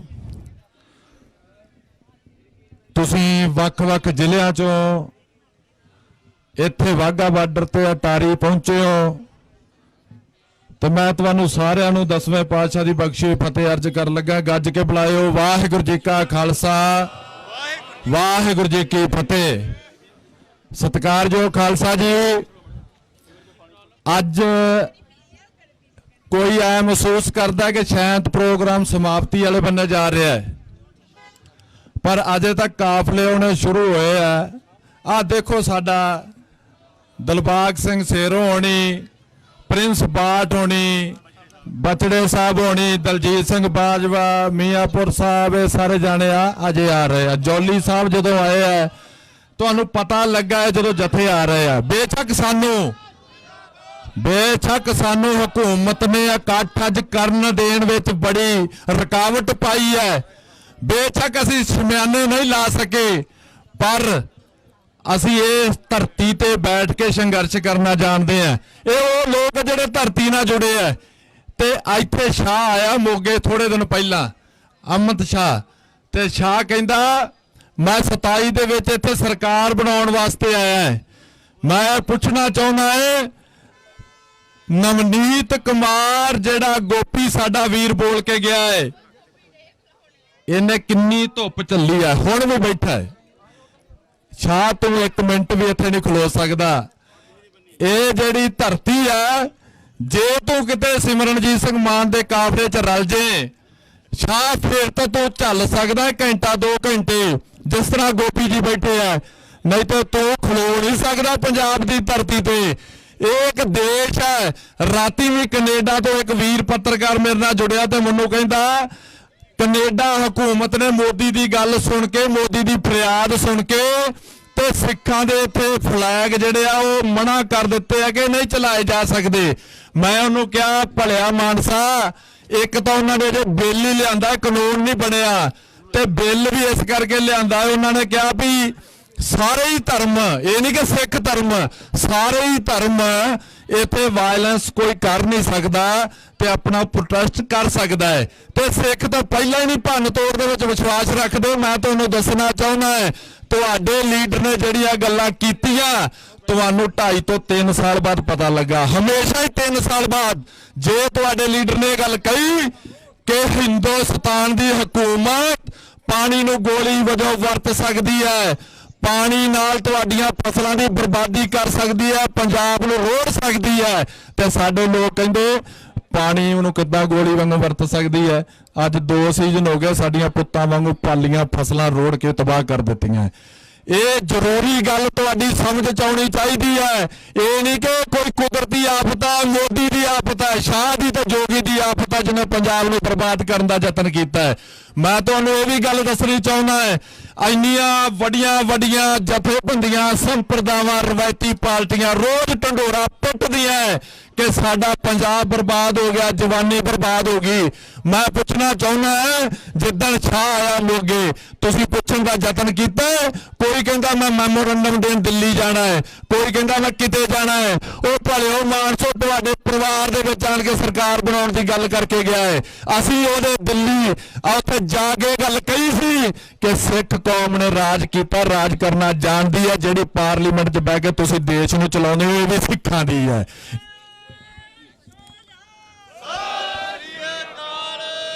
ਇਹ ਬਾਬਾ ਬਘੇਲ ਸਿੰਘ ਜੀ ਨੇ ਦਿੱਲੀ 17 ਵਾਰ ਜਿੱਤੀ ਹੈ। ਤੇ ਜਿਹੜੇ ਅੱਜ ਸਿੱਖ ਇੱਥੇ ਬੈਠੇ ਆ ਨਾ, ਇਹ ਕੋਈ ਲੜਾਈ ਕਰਨ ਵਾਸਤੇ ਨਹੀਂ ਬੈਠੇ ਤੇ ਲਿਖਿਆ ਨੋ ਵਾਰ। ਇਹ ਜੰਗ ਨਹੀਂ ਚਾਹੁੰਦੇ, ਇਹ ਅਮਨ ਚਾਹੁੰਦੇ ਆ। ਇੱਕ ਪੰਗਤ ਤੇ ਇੱਕ ਸੰਗਤ ਦੇ ਭਾਈਵਾਲ ਹੈ। ਤੇ ਉਹ ਰਾਤੀ ਮੈਨੂੰ ਸਿੰਘ ਕਹਿੰਦਾ, ਡਿਬੇਟ ਦੇ ਵਿੱਚ ਇੱਕ ਹਿੰਦੂ ਵੀਰ ਜੁੜਿਆ ਸੀ, ਕਹਿੰਦਾ ਸਿੱਖਾਂ ਨਾਲ ਤੁਸੀਂ ਆਪਣੇ ਆਪ ਨੂੰ ਨਾ ਜੋੜੋ। ਉਹ ਮੈਂ ਕਿਹਾ ਭਲਿਆ ਮਾਨਸਾ, ਤੂੰ ਕਿਹੜੇ ਸਿੱਖ ਦੀ ਗੱਲ ਕਰਦਾ ਹੈ? ਦੁਨੀਆ ਦੇ ਕੋਨੇ-ਕੋਨੇ 'ਚ ਜਿੱਥੇ ਸਿੱਖ ਬੈਠਾ ਹੈ, ਉਹਨੂੰ ਪੁੱਛ ਕੇ ਵੇਖ ਉਹ ਆਜ਼ਾਦੀ ਚਾਹੁੰਦਾ ਕਿ ਨਹੀਂ ਚਾਹੁੰਦਾ। ਜਿਹੜੇ ਤੂੰ ਬਣਾਉਟੀ ਸਿੱਖਾਂ ਦੀ ਗੱਲ ਕਰਦਾ ਹੈ, ਉਹਨਾਂ ਸਿੱਖਾਂ ਨੇ ਮੋਦੀ ਦੇ ਨਾਲ ਰਲ ਕੇ ਪੰਜਾਬ ਨੂੰ ਬਰਬਾਦ ਕਰਨ ਦਾ ਯਤਨ ਕੀਤਾ। ਉਹ ਬਣਾਉਟੀ ਸਿੱਖ, ਉਹਨਾਂ ਦੇ ਬੋਝਾਂ 'ਚ ਆਇਡੈਂਟੀ ਕਾਰਡ ਵੀ ਕੁਮਾਰ ਜਾਂ ਉਹਨਾਂ ਦੇ ਬੋਝਾਂ 'ਚ ਆਇਡੈਂਟੀ ਕਾਰਡ ਵੀ ਤੁਹਾਡੇ ਹੋਣਗੇ, ਪਰ ਸਿੱਖ ਜਿਹੜਾ ਗੁਰੂ 10ਵੇਂ ਪਾਤਸ਼ਾਹ ਦਾ ਸਿੱਖ ਹੈ, ਉਹ ਮਰ ਤਾਂ ਜਾਂਦਾ ਹੈ ਪਰ ਵਿਕਦਾ ਨਹੀਂ। ਅੱਜ ਜਿਹੜੇ ਵਿਕੇ ਫਿਰਦੇ ਆ, ਉਹ ਵਜ਼ੀਰੀਆਂ ਦੀ ਗੱਲ ਕਰਦੇ, ਕਹਿੰਦੇ ਅਸੀਂ ਸ਼ੌਹਰਤ ਤੇ ਅਸੀਂ ਪੰਜਾਬ ਦੀ ਸੱਤਾ ਤੇ ਕਬਜ਼ਾ ਕਰਨਾ ਹੈ। ਆਹ 117 ਹਲਕਿਆਂ ਦੇ ਵਿੱਚ ਮੀਟਿੰਗਾਂ ਦਾ ਅਰੇਂਜ ਕੀਤਾ ਜਾਂਦਾ ਹੈ। ਕਿਹਦੇ ਵੱਲੋਂ? ਸੁਖਬੀਰ ਸਿੰਘ ਬਾਦਲ ਵੱਲੋਂ, ਭਗਵੰਤ ਸਿੰਘ ਮਾਨ ਵੱਲੋਂ, ਕੈਪਟਨ ਅਮਰਿੰਦਰ ਦੀ ਧਿਰ ਵੱਲੋਂ, ਬੀਜੇਪੀ ਵੱਲੋਂ। ਇਹਨਾਂ ਨੇ 800 ਲਾਸ਼ ਕਿਸਾਨਾਂ ਦੀ ਪੰਜਾਬ ਨੂੰ ਭੇਜੀ ਹੈ ਤੇ ਸਾਡੇ ਪੰਜਾਬ ਉੱਥੇ ਨਾਰੇ ਲਾਉਂਦੇ ਫਿਰਦੇ ਸ਼ਾਹ ਦੇ ਤੇ ਜੋਗੀ ਦੇ ਤੇ ਮੋਦੀ ਦੇ। ਲੱਖ ਲਾਹਨਤ ਇਹੋ ਜਿਹੇ ਉਹਨਾਂ ਲੋਕਾਂ ਦੇ ਜਿਹੜੇ ਕਾਫਲੇ ਬਣਾ ਕੇ ਇਹ ਦਿੱਲੀ ਦੇ ਵਜ਼ੀਰ ਨੂੰ ਸੁਣ ਗਏ ਆ। ਇਸ ਵਜ਼ੀਰ ਨੇ ਇੱਥੇ ਹੀ ਨਹੀਂ, ਇੰਗਲੈਂਡ 'ਚ, ਜਰਮਨ 'ਚ, ਕੈਨੇਡਾ 'ਚ, ਫਰਾਂਸ, ਪਾਕਿਸਤਾਨ 'ਚ, ਸਾਰੇ ਦੇਸ਼ਾਂ 'ਚ ਤੁਹਾਡੇ ਸਿੱਖਾਂ ਨੂੰ ਨਿਸ਼ਾਨਾ ਬਣਾਇਆ ਹੈ। ਤੇ ਅੱਜ ਕਹਿੰਦਾ ਮੈਂ ਸੱਤਵਾਦੀ ਆ। ਉਹ ਅੱਤਵਾਦੀ ਤੇ ਸੱਤਵਾਦੀ 'ਚ ਬਹੁਤ ਫਰਕ ਹੁੰਦਾ ਹੈ। ਜਿਹੜਾ ਸਿੱਖਾਂ ਦਾ ਸੰਘਰਸ਼ ਸੀ, ਉਹ ਖਾੜਕੂਵਾਦ ਤੇ ਉਹਦੇ ਵਿੱਚ ਇਹ ਚੀਜ਼ ਸੀ ਕਿ ਨਾ ਤਾਂ ਕੋਈ ਕਿਸੇ ਦੀ ਧੀ ਤੋਂ ਦਾਜ ਮੰਗ ਸਕੂਗਾ, ਨਾ ਕਿਸੇ ਦੀ ਧੀ ਨੂੰ ਕੋਈ ਦਾਜ ਤੋਂ ਬਗੈਰ ਮਾਰ ਦੂਗਾ ਕਿ ਇਹਨੇ ਦਾਜ ਨਹੀਂ ਲੈ ਕੇ ਆਈ। ਤੇ ਉਹ ਸਿੱਖ ਜਿਹੜੇ ਆ ਉਹ ਹਲੇਮੀ ਰਾਜ ਦੀ ਗੱਲ ਕਰਦੇ ਆ। ਅੱਜ ਗੀਤਾ, ਬਾਈਬਲ, ਕੁਰਾਨ, ਸਾਰੇ ਹੀ ਧਰਮ ਸਿੱਖ ਕਹਿੰਦੇ ਸਤਿਕਾਰਯੋਗ ਹੈ, ਕਿਸੇ ਦੇ ਨਾਲ ਕੋਈ ਵੀ ਨਿਸ਼ਾਨਾ ਨਾ ਬਣਾਵੇ, ਪਰ ਸਿੱਖਾਂ ਦਾ ਗ੍ਰੰਥ ਸੇਫ ਕਿਉਂ ਨਹੀਂ? ਇਹ ਗੱਲ ਦੀ ਚਿੰਤਾ ਕਰਨੀ ਪੈਣੀ ਹੈ। ਆ ਬੈਠੀਆਂ ਸੂਰਬੀਰ ਯੋਧਿਆਂ ਨੂੰ ਜਨਮ ਦੇਣੇ ਵਾਲੀਆਂ ਇਹਨਾਂ ਮਾਵਾਂ ਨੇ ਕਦੀ ਹਾਂ ਦਾ ਨਾਰਾ ਇਸ ਕਰਕੇ ਮਾਰਿਆ ਸੀ ਉਦੋਂ ਕਿ ਤੁਸੀਂ ਚੂੜੀਆਂ ਪਹਿਨ ਲਓ ਤੇ ਅਸੀਂ ਜਾਂਦੇ 10ਵੇਂ ਪਾਤਸ਼ਾਹ ਨਾਲ ਜੰਗ ਲੜਨ। ਅੱਜ ਜਿੰਨੇ ਵੀ 117 ਹਲਕਿਆਂ ਦੇ ਵਿੱਚ ਸਿੱਖ ਬਣਾਉਟੀ ਸਿੱਖ ਹੈ, ਰਵਾਇਤੀ ਪਾਰਟੀਆਂ ਨੂੰ ਰਿਪਰੈਜ਼ੈਂਟ ਕਰਦੇ ਆ, ਉਹਨਾਂ ਲੋਕਾਂ ਨੂੰ ਮੈਂ ਦੱਸਣਾ ਚਾਹੁੰਦਾ ਕਿ ਤੁਸੀਂ ਜਿੰਨਾ ਚਿਰ ਆਪਦੀ ਮੁੱਖ ਧਾਰਾ 'ਚ ਨਹੀਂ ਆਉਂਦੇ, ਆਪਦੇ ਅਕਾਲ ਤਖਤ ਸਾਹਿਬ ਨੂੰ ਮੁੱਖ ਨਹੀਂ ਕਰਦੇ, ਉਹਨਾਂ ਚਿਰ ਸਿੱਖ ਰਾਜ ਨਹੀਂ ਕਰ ਸਕਦੇ। ਜਿੱਦਣ ਸਿੱਖਾਂ ਨੇ ਰਾਜ ਕਰਨਾ ਹੋਇਆ ਇੱਥੇ ਧੁੱਪ ਦੇ ਵਿੱਚ ਬਹਿਣਾ ਪੈਣਾ ਹੈ। ਆ ਜਿਹੜੇ ਤੁਸੀਂ ਬੈਠੇ ਹੋ ਇਹ ਗੁਰੂ ਗੋਬਿੰਦ ਸਿੰਘ ਦੇ 1.25 ਲੱਖ ਦੇ ਨਾਲ ਇੱਕ ਲੜਨ ਵਾਲੀ ਗੱਲ ਹੈ। ਮੇਰੇ ਕੋਲ ਨਾ ਤਾਂ ਮੇਰੇ ਸਾਹਮਣੇ ਆ, ਭਾਵੇਂ ਭਸੌੜ ਸਾਹਿਬ ਕਹਿੰਦੇ ਵੀ ਨਾ ਨਹੀਂ ਲੈ ਜਾ ਸਕਦੇ, ਪਰ ਮੈਂ ਇੱਕ ਹਰਪਾਲ ਸਿੰਘ ਸਾਡਾ ਵੀਰ, ਉਹ ਪੱਟੀ ਹਲਕੇ ਤੋਂ ਤੇ ਖੇਮਕਰਨ ਹਲਕੇ ਤੋਂ ਸਾਰੇ ਕਿਸਾਨ ਆਏ ਆ। ਸਰਦਾਰ ਇਮਾਨ ਸਿੰਘ ਜੀ ਨੂੰ ਪਤਾ ਹੈ, ਅਸੀਂ ਪਹਿਲਾਂ ਡੀਸੀ ਸਾਹਿਬ ਨਾਲ ਮੀਟਿੰਗ ਕੀਤੀ ਇਹਨਾਂ ਦੇ ਕਹਿਣ ਤੇ, ਫਿਰ ਅਸੀਂ ਐਸਡੀਐਮ ਸਾਹਿਬ ਨਾਲ ਕੀਤੀ ਕੱਲ ਵੀ।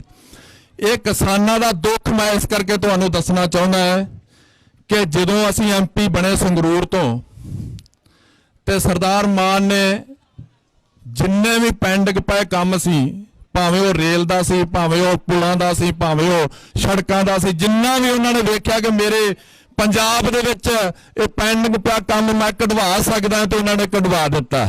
ਇੱਥੇ 2009 ਦੇ ਵਿੱਚ ਇੱਕ ਮੰਤਰੀ ਵੱਲੋਂ ਇੱਕ ਲਾਈਨ ਜਿਹੜੀ ਰੇਲਵੇ ਲਾਈਨ ਦੀ ਡਰੈਂਗ ਉਲੀਕੀ ਗਈ ਸੀ, ਉਹ ਜਿਹੜੀ ਡਰੈਂਗ ਸੀ ਉਹਦਾ ਜਿਹੜਾ ਐਸਟੀਮੇਟ ਸੀ ਉਹ ਪੱਟੀ ਮੋੜ ਤੋਂ ਕੋਟ ਬੁੱਢੇ ਥੋੜੀ ਉੱਥੇ ਜਾਂਦਾ ਸੀ ਫਿਰੋਜ਼ਪੁਰ ਮੱਲਾਂ ਵਾਲਾ, ਤੇ ਉਹ ਇੰਨਾ ਸ਼ਾਰਟ ਜਿਹੜਾ ਪਲਾਨ ਬਣਿਆ ਸੀ, ਸਰਕਾਰ ਦਾ ਖਰਚਾ ਵੀ ਘਟਦਾ ਸੀ ਤੇ ਕਿਸਾਨਾਂ ਦਾ ਕੋਈ ਨੁਕਸਾਨ ਵੀ ਨਹੀਂ ਸੀ ਹੁੰਦਾ। ਪਰ ਉਸ ਵੇਲੇ ਦੇ ਮੰਤਰੀ ਵੱਲੋਂ ਪਾਲਿਸੀ ਤਹਿਤ ਉਸ ਪਲਾਨ ਨੂੰ ਰੱਦ ਕਰਕੇ, ਉਸ ਰੋਡ ਨੂੰ ਰੱਦ ਕਰਕੇ ਵਾਇਆ ਘਰਿਆਲੇ ਤੋਂ ਮਾਨ ਪਿੰਡ ਤੇ ਸ਼ਹੀਦ ਪਿੰਡ ਇਹਨਾਂ ਵੱਲੋਂ ਐਂਦੀ ਕੱਢ ਕੇ ਟੇਢੇ ਢੰਗ ਨਾਲ, ਨਾਲੇ ਤਾਂ ਇਸ ਗਵਰਨਮੈਂਟ ਦਾ ਨੁਕਸਾਨ ਕੀਤਾ ਪੈਸਿਆਂ ਦਾ, ਤੇ ਨਾਲੇ ਆ 8 ਪਿੰਡ ਜਿਹੜੇ ਘਰਿਆਲੇ ਤੋਂ ਲੈ ਕੇ ਪੱਟੀ ਤੇ ਖੇਮਕਰਨ ਹਲਕੇ ਦੇ ਕਿਸਾਨਾਂ ਦੇ ਉਹ 90 ਫੁੱਟ ਪਾਣੀ ਨਾਲ ਡੋਬ ਦਿੱਤੇ। 90 ਫੁੱਟ ਜਦੋਂ ਕਿ ਸਾਰੇ ਕਿਸਾਨ ਜਿਨ੍ਹਾਂ ਦੀਆਂ ਜ਼ਮੀਨਾਂ ਪੁੱਤਾਂ ਵਾਂਗੂ ਇਹਨਾਂ ਨੇ ਫਸਲਾਂ ਪਾਲੀਆਂ ਹੁੰਦੀਆਂ ਤੇ ਜਿਹੜੀਆਂ ਜ਼ਮੀਨਾਂ ਦੀ ਬਰਬਾਦੀ ਉਸ ਲੈਣ ਨੇ ਕੀਤੀ ਹੈ ਉਹ ਉਸ ਮੰਤਰੀ ਨੂੰ ਨਹੀਂ ਪਤਾ।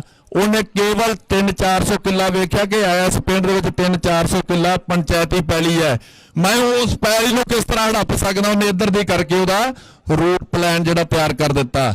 ਪਰ ਇਹ ਅਸੀਂ ਰਿਕੁਐਸਟ ਕਰਨੀ, ਅੱਜ ਕਿਸਾਨ ਆਏ ਇੱਥੇ ਸਾਡੇ ਵੀਰ, ਮੈਂ ਕਿਸਾਨਾਂ ਨੂੰ ਬੇਨਤੀ ਕਰਦਾ ਕਿ ਕਿਸਾਨੀ ਤੋਂ ਬਗੈਰ ਕਦੀ ਵੀ ਦੇਸ਼ ਨਹੀਂ ਚੱਲਦੇ, ਕਦੀ ਵੀ ਸੂਬੇ ਨਹੀਂ ਚੱਲਦੇ। ਤੇ ਅੱਜ ਭਗਵੰਤ ਮਾਨ ਦਾ ਫਰਜ਼ ਬਣਦਾ ਸੀ ਕਿ ਜੇ ਤੂੰ ਵਾਕਿਆ ਹੀ ਕਿਸਾਨਾਂ ਦਾ ਹਮਦਰਦੀ ਹੈ, ਪੰਜਾਬ ਦਾ ਹਮਦਰਦੀ ਹੈ, ਤੇ ਆ ਦਰਾਂਗਲਾ ਹਸੈਨੀ ਵਾਲਾ ਸੁਲੇਮਾਨ ਕੀ ਤੇ ਸਾਰੇ ਵਾਘਾ ਬਾਰਡਰ ਜਿਹੜੇ ਆ ਇੱਥੇ ਤੈਨੂੰ ਆਣ ਕੇ ਬੋਲਣਾ ਚਾਹੀਦਾ ਸੀ। ਤੇਰਾ ਫਰਜ਼ ਬਣਦਾ ਸੀ ਕਿ ਕਰਤਾਰਪੁਰ ਦਾ ਲਾਂਘਾ ਖਲਾਉਣ ਵਾਸਤੇ ਮੈਂ ਹਾਂ ਦਾ ਨਾਰਾ ਮਾਰਾਂ, ਪਰ ਤੂੰ ਪੁਸਤ ਬਣਾਈ ਦਿੱਲੀ ਦੀ ਕਰਦਾ ਹੈ। ਤੂੰ ਰਾਘਵ ਚੱਡੇ ਤੋਂ ਡਰਦਾ ਹੈ ਕਿ ਕਿਤੇ ਉਹਨੂੰ ਮੁੱਖ ਮੰਤਰੀ ਨਾ ਬਣਾ ਦੇਣ, ਤੂੰ ਕੇਜਰੀਵਾਲ ਤੋਂ ਡਰਦਾ ਹੈ। ਇਹ ਗੱਲ ਇਸ ਤਰ੍ਹਾਂ ਪੰਜਾਬ ਦੇ ਹੱਕਾਂ ਦੀ ਗੱਲ ਨਹੀਂ ਹੋਣੀ। ਆ ਬੈਠਾ ਜਰਨੈਲ ਜਿਹੜਾ 42 ਸਾਲ ਤੋਂ ਜਿਹੜੀ ਗੱਲ ਕਰਦਾ, ਸਾਡੇ ਸਿੱਖਾਂ ਨੂੰ ਸਮਝ ਤਾਂ ਜ਼ਰੂਰ ਲੱਗਦੀ ਹੈ, ਪਰ ਜਦੋਂ ਚਿੜੀਆ ਚੋਗੀ ਖੇਤ, ਜਦੋਂ ਵੋਟਾਂ ਲੈ ਕੇ ਚੱਲ ਜਾਂਦੇ ਆ, ਉਸ ਤੋਂ ਬਾਅਦ ਕਹਿੰਦੇ ਜਿਹੜੀ ਮਾਨ ਨੇ ਗੱਲ ਕਹੀ ਉਹ ਸੱਚੀ ਹੈ। ਸਤਿਕਾਰਯੋਗ ਖਾਲਸਾ ਜੀ, ਇਹ ਜਿਹੜੀ ਲੈਣ ਮੇਰੇ ਵੀਰ ਹਰਪਾਲ ਸਿੰਘ ਹੋਣੀ ਕਿਸਾਨ ਇੱਥੇ ਆਏ ਆ, ਉਹਨਾਂ ਦੀ ਜਿਹੜੀ ਲੈਣ ਦਾ ਮਸਲਾ ਹੈ, ਸਰਦਾਰ ਸਿਮਰਨਜੀਤ ਸਿੰਘ ਮਾਨ ਨੇ ਵੇਖਿਆ ਵੀ ਕਿੰਨੇ ਕੁ ਪੈਂਡਿੰਗ ਪਏ ਕੰਮ ਹੈ, ਉਹਨਾਂ ਨੇ ਪਾਰਲੀਮੈਂਟ 'ਚ ਸਾਰੇ ਕਰਾ ਦਿੱਤੇ। ਜਦੋਂ ਕਰਾ ਦਿੱਤੇ ਤੇ ਹੁਣ ਇੱਥੇ ਪਤਾ ਲੱਗਾ ਹੈ ਕਿ ਇਹ ਜਿਹੜੀ ਲੈਣ ਹੈ ਇਹ 8 ਪਿੰਡਾਂ ਨੂੰ ਪ੍ਰਭਾਵਿਤ ਕਰਦੀ ਹੈ। ਇਹਦਾ ਰੋਡ ਪਲਾਨ ਚੇਂਜ ਕਰਨਾ ਪੈਣਾ ਹੈ। ਡੀਸੀ ਸਾਹਿਬ ਕਹਿੰਦੇ ਮੇਰੇ ਹੱਥ ਖੜੇ ਆ, ਮੈਂ ਤੁਹਾਡੀ ਗੱਲ ਸੁਣੀ ਹੈ, ਮੈਂ ਪਾਣੀ 'ਚ ਡੁੱਬੇ ਪਿੰਡਾਂ ਨੂੰ ਵੇਖਿਆ ਹੈ, ਪਰ ਮੈਂ ਲਿਖ ਕੇ ਭੇਜ ਸਕਦਾ, ਪਰ ਮੇਰੇ ਕੋਲ ਇਹ ਅਥਾਰਟੀ ਤੇ ਪਾਵਰ ਨਹੀਂ ਕਿ ਮੈਂ ਉਹਨੂੰ ਬਦਲਦਾ। ਐਸਡੀਐਮ ਸਾਹਿਬ ਕਹਿੰਦੇ ਆ ਮੈਂ ਤੁਹਾਡਾ ਦਰਦ ਸਮਝਦਾ ਹੈ, ਤੁਸੀਂ ਬੜੀਆਂ 9 ਤੋਂ ਲੈ ਕੇ ਦਰਖਾਸਤਾਂ ਦਿੱਤੀਆਂ, ਬੜਾ ਸਾਡੇ ਕੋਲ ਰਿਕੁਐਸਟਾਂ ਕੀਤੀਆਂ, ਪਰ ਜਿਹੜੀ ਹਕੂਮਤ ਹੈ ਉਹ ਆਪਣਾ ਕੰਮ ਜਿੱਦ ਤੇ ਅੜੀ ਹੈ ਕਿ ਕਰਨਾ ਹੈ। ਪਰ ਇਹ ਪੰਜਾਬ ਹੈ, ਪੰਜਾਬ ਵੀ ਆਪਦੀ ਜਿੱਦ ਤੇ ਅੜਿਆ ਹੈ। ਜੇ ਤੁਸੀਂ ਬਣਾਉਣੀ ਹੈ ਤੇ ਤੁਸੀਂ ਉੱਥੋਂ ਬਣਾਓ ਜਿੱਥੋਂ ਕੋਈ ਕਿਸਾਨਾਂ ਦਾ ਨੁਕਸਾਨ ਨਾ ਹੋਵੇ। ਤੇ ਇਹ ਪਤਾ ਕੀ ਕਹਿੰਦੇ ਆ, ਇਹ ਕਹਿੰਦੇ ਜੇ ਸਾਡੀਆਂ ਜ਼ਮੀਨਾਂ ਹੀ ਨਾ ਰਹੀਆਂ ਤੇ ਅਸੀਂ ਪੁੱਤ ਪਾਲ ਕੇ ਕੀ ਕਰਨਾ ਹੈ। ਫਿਰ ਸਾਨੂੰ ਉਹ ਰੇਲ ਦੇ ਥੱਲੇ ਆਣ ਕੇ ਉਹ ਸਾਕਾ ਪੰਜਾ ਸਾਹਿਬ ਵਾਲਾ ਭਾਵੇਂ ਕਿਉਂ ਨਾ ਬਣੇ, ਪਰ ਅਸੀਂ ਰੇਲ ਨਹੀਂ ਚੱਲਣ ਦੇਣੀ। ਹੁਣ ਅਸੀਂ ਇੱਥੋਂ ਦੇ ਰੇਲ ਮੰਤਰੀ ਨੂੰ ਵੀ ਇਹ ਗੱਲ ਕਹਿਣੀ ਚਾਹੁੰਦੇ ਆ ਕਿ ਕਿਸਾਨਾਂ ਦੀ ਗੱਲ ਸੁਣਨ ਵਾਸਤੇ ਟਾਈਮ ਦਿੱਤਾ ਜਾਵੇ। ਇਹ ਸਾਰੇ ਕਿਸਾਨ ਸਰਦਾਰ ਸਿਮਰਨਜੀਤ ਸਿੰਘ ਮਾਨ ਕੋਲ ਆਏ ਆ, ਇਹ ਕਹਿੰਦੇ ਆ ਕਿ ਤੂੰ ਹਰ ਇੱਕ ਧਰਮ ਦਾ ਹਾਂ ਦਾ ਨਾਰਾ ਮਾਰਦਾ ਹੈ, ਪਰ ਤੇਰੇ ਤਾਂ ਕਿਸਾਨ ਪਾਣੀ ਨਾਲ ਡੁੱਬ ਕੇ ਮਰ ਜਾਣਗੇ। ਹੁਣ ਇਹ ਰੇਲ ਸ਼੍ਰੋਮਣੀ ਅਕਾਲੀ ਦਲ ਅੰਮ੍ਰਿਤਸਰ ਤੇ ਤੁਹਾਨੂੰ ਕਿਸਾਨ ਲੀਡਰਾਂ ਨੂੰ ਇਸ ਕਰਕੇ ਚਲਾਉਣੀ ਵੀ ਆ, ਪਰ ਇੱਥੋਂ ਦੀ ਜਿੱਥੇ ਪਹਿਲਾ ਰੂਟ ਬਣਿਆ ਸੀ, ਜਿਹੜਾ ਰੂਟ ਕੋਈ ਕਿਸਾਨ ਦਾ ਤੇ ਪੈਲੀ ਦਾ ਨੁਕਸਾਨ ਨਹੀਂ ਕਰਦਾ, ਉੱਥੋਂ ਦੀ ਚੱਲਣੀ ਚਾਹੀਦੀ ਹੈ। ਅੱਜ ਇਹ ਸਾਡੀ ਗੱਲ ਦਿੱਲੀ ਜਿਹੜੀ ਉਹ ਸੁਣਨ ਦਾ ਯਤਨ ਕਰੇ। ਔਰ ਮੈਂ ਇੱਥੇ ਜਿੰਨੇ ਵੀ ਤੁਹਾਡੇ ਲੀਡਰ ਸਾਰੇ ਆਪਾਂ ਆਏ ਆ, ਸਾਰਿਆਂ ਦਾ ਧੰਨਵਾਦ ਕਰਦੇ ਆ। ਔਰ ਜਿਹੜਾ ਇਹ ਅੱਜ ਕਰਤਾਰਪੁਰ ਦਾ ਲਾਂਘਾ ਬੰਦ ਕੀਤਾ ਹੈ, ਮੈਂ ਦੱਸਣਾ ਚਾਹੁੰਦਾ ਕਿ ਗੁਜਰਾਤ ਦੇ ਵਿੱਚ ਬਾਰਡਰ ਖੁੱਲ੍ਹਾ ਹੈ ਤੇ ਗੁਜਰਾਤ ਤਾਂ ਤੁਹਾਡੀ 56 ਇੰਚ ਛਾਤੀ ਵਾਲਿਓ ਜ਼ਮੀਨ ਵੀ ਲੁੱਟ ਕੇ ਲੈ ਗਿਆ, ਪਰ ਤੁਹਾਨੂੰ ਕੀ ਫਿਕਰ, ਉਹ ਜ਼ਮੀਨ ਤਾਂ ਖਾਲਸਾ ਰਾਜ ਦੀ ਹੈ ਤੇ ਤੁਹਾਨੂੰ ਕਾਹਦਾ ਤਰਸ, ਤੁਸੀਂ ਤਾਂ ਅੱਜ ਉਹਨਾਂ ਨਾਲ ਵਪਾਰ ਕਰਦੇ ਹੋ ਤੇ ਇੱਥੋਂ ਕਿਹੜੀ ਜ਼ਮੀਨ ਇਹਨਾਂ ਨੇ ਲੁੱਟੀ ਹੈ ਜਿਹੜਾ ਇਹਨਾਂ ਦਾ ਬਾਰਡਰ ਸਾਰੇ ਬੰਦ ਕਰ ਦਿੱਤੇ। ਇਹ ਜਿਹੜੀ ਦੋ ਦੇਸ਼ਾਂ ਦੀ ਜੰਗ ਨਹੀਂ, ਇੱਕ ਤਰਫੀ ਮੋਦੀ ਜੰਗ ਲਾ ਕੇ ਬੈਠਾ ਹੈ। ਕਦੀ ਕਿਸੇ ਨੂੰ ਚਿੱਠੀ ਲਿਖਦਾ ਹੈ ਸਿੱਖ ਉੱਪਰ ਗਏ, ਕਦੀ ਕਿਸੇ ਨੂੰ ਚਿੱਠੀ ਲਿਖਦਾ ਹੈ, ਤੇ ਸਿੱਖ ਤਾਂ ਇਹ ਹਮੇਸ਼ਾ ਹੀ ਹਲੇਮੀ ਰਾਜ ਦੀ ਗੱਲ ਕਰਦੇ ਆ। ਸਾਡੇ ਗ੍ਰੰਥ 'ਚ ਵੀ ਹਲੇਮੀ ਰਾਜ ਦੀ ਗੱਲ ਹੋਈ ਹੈ। ਮੈਂ ਇੱਥੇ ਮੇਰੀਆਂ ਭੈਣਾਂ ਬੀਬੀਆਂ ਆਈਆਂ, ਸਾਰਿਆਂ ਦਾ ਧੰਨਵਾਦ। ਮੈਂ ਪ੍ਰੋਫੈਸਰ ਸਾਹਿਬ ਨੂੰ ਵੀ ਇਹ ਬੇਨਤੀ ਕਰੂੰਗਾ ਵੀ ਜਿਹੜਾ ਅੱਜ ਤੁਸੀਂ ਮੇਰੇ ਖਿਆਲ, ਹੁਣ ਮੈਨੂੰ ਨਹੀਂ ਪਤਾ ਭਸੌੜ ਸਾਹਿਬ ਨੇ ਇਹਨਾਂ ਦਾ ਪਲਾਨ ਕੀ ਹੈ, ਪਰ ਮੈਂ ਸਾਰਿਆਂ ਦਾ ਧੰਨਵਾਦ ਕਰਦਾ ਹਾਂ। ਦਲ ਖਾਲਸਾ ਦੇ ਕਮਰਪਾਲ ਜੀ ਤੇ ਪਰਮਜੀਤ ਸਿੰਘ ਮਾਨ ਸਾਹਿਬ ਸਾਰੇ ਆਏ ਆ, ਗੁਰਵਿੰਦਰ ਸਿੰਘ ਜੀ ਜੌਲੀ। ਇਹ ਜੌਲੀ ਸਾਹਿਬ ਕਹਿੰਦੇ ਆ ਕਿ ਇੱਥੇ ਈਸਾਈ ਧਰਮਚਾਰੇ ਦੇ ਜਿਹੜੇ ਮਸੀਹ ਧਰਮ ਦੇ ਲੋਕ ਜਿਹੜੇ ਆ ਬਹੁਤ ਵੱਡੀ ਗਿਣਤੀ 'ਚ ਆਏ ਆ। ਇੱਥੇ ਗੋਪੀ ਜੀ ਕਹਿੰਦੇ ਆ ਜਿਹੜੇ ਅਸਲੀ ਹਿੰਦੂ ਵੀ ਇੱਥੇ ਆਏ ਆ, ਜਿਹੜੇ ਚੰਗੇ ਮੁਸਲਮਾਨ ਵੀ ਇੱਥੇ ਆਏ ਆ। ਉਹ ਕੀ ਆ, ਉਹ ਕਹਿੰਦੇ ਜੰਗ ਨਹੀਂ ਚਾਹੀਦੀ। ਸੋ ਮੋਦੀ ਸਾਹਿਬ, ਅਸੀਂ ਸਿੱਖ ਜੰਗ ਨਹੀਂ ਚਾਹੁੰਦੇ। ਸ਼੍ਰੋਮਣੀ ਅਕਾਲੀ ਦਲ ਵੱਲੋਂ ਆਏ ਸਾਰੇ ਲੀਡਰਾਂ ਦਾ ਬਹੁਤ ਬਹੁਤ ਧੰਨਵਾਦ। ਗੁਰਮੇਲ ਸਿੰਘ ਨੰਬਰਦਾਰ, ਹਾਂ ਸਰਦਾਰ ਬਲਜਿੰਦਰ ਸਿੰਘ ਜੀ, ਹਾਂ ਅਟਾਰੀ ਦੇ ਸਰਦਾਰ ਬਲਜਿੰਦਰ ਸਿੰਘ ਦੀ ਤੇ ਗੁਰਮੇਲ ਸਿੰਘ ਜੀ ਨੰਬਰਦਾਰ, ਇਹ ਸਾਰੇ ਸਾਡੇ, ਇਹਨਾਂ ਨੇ ਜਦੋਂ ਕਿਹਾ ਨਾ ਅਸੀਂ ਮਨਜ਼ੂਰੀ ਚਾਹੀਦੀ ਹੈ, ਇੱਥੇ ਸ਼੍ਰੋਮਣੀ ਅਕਾਲੀ ਦਲ ਅੰਮ੍ਰਿਤਸਰ ਨੇ ਆਪਣੀ ਉਹ ਮੰਗ ਰੱਖਣੀ ਹੈ ਜਿਹੜੀ ਪੂਰੇ ਦੇਸ਼ ਦੀ GDP ਦੇ ਵਿੱਚ ਵਾਧਾ ਕਰ ਸਕਦੀ ਹੈ। ਤੇ ਇਹਨਾਂ ਨੇ ਪਤਾ ਕੀ ਕੀਤਾ, ਕਹਿੰਦੇ ਤੁਸੀਂ ਇੱਕ ਐਪਲੀਕੇਸ਼ਨ ਲਿਖ ਕੇ ਭੇਜੋ ਕਿਹਦੀ ਜ਼ਮੀਨ ਹੈ, ਜੇ ਜ਼ਮੀਨ ਵਾਲਾ ਮੰਨ ਜੂਗਾ ਤੇ ਤੁਹਾਨੂੰ ਮਨਜ਼ੂਰੀ ਦੇ ਦਾਂਗੇ।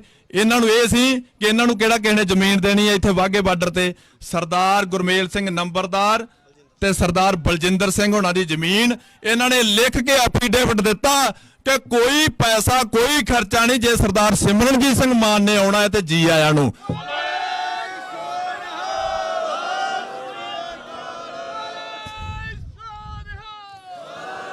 ਤੇ ਫਿਰ ਜਦੋਂ ਇਹਨਾਂ ਨੇ ਐਫੀਡੇਵਿਟ ਦੇਤਾ ਤੇ DC ਸਾਹਿਬ ਕਹਿੰਦੇ ਤੁਹਾਡੀ ਆਨਲਾਈਨ ਜਿਹੜੀ ਆ ਉੱਥੇ ਮਨਜ਼ੂਰੀ ਚੱਲ ਜੂਗੀ। ਇੱਥੇ ਟੈਂਟ ਲੱਗਣੇ ਸ਼ੁਰੂ ਹੋ ਗਏ, ਸਾਰਾ ਲੰਗਰ ਦਾ ਪ੍ਰਬੰਧ, ਪਾਣੀਆਂ ਦਾ ਪ੍ਰਬੰਧ, ਗੱਡੀਆਂ ਦਾ ਪ੍ਰਬੰਧ ਸਾਰਾ ਹੋਣ ਲੱਗ ਪਿਆ। ਤੇ ਰਾਤ ਆਣ ਕੇ ਬੁਖਲਾੜ ਦੇ ਵਿੱਚ ਆਣ ਕੇ ਸਰਕਾਰ ਕਹਿੰਦੀ ਕਿ ਤੁਹਾਡੀ ਨੋਟ ਰਿਕਮੈਂਡ ਹੋ ਗਈ ਆ, ਤੁਹਾਨੂੰ ਮਨਜ਼ੂਰੀ ਨਹੀਂ ਮਿਲ ਸਕਦੀ ਆ। ਸਰਦਾਰ ਨੰਗਲ ਸਾਹਿਬ ਨੂੰ ਮੈਸੇਜ ਵੀ ਤੇ ਫੋਨ ਵੀ ਆ ਗਿਆ ਕਿ ਤੁਸੀਂ ਇਕੱਠ ਨਹੀਂ ਕਰ ਸਕਦੇ। ਇਹਨਾਂ ਨੂੰ ਇਹ ਨਹੀਂ ਪਤਾ ਇਹ ਤਾਂ ਉਹ ਬੰਦੇ ਆ ਜਿਨ੍ਹਾਂ ਦਰਾ ਖੈਬਰ ਵੀ ਬੰਦ ਕਰਤਾ ਸੀ, ਤੂੰ ਇਹਨਾਂ ਦਾ ਇਕੱਠ ਕਰਨੋਂ ਕਿੱਦਾਂ ਰੋਕ ਸਕਦਾ ਹੈ।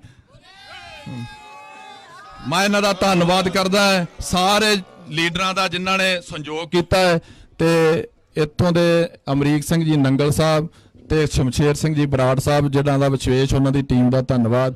ਸਾਰਿਆਂ ਦਾ, ਸਾਰੀ ਸੰਗਤ ਵੱਖ-ਵੱਖ ਜ਼ਿਲ੍ਹਿਆਂ ਤੋਂ ਆਏ ਹੋ, ਸਾਰਿਆਂ ਦਾ ਧੰਨਵਾਦ। ਵਾਹਿਗੁਰੂ ਜੀ ਕਾ ਖਾਲਸਾ, ਵਾਹਿਗੁਰੂ ਜੀ ਕੀ ਫਤਿਹ। ਗੁਰੂ ਰੂਪ ਖਾਲਸਾ ਜੀ, ਬਲੇਰ ਸਾਹਿਬ ਨੇ ਤੁਹਾਨੂੰ ਬੜਾ ਹੀ ਡਿਟੇਲ 'ਚ ਦੱਸਿਆ। ਸੋ ਮੈਂ ਬੇਨਤੀ ਕਰੂੰਗਾ ਪ੍ਰੋਫੈਸਰ ਮਹਿੰਦਰਪਾਲ ਸਿੰਘ ਜੀ ਜੋ ਕਿ ਪਾਰਟੀ ਦੇ ਜਨਰਲ ਸਕੱਤਰ ਨੇ, ਉਹ ਆਪਣੇ ਵਿਚਾਰ ਤੁਹਾਡੇ ਨਾਲ ਸਾਂਝੇ ਕਰਨਗੇ। ਪ੍ਰੋਫੈਸਰ ਮਹਿੰਦਰਪਾਲ ਸਿੰਘ ਜੀ।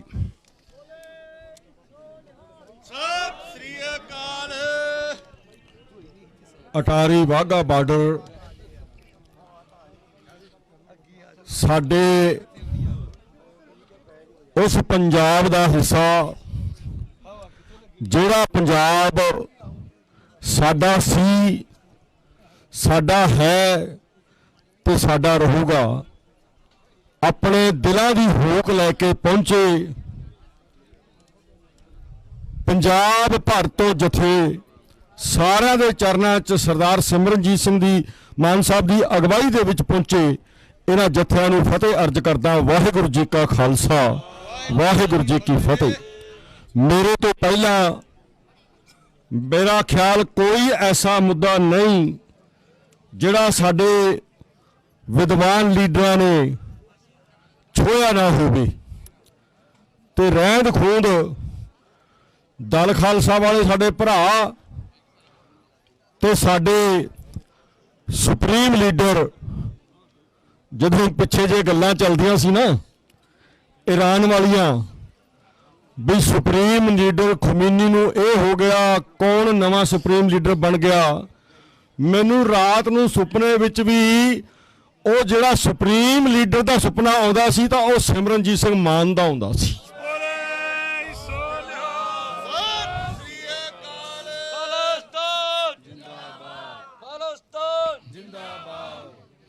ਮੈਂ 2-3 ਸਿਰਫ ਗੱਲਾਂ ਕਰਨੀਆਂ ਨੇ, ਲੈਕਚਰ ਨਹੀਂ ਕਰਨਾ।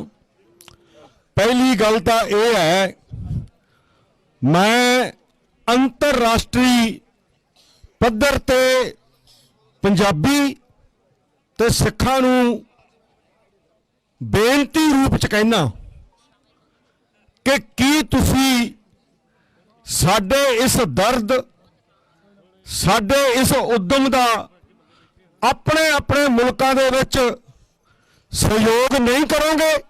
ਸਾਡੀ ਬੇਨਤੀ ਹੈ ਇਸ ਆਵਾਜ਼ ਨੂੰ ਵੱਡੀ ਕਰੋ ਤਾਂ ਜੋ ਸਾਡੀ ਵਿਰਾਸਤ ਦਾ ਸੱਚ ਦੁਨੀਆ ਦੇ ਸਾਹਮਣੇ ਆ ਸਕੇ। ਹੁਣ ਕਦੇ ਹੋ ਸਕਦਾ ਹੈ,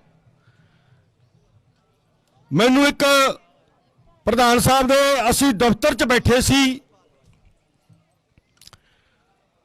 ਸਰਦਾਰ ਕੁਸ਼ਲਪਾਲ ਸਿੰਘ ਮਾਨ ਨੇ ਇੱਕ 10 ਮਿੰਟ ਦੀ ਮੂਵੀ ਸਾਨੂੰ ਦਿਖਾਈ।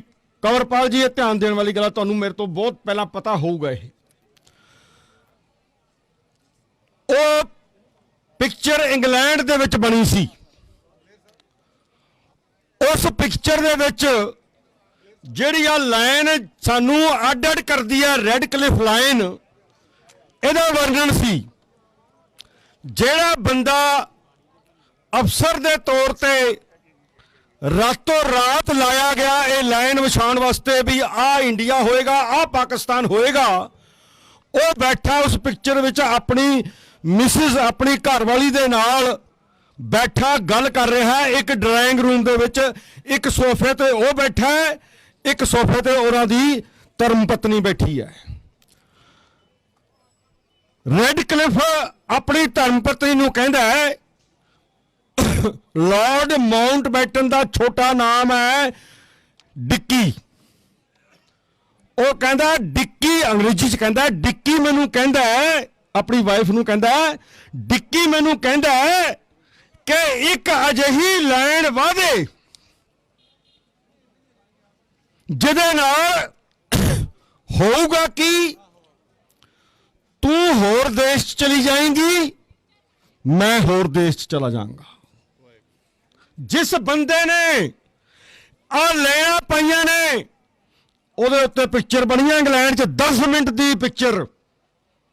ਉਹ ਕਹਿੰਦਾ ਐਸੀਆਂ ਲਾਈਨਾਂ ਸਾਨੂੰ ਮਾਰਨ ਲਈ ਮਜਬੂਰ ਕੀਤਾ ਜਾ ਰਿਹਾ ਹੈ ਕਿਉਂਕਿ ਲਾਰਡ ਮਾਊਂਟਬੈਟਨ, ਖਾਸ ਕਰ ਉਹਦੀ ਮਿਸਿਸ ਤੇ ਨਹਿਰੂ ਦੇ ਰਿਲੇਸ਼ਨ ਦੇ ਵਿੱਚੋਂ ਸਾਡਾ ਪਾੜਾ ਪਿਆ ਹੈ। ਅਸੀਂ ਇਹਨਾਂ ਲਾਈਨਾਂ ਨੂੰ ਸਦੀਵ ਨਹੀਂ ਮੰਨਦੇ। ਅਗਲੀ ਗੱਲ ਆਹ ਹੈ ਪਰਲੇ ਪਾਸੇ 1.5 ਕਿਲੋਮੀਟਰ ਤੇ ਅਟਾਰੀ, ਇਸ ਮੁਲਕ ਦਾ ਪਿੰਡ ਅੱਜ ਦੀ ਤੌਰ ਤੇ ਉਹ ਪਰਲੇ ਪਾਸੇ ਹੈ ਵਾਘਾ, ਉਧਰਲਾ ਪਿੰਡ ਵਾਘਾ, ਆ ਅਟਾਰੀ।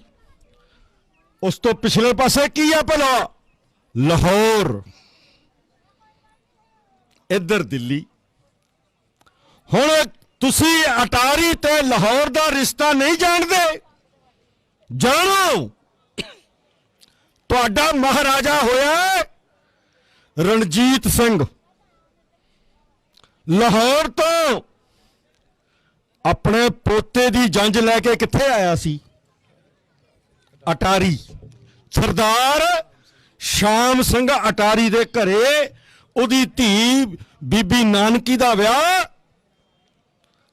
ਉਹਦੇ ਪੋਤਰੇ ਕੰਵਰ ਨਿਹਾਲ ਸਿੰਘ ਜੀ ਨਾਲ ਹੋਇਆ ਹੈ। ਇੱਕ ਹੋਰ ਯਾਦ ਤੁਹਾਨੂੰ ਦਿਵਾ ਦੇਵਾਂ, ਜਦੋਂ ਕੰਵਰ ਨਿਹਾਲ ਸਿੰਘ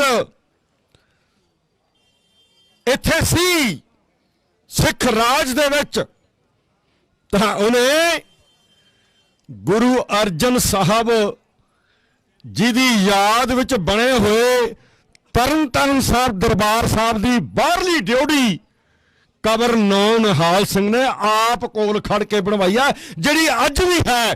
ਪਰ ਉਹ ਅੱਜ ਨਹੀਂ ਹੋਣੀ ਸੀ। ਉਹ ਬੈਠੇ ਨੇ ਸਰਦਾਰ ਸਿਮਰਨਜੀਤ ਸਿੰਘ ਮਾਨ ਤੇ ਉਹਨਾਂ ਦੀ ਪਾਰਟੀ ਬਣਾਈ ਕੰਵਰ ਨਿਹਾਲ ਸਿੰਘ ਨੇ, ਭਾਵ ਸਿੱਖ ਰਾਜ ਨੇ, ਤੇ ਢਾਉਣਾ ਚਾਹੁੰਦੇ ਸੀ ਤੁਹਾਡੇ ਕਾਰ ਸੇਵਾ ਵਾਲੇ।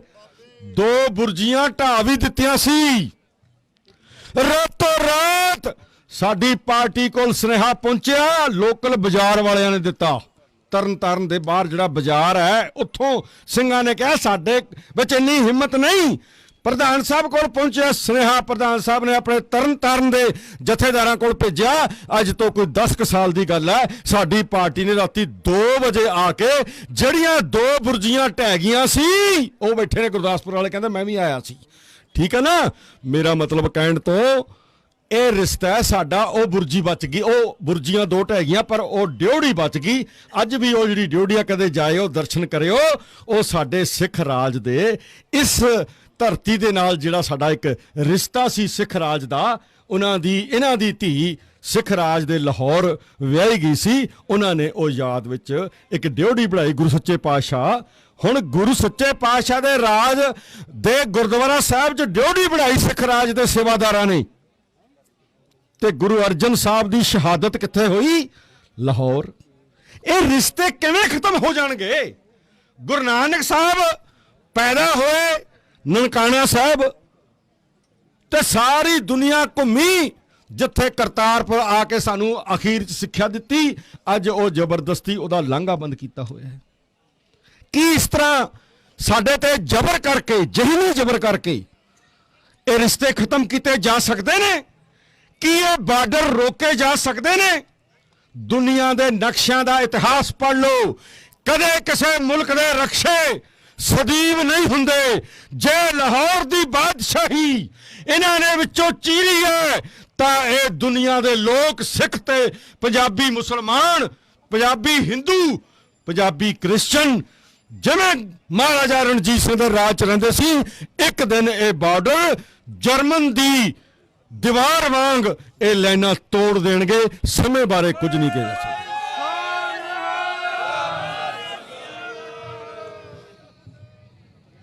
ਬਸ ਇੱਕ ਮੇਰੀ ਲਾਸਟ ਬੇਨਤੀ ਹੈ, ਸਾਡਾ 47 ਦੇ ਵਿੱਚ ਬਹੁਤ ਨੁਕਸਾਨ ਹੋਇਆ ਕਈ ਤਰ੍ਹਾਂ ਦਾ। ਜਿੱਥੇ ਸਾਡਾ ਜਾਨੀ ਨੁਕਸਾਨ ਹੋਇਆ, ਮਾਲੀ ਨੁਕਸਾਨ ਹੋਇਆ, ਅਸੀਂ ਆਪਣੀਆਂ, ਸਾਡੇ ਲੋਕਾਂ ਨੇ ਜ਼ਮੀਨਾਂ ਛੱਡੀਆਂ, ਜਾਇਦਾਦਾਂ ਛੱਡੀਆਂ, ਪਰਿਵਾਰ ਨੇ ਆਪਣੀਆਂ ਧੀਆਂ ਆਪ ਮਾਰੀਆਂ ਇੱਜ਼ਤ ਨੂੰ ਬਚਾਉਣ ਖਾਤਰ। ਇਹਦੇ ਨਾਲ ਨਾਲ ਅੱਗੇ ਜਦੋਂ ਅਸੀਂ ਪਹੁੰਚੇ ਤੇ ਇਹ ਇੱਕ ਤਮਗਾ ਲੈ ਕੇ ਖੜੇ ਸੀ, ਹਿੰਦੁਸਤਾਨ ਵਾਲੇ ਬਾਹਮਣ ਇੱਕ ਤਮਗਾ ਲੈ ਕੇ ਖੜੇ ਸੀ, ਮੈਡਲ ਲੈ ਕੇ ਖੜੇ ਸੀ ਕਿ ਆਹ ਜਿਹੜੇ ਉੱਜੜ ਕੇ ਆ ਰਹੇ ਨੇ ਸਿੱਖ, ਇਹ ਜਰਾਇਮ ਪੇਸ਼ਾ ਕੌਮ ਨੇ। ਇਹ ਸਾਰਾ ਕੁਝ ਮੈਂ ਕਦੇ ਨਹੀਂ ਕਹਿੰਦਾ ਕਿ ਸਾਡੇ ਸਿੱਖ ਲੀਡਰਾਂ ਦੀ ਗਲਤੀ ਸੀ, ਪਰ ਮੈਂ ਇਹ ਦਾਅਵੇ ਨਾਲ ਕਹਿਣਾ ਕਿ ਉਹਨਾਂ ਦੇ ਵਿੱਚ ਦੂਰ ਅੰਦੇਸ਼ੀ ਦੀ ਘਾਟ ਸੀ। ਮੈਂ ਇੱਕ ਉਦਾਹਰਨ ਦੇ ਕੇ ਇਹ ਗੱਲ ਸਿੱਧ ਕਰੂੰਗਾ ਤੇ ਬੈਠ ਜਾਊਂਗਾ। ਦੂਰ ਅੰਦੇਸ਼ੀ ਜਿਸ ਲੀਡਰ ਦੇ ਵਿੱਚ ਨਹੀਂ ਹੈ ਉਹ ਦਿੱਲੀ ਦੀਆਂ ਜੁੱਤੀਆਂ ਝਾੜ ਕੇ ਗਵਰਨਰ ਤਾਂ ਬਣ ਸਕਦਾ ਹੈ, ਪਰ ਉਹ ਲੋਕਾਂ ਤੇ, ਲੋਕਾਂ ਦੇ ਵਰਤਮਾਨ ਵਾਸਤੇ, ਲੋਕਾਂ ਦੇ ਭਵਿੱਖ ਵਾਸਤੇ ਕੋਈ ਐਸੇ ਫੈਸਲੇ ਨਹੀਂ ਕਰ ਸਕਦਾ ਜਿਹੜੇ ਕੌਮਾਂ ਦੀ ਜਿੰਦ ਜਾਨ ਹੁੰਦੇ ਨੇ ਤੇ ਜਿਹੜੇ ਕੌਮਾਂ ਦਾ ਭਵਿੱਖ ਤੈਅ ਕਰਦੇ ਨੇ। 2011 ਦੀ ਗੱਲ ਹੈ, ਮੈਂ ਉਦਾਹਰਨ ਰੂਪ ਵਿੱਚ ਦੇ ਰਿਹਾ ਕਿ ਦੂਰ ਅੰਦੇਸ਼ੀ ਸਿਮਰਨਜੀਤ ਸਿੰਘ ਮਾਨ ਦੀ ਜਿਹੜੀ ਦਿਓਲ ਸਾਹਿਬ ਵੀ ਦੱਸ ਕੇ ਗਏ ਨੇ, ਅਸੀਂ 2011 ਦੀ ਸ਼੍ਰੋਮਣੀ ਕਮੇਟੀ ਦੀ ਇਲੈਕਸ਼ਨ ਦੀਆਂ ਤਿਆਰੀਆਂ ਕਰ ਰਹੇ ਸੀ। ਸਾਡੇ ਇੰਗਲੈਂਡ ਦੇ ਚੇਅਰਮੈਨ ਸਾਹਿਬ ਸਰਦਾਰ ਗੁਰਦਿਆਲ ਸਿੰਘ ਜੀ ਅਟਵਾਲ ਇੱਕ ਸੀਡੀ ਬਣਾ ਕੇ ਲਿਆਏ। ਉਦੋਂ ਸੀਡੀਆਂ ਹੁੰਦੀਆਂ ਸੀ, ਇੱਕ ਸੀਡੀ ਬਣਾ ਕੇ ਲਿਆਏ। ਪ੍ਰਧਾਨ ਸਾਹਿਬ ਨੇ ਸਾਨੂੰ ਦੱਸਿਆ ਕਿ ਇੱਕ ਪ੍ਰੈਸ ਕਾਨਫਰੰਸ ਕਰਨੀ ਹੈ ਕੱਲ ਚੰਡੀਗੜ੍ਹ, ਉੱਥੇ ਇਹ ਸੀਡੀ ਰਿਲੀਜ਼ ਕਰਨੀ ਹੈ। ਉਹ ਪ੍ਰਧਾਨ ਸਾਹਿਬ ਦੀਆਂ ਯਾਦਾਂ ਤੇ ਖਾਲਿਸਤਾਨ ਦੇ ਕਨਸੈਪਟ ਬਾਰੇ ਇੱਕ ਸੀਡੀ ਬਣਾ ਕੇ ਸਰਦਾਰ ਗੁਰਦਿਆਲ ਸਿੰਘ ਅਟਵਾਲ ਲੈ ਕੇ ਆਏ ਸੀ। ਮੈਨੂੰ ਯਾਦ ਹੈ ਜਿਹੜਾ ਪਹਿਲਾ ਬੱਸ ਸਟੈਂਡ ਹੁੰਦਾ ਸੀ 17 ਸੈਕਟਰ ਵਾਲਾ, ਉਹਦੇ ਬਿਲਕੁਲ ਦੂਜੇ ਪਾਸੇ ਇੱਕ ਕਾਰਨਰ ਤੇ ਪੰਕਜ ਹੋਟਲ ਹੈ, ਉਹਦੇ ਵਿੱਚ ਅਸੀਂ ਪ੍ਰੈਸ ਕਾਨਫਰੰਸ ਕੀਤੀ ਜਿਹਦੇ ਵਿੱਚ ਉਹ ਸੀਡੀ ਨੇ ਖਾਲਿਸਤਾਨ ਦੀ ਬਾਤ ਪਾਈ। ਪਰ ਦੂਜੇ ਦਿਨ ਸਵੇਰੇ ਸਾਡੀ ਹੀ ਪਾਰਟੀ ਦੇ, ਅੱਜ ਵੀ ਆ ਜਾਂਦੇ ਨੇ ਕਦੇ ਇੰਡੀਆ ਕਦੇ ਉੱਥੇ, ਇੱਕ ਲੀਡਰ ਨੇ ਮੈਨੂੰ ਸਵੇਰੇ ਹੀ ਫੋਨ ਲਾ ਲਿਆ। ਉਹ ਸੀਡੀ ਦੀ ਖਬਰ ਛਪੀ ਵੀ ਖਾਲਿਸਤਾਨ ਤੇ ਸੀਡੀ ਕੱਢਤੀ। ਮੈਨੂੰ ਉਹਦਾ ਫੋਨ ਸੀ ਕਿ ਲੱਗਦਾ ਪ੍ਰੋਫੈਸਰ ਸਾਹਿਬ ਮਾਨ ਸਾਹਿਬ ਨੇ ਤੇ ਤੁਹਾਡੀ ਪਾਰਟੀ ਨੇ ਸ਼ਾਇਦ 2011 ਵਾਲੀਆਂ ਸ਼੍ਰੋਮਣੀ ਕਮੇਟੀ ਦੀਆਂ ਇਲੈਕਸ਼ਨਾਂ ਨਹੀਂ ਲੜਨੀਆਂ, ਤੁਸੀਂ ਹਜੇ ਵੀ ਖਾਲਿਸਤਾਨ ਦੀਆਂ ਗੱਲਾਂ ਕਰ ਰਹੇ ਹੋ। ਇਹ ਸਾਡੇ, ਮੇਰੇ ਕੋਲ ਨਾਮ ਵੀ ਅੱਜ ਦੱਸ ਵੀ ਦਊਂਗਾ ਪ੍ਰਾਈਵੇਟਲੀ, ਕਾਹਨੂੰ ਇੱਥੇ ਪਬਲਿਕਲੀ ਦੱਸਣਾ ਹੈ।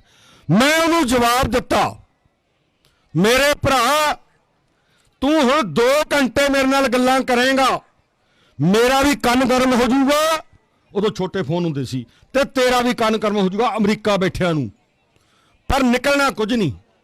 ਮੈਂ ਤੈਨੂੰ ਇੱਕ ਗੱਲ ਪਹਿਲਾਂ ਕਹਿ ਦੇਣਾ, ਫਿਰ ਤੇਰੀ ਸਾਰੀ ਗੱਲ ਸੁਣੂੰਗਾ। ਕਹਿੰਦਾ ਦੱਸੋ ਕੀ ਕਹਿ ਲਓਗੇ। ਮੈਂ ਕਿਹਾ ਮੈਂ ਤੈਨੂੰ ਇਹ ਕਹਿਣਾ ਕਿ ਮੈਂ ਆਪਣੇ ਆਪ ਤੋਂ 10 ਸਾਲ ਬਾਅਦ ਸ਼ਰਮਾਣਾ ਛੱਡਤਾ। ਕਹਿੰਦਾ ਇਹ ਕੀ ਜਵਾਬ ਹੈ। ਮੈਂ ਤਾਂ ਪੁੱਛਦਾ ਵੀ ਤੁਸੀਂ ਸ਼੍ਰੋਮਣੀ ਕਮੇਟੀ ਦੀਆਂ ਇਲੈਕਸ਼ਨਾਂ ਲੜਨੀਆਂ ਕਿ ਨਹੀਂ, ਤੁਸੀਂ ਹੁਣ ਵੀ ਮੈਂ ਕਿਹਾ ਜੋ ਸਿਮਰਨਜੀਤ ਸਿੰਘ ਮਾਨ ਕਹਿੰਦਾ ਹੈ, ਅਸੀਂ ਤੁਹਾਡੇ ਵਰਗਿਆਂ ਦੀਆਂ ਗੱਲਾਂ ਸੁਣ ਕੇ ਆਪਣੀ ਮਤ ਨੂੰ ਗੱਲ ਕਰਕੇ ਉਹਦਾ ਵਿਰੋਧ ਕਰਦੇ ਹਾਂ, ਪਰ 10 ਸਾਲ ਬਾਅਦ ਸਮਝ ਆਉਂਦੀ ਹੈ ਕਿ ਸਿਮਰਨਜੀਤ ਸਿੰਘ ਮਾਨ ਠੀਕ ਕਹਿ ਰਿਹਾ ਸੀ। ਫਿਰ ਸਾਨੂੰ ਆਪਣੇ ਆਪ ਤੋਂ ਸ਼ਰਮ ਆਉਂਦੀ ਹੈ ਵੀ ਯਾਰ 10 ਸਾਲ ਪਹਿਲਾਂ ਅਸੀਂ ਕੀ ਕਹਿ ਰਹੇ ਸੀ, ਅੱਜ ਅਸੀਂ ਸ਼ਰਮਾ ਰਹੇ ਹਾਂ, ਕਿਉਂਕਿ ਉਹ ਗੱਲ ਤਾਂ ਜ਼ਾਹਰੇ ਤੌਰ ਤੇ ਸਪਸ਼ਟ ਹੋ ਗਈ। ਸੋ ਅੱਜ ਇਹ ਜਿਹੜਾ ਤੁਸੀਂ ਮੁਜ਼ਾਹਰਾ ਕਰ ਰਹੇ ਹੋ, ਇਹਦੀ ਆਵਾਜ਼ ਮੈਂ ਦਾਅਵੇ ਨਾਲ ਕਹਿਣਾ ਗੁਰੂ ਨਾਨਕ ਸਾਹਿਬ ਜੀ ਦੇ ਚਰਨਾਂ ਨਾਲ ਮੱਥਾ ਲਾ ਕੇ ਕਿ ਦੁਨੀਆ ਭਰ ਦੇ ਵਿੱਚ ਇਹਦੀ ਆਵਾਜ਼ ਅਵਸ਼ ਜਾਊਗੀ। ਵਾਹਿਗੁਰੂ ਜੀ ਕਾ ਖਾਲਸਾ, ਵਾਹਿਗੁਰੂ ਜੀ ਕੀ ਫਤਿਹ। ਪਾਣੀ ਲੈ ਲਓ।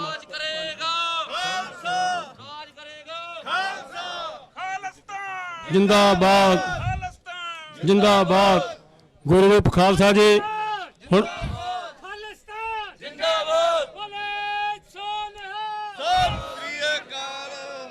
ਗੁਰੂ ਰੂਪ ਖਾਲਸਾ ਜੀ, ਹੁਣ ਮੈਂ ਬੇਨਤੀ ਕਰੂੰਗਾ, ਸਾਡੇ ਦਰਮਿਆਨ ਕਿਸਾਨ ਯੂਨੀਅਨ ਕਾਦੀਆਂ ਦੇ ਜ਼ਿਲ੍ਹਾ ਪ੍ਰਧਾਨ ਗੁਰਸਾਹਿਬ ਸਿੰਘ ਜੀ ਬਾਠ ਡੱਲ ਉਹ ਪਹੁੰਚੇ ਨੇ, ਉਹ ਵੀ 5 ਮਿੰਟ ਲਈ ਆਪਣੀ ਹਾਜ਼ਰੀ ਲਵਾਉਣਗੇ। ਸਰਦਾਰ ਗੁਰਸਾਹਿਬ ਸਿੰਘ ਜੀ ਬਾਠ ਡੱਲ, ਉਹਨਾਂ ਤੋਂ ਬਾਅਦ ਸਰਦਾਰ ਪਰਮਜੀਤ ਸਿੰਘ ਜੀ ਮੰਡ ਜੋ ਕਿ ਦਲ ਖਾਲਸਾ ਦੇ ਪ੍ਰਧਾਨ ਨੇ। ਬੇਸ਼ੱਕ ਇੱਥੇ ਉਹਨਾਂ ਦੇ ਸੀਨੀਅਰ ਲੀਡਰ ਕਮਰਪਾਲ ਸਿੰਘ ਜੀ ਪਹੁੰਚੇ ਹੋਏ ਨੇ, ਪਰ ਮੰਡ ਸਾਹਿਬ ਨੂੰ ਬੇਨਤੀ ਕਰੂੰਗਾ ਕਿ ਉਹ ਇਹਨਾਂ ਤੋਂ ਬਾਅਦ ਬੋਲਣਗੇ।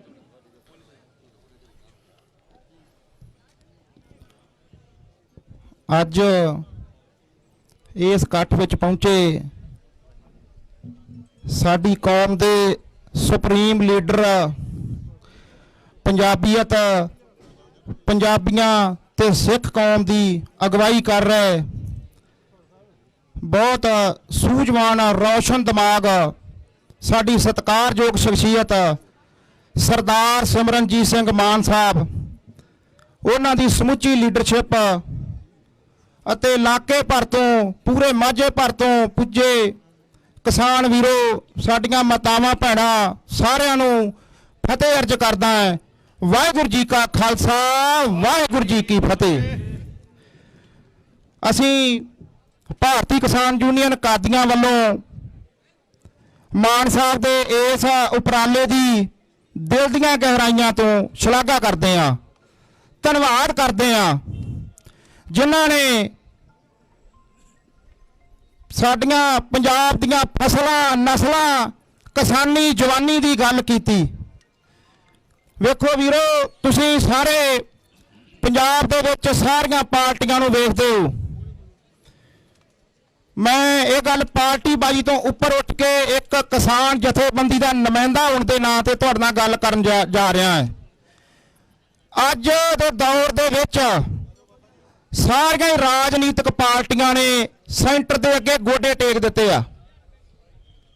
ਕੋਈ ਵੀ ਪਾਰਟੀ ਪੰਜਾਬ ਦੇ ਮੁੱਦਿਆਂ ਦੇ ਉੱਤੇ ਗੱਲ ਨਹੀਂ ਕਰ ਰਹੀ। ਤੁਸੀਂ ਚੰਗੀ ਤਰ੍ਹਾਂ ਜਾਣਦੇ ਜੇ, ਅੱਜ ਆਪਾਂ ਭਾਸ਼ਣ ਰੂਪੀ ਨਹੀਂ, ਆਪਾਂ ਇੱਕ ਵਿਚਾਰ ਤੌਰ ਤੇ ਗੱਲ ਕਰਨ ਰਹੇ ਆ। ਚਾਹੇ ਉਹ ਪਾਣੀਆਂ ਦਾ ਮੁੱਦਾ ਹੋਵੇ, ਚਾਹੇ ਉਹ ਕਿਸਾਨੀ ਕਰਜ਼ੇ ਦੇ ਹੇਠਾਂ ਨਿੱਤ ਦਿਨ ਖੁਦਕੁਸ਼ੀਆਂ ਦਾ ਰਾਹ ਅਪਣਾ ਰਹੀ ਆ, ਚਾਹੇ ਸਾਡੀ ਜਵਾਨੀ ਨਸ਼ਿਆਂ ਦੇ ਰਾਹ ਪੈ ਰਹੀ ਆ, ਵਗੈਰਾ ਵਗੈਰਾ ਸਾਡੀਆਂ ਬਹੁਤ ਮੁਸ਼ਕਲਾਂ ਨੇ। ਸਭ ਤੋਂ ਵੱਡਾ ਜਿਹੜਾ ਮੁੱਦਾ ਚੁੱਕਿਆ ਵਾ ਆ ਬਾਘਾ ਬਾਰਡਰ ਖੋਲ੍ਹਣ ਦਾ। ਮਾਨ ਸਾਹਿਬ, ਮੈਂ ਤੁਹਾਡੇ ਧਿਆਨ 'ਚ ਲਿਆਉਣਾ ਚਾਹੁੰਦਾ ਹੈ, ਇਹ ਦੋ ਬਾਰਡਰ ਖੋਲ੍ਹਣ ਦੀ ਗੱਲ ਕਰਨੀ ਹੈ ਜੀ। ਇੱਕ ਖਾਲੜਾ ਬਾਰਡਰ, ਜਿਹੜਾ ਪੁਰਾਣੇ ਸਮੇਂ ਦੇ ਵਿੱਚ ਵੀ ਖਾਲੜਾ ਮੰਡੀ ਨੂੰ ਰਿਪਰੈਜ਼ੈਂਟ ਕਰਦਾ ਸੀ। ਲਾਹੌਰ ਤੋਂ ਇੰਨੀ ਦੂਰੀ ਖਾਲੜਾ ਬਾਰਡਰ ਦੀ ਆ, ਤੇ ਜਿਹੜਾ ਸਿੱਧਾ ਰੋਡ ਜਿਹੜਾ ਆਣ ਕੇ ਜੁੜਦਾ ਵਾ ਹਰੀਕੇ ਦਰਿਆ ਤੋਂ ਟੱਪ ਕੇ ਸਿੱਧਾ ਹੀ ਲਾਹੌਰ ਜਾਂਦਾ ਵਾ। ਇਹ ਬਾਰਡਰ ਜਿੱਦਣ ਖੁੱਲ ਗਏ, ਤੁਹਾਡੀ ਪੰਜਾਬ ਦੀ ਕਿਸਾਨੀ ਦੀ ਦਸ਼ਾ ਸੁਧਰ ਜੂਗੀ। ਸ੍ਰੀ ਅਕਾਲ। ਇਹ ਬਹੁਤ ਤੁਹਾਡੀ ਸੂਝਤਾ ਦਾ ਇੱਕ ਕਦਮ ਆ। ਇਹ ਸਾਰੇ ਪੰਜਾਬ ਦੇ ਜਿਹੜੇ ਕਿਸਾਨ ਆ ਉਹ ਸਾਰੀ ਉਮਰ ਤੁਹਾਡਾ ਗੁਣ ਨਹੀਂ ਭੁਲਾਉਣਗੇ। ਇਹ ਬੜਾ ਵੱਡਾ ਮਸਲਾ ਵਾ ਜਿਹੜਾ ਤੁਸੀਂ ਇਹ ਜਿਹੜਾ ਲੈ ਕੇ ਜਾ ਰਹੇ ਜੇ। ਇਹਦੇ ਨਾਲ ਮਾਝਾ ਜਿਹੜਾ ਵਾ ਇਹ ਬਹੁਤ ਪਛੜਿਆ ਕਿਸਾਨੀ ਦੇ ਪੱਖੋਂ ਵੀ। ਇੱਥੇ ਕੋਈ ਸੈਂਟਰ ਦੀ ਕੋਈ ਸਹੂਲਤ ਨਹੀਂ ਇੱਥੇ ਪਹੁੰਚਦੀ, ਕੋਈ ਪੰਜਾਬ ਗਵਰਨਮੈਂਟ ਦਾ ਇੱਧਰ ਧਿਆਨ ਨਹੀਂ। ਬਸ ਉਹਨਾਂ ਨੂੰ ਆਪਦੀਆਂ ਰਾਜਨੀਤਿਕ ਰੋਟੀਆਂ ਸੇਕਣ ਨਾਲ ਮਸਲਾ ਹੈ। ਪੰਜਾਬ ਦੇ ਮੁੱਦਿਆਂ ਨਾਲ ਕੋਈ ਲੈਣਾ ਦੇਣਾ ਨਹੀਂ। ਉਹਨਾਂ ਵੱਲੋਂ ਪੰਜਾਬ ਦੀ ਕਿਸਾਨੀ ਜਵਾਨੀ ਢੱਠੇ ਖੂਜ ਜਾਵੇ। ਮੈਂ ਇੱਥੇ ਸਾਡੇ ਵਿੱਚ ਅੱਜ ਕਿਸਾਨ ਜਥੇਬੰਦੀਆਂ ਦੇ ਹੋਰ ਵੀ ਨੁਮਾਇੰਦੇ ਵੱਖ-ਵੱਖ ਜਥੇਬੰਦੀਆਂ ਤੋਂ ਪਹੁੰਚੇ ਹੋਣਗੇ। ਮੈਂ ਉਹਨਾਂ ਸਾਰਿਆਂ ਨੂੰ ਬੇਨਤੀ ਕਰੂੰਗਾ, ਆਪੋ ਆਪਣੇ ਕਿਸਾਨ ਲੀਡਰਾਂ ਨੂੰ, ਸੂਬਾ ਪੱਧਰ ਦੇ ਲੀਡਰਾਂ ਨੂੰ ਉਹਨਾਂ ਦੇ ਦਬਾਅ ਬਣਾਓ। ਉਹਨਾਂ ਨੂੰ ਇਹ ਗੱਲ ਕਹੋ ਵੀ ਭਾਰਤ ਲੈਵਲ ਦੇ ਮਸਲੇ ਛੱਡ ਦਿਓ। ਸਾਨੂੰ ਭਾਰਤ ਦੀ ਲੜਾਈ ਬਾਅਦ ਚ ਲੜਨ ਦੀ ਲੋੜ ਪਊ, ਪਹਿਲਾਂ ਹੀ ਪੰਜਾਬ ਦੀ ਲੜਾਈ ਲੜ ਲਈਏ। ਸਾਡੇ ਅੱਜ ਜਿਹੜੇ ਕਿਸਾਨ ਲੀਡਰ ਨੇ ਉਹ ਤੁਸੀਂ ਵੇਖਿਆ ਹੋਊਗਾ, ਉਹ ਜਾ ਕੇ ਸਾਊਥ ਸਟੇਟਾਂ ਦੇ ਵਿੱਚ ਜਾ ਕੇ ਜਾਗਰੂਕ ਕਰਦੇ ਫਿਰਦੇ ਆ। ਪੰਜਾਬ ਤੇ ਸਾਡਾ ਮਰ ਰਿਹਾ, ਇੱਥੇ ਖੁਦਕੁਸ਼ੀਆਂ ਦੇ ਨਾਲ ਜੂਝ ਰਿਹਾ ਵਾ।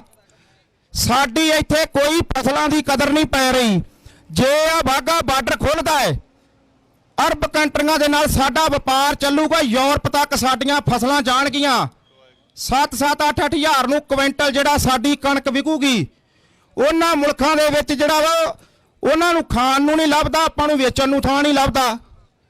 ਇਸ ਕਰਕੇ ਇਹ ਸਾਰੀਆਂ ਜਿਹੜੀਆਂ ਮੰਗਾਂ ਵਾ ਇਹ ਸਾਨੂੰ ਲਾਮਬੰਦ ਹੋ ਕੇ ਵੱਡੀ ਲੜਾਈ ਲੜ ਕੇ ਜਿਹੜਾ ਇਹ ਹਾਸਲ ਕਰਨੀਆਂ ਪੈਣਗੀਆਂ। ਮੈਂ ਇਹਦੇ ਨਾਲ ਇੱਕ ਹੋਰ ਮਾਨ ਸਾਹਿਬ ਬੇਨਤੀ ਕਰੂੰਗਾ, ਗੁਸਤਾਖੀ ਮਾਫ ਕਰਿਓ ਜੀ। ਮਾਨ ਸਾਹਿਬ ਬੇਨਤੀ ਹੈ ਜੀ, ਗੁਸਤਾਖੀ ਮਾਫ ਹੈ। ਸਾਡੀ ਜਥੇਬੰਦੀ ਇੱਕ ਚੀਜ਼ ਦੀ ਮੰਗ ਕਰ ਰਹੀ, ਵੇਖੋ ਅਸੀਂ ਬਿਲਕੁਲ ਉਸ ਚੀਜ਼ ਦੀ ਹਮਾਇਤ ਨਹੀਂ ਕਰਦੇ, ਅਸੀਂ ਬਿਲਕੁਲ ਉਸ ਚੀਜ਼ ਦੀ ਮੰਗ ਨਹੀਂ ਕਰਦੇ, ਅਸੀਂ ਬਿਲਕੁਲ ਵੀ ਉਸ ਚੀਜ਼ ਨਾਲ ਸਹਿਮਤ ਨਹੀਂ, ਪਰ ਸਮੇਂ ਦੀ ਮੰਗ ਨੂੰ ਮੁੱਖ ਰੱਖਦੇ ਹੋਏ, ਸਮੇਂ ਦੀ ਨਜਾਕਤ ਨੂੰ ਸਮਝਦੇ ਹੋਇਆ ਅਸੀਂ ਇੱਕ ਪੰਜਾਬ ਦੇ ਵਿੱਚ ਮੁਹਿੰਮ ਚਲਾਈ ਆ। ਪੰਜਾਬ ਗਵਰਨਮੈਂਟ ਨੂੰ, ਸੈਂਟਰ ਗਵਰਨਮੈਂਟ ਨੂੰ ਇੱਕ ਅਪੀਲ ਕੀਤੀ ਆ ਕਿ ਕੈਮੀਕਲ ਨਸ਼ਿਆਂ ਤੋਂ ਬਚਾਉਣ ਲਈ ਜਿਹੜੀ ਅੱਜ ਜਵਾਨੀ ਸਾਡੀ ਹੀਰੋਇਨ ਸਵੈਕ ਟੀਕਿਆਂ ਦੇ ਰਾਹ ਤੁਰ ਪਈ ਆ, ਸੈਂਟਰ ਦੀਆਂ ਗੋਲੀਆਂ, ਜਿਹੜੀ ਇੱਕ ਸੈਂਟਰ ਦੀ ਗੋਲੀ ਜੀਭ ਥੱਲੇ ਰੱਖਣ ਵਾਲੀ ਦਿੱਤੀ ਜਾਂਦੀ ਆ, ਉੱਥੇ ਉਹਦੇ ਚੁੰਗਲ ਦੇ ਵਿੱਚੋਂ ਕੱਢਣ ਲਈ ਅੱਜ ਅਸੀਂ ਇੱਕ ਸੁਝਾਅ ਦਿੱਤਾ, ਇੱਕ ਮੰਗ ਕੀਤੀ ਆ। ਮਾਨ ਸਾਹਿਬ ਜੇ ਚੰਗਾ ਲੱਗਿਆ ਤੇ ਉਹਦੇ ਨਾਲ ਤੁਸੀਂ ਸਹਿਮਤੀ ਦਿਓ ਜੇ। ਤੁਸੀਂ ਸਾਡੇ ਸੁਪਰੀਮ ਲੀਡਰ ਜੇ, ਅਸੀਂ ਤੁਹਾਡਾ ਬਹੁਤ ਸਤਿਕਾਰ ਕਰਦੇ ਦਿਲੋਂ। ਅਸੀਂ ਇੱਕ ਮੰਗ ਰੱਖੀ ਹੈ ਖਸਖਸ ਦੀ ਖੇਤੀ ਦੀ ਪੂਰੇ ਪੰਜਾਬ ਦੇ ਵਿੱਚ। ਜੇ ਇਸ ਨਸ਼ੇ ਦੀ ਦਲਦਲ ਦੇ ਵਿੱਚੋਂ ਨੌਜਵਾਨੀ ਨੂੰ, ਪੰਜਾਬ ਦੀ ਨੂੰ ਕੱਢਣਾ ਹੈ, ਬਹੁਤ ਧੰਨਵਾਦ ਕਰਦੇ ਆ ਜੀ ਤੁਹਾਡਾ ਮਾਨ ਸਾਹਿਬ। ਪੰਜਾਬ ਦੇ ਵਿੱਚ ਮੈਂ ਇਸ ਸਟੇਜ ਦੇ ਮਾਧਿਅਮ ਰਾਹੀਂ, ਮੀਡੀਆ ਦੇ ਮਾਧਿਅਮ ਰਾਹੀਂ, CID ਦੇ ਮਾਧਿਅਮ ਰਾਹੀਂ ਪੰਜਾਬ ਸਰਕਾਰ ਤੋਂ, ਸੈਂਟਰ ਸਰਕਾਰ ਤੋਂ ਮੰਗ ਕਰਦਾ ਹੈ, ਇਹ ਸਾਡੇ ਪੰਜਾਬ ਦੇ ਕਿਸਾਨਾਂ ਦੀ ਤੇ ਨੌਜਵਾਨਾਂ ਦੀ ਜਿਹੜਾ ਭੱਖ ਦੀ ਮੰਗ ਆ, ਭੱਖ ਦਾ ਮਸਲਾ ਹੈ ਕਿ ਜਿਹੜੀ ਇਹ ਖਸਖਸ ਦੀ ਖੇਤੀ ਆ, ਇਹ ਸਾਨੂੰ ਕਰਨ ਦੀ ਜਿਹੜੀ ਉਹ ਇਜਾਜ਼ਤ ਦਿੱਤੀ ਜਾਵੇ।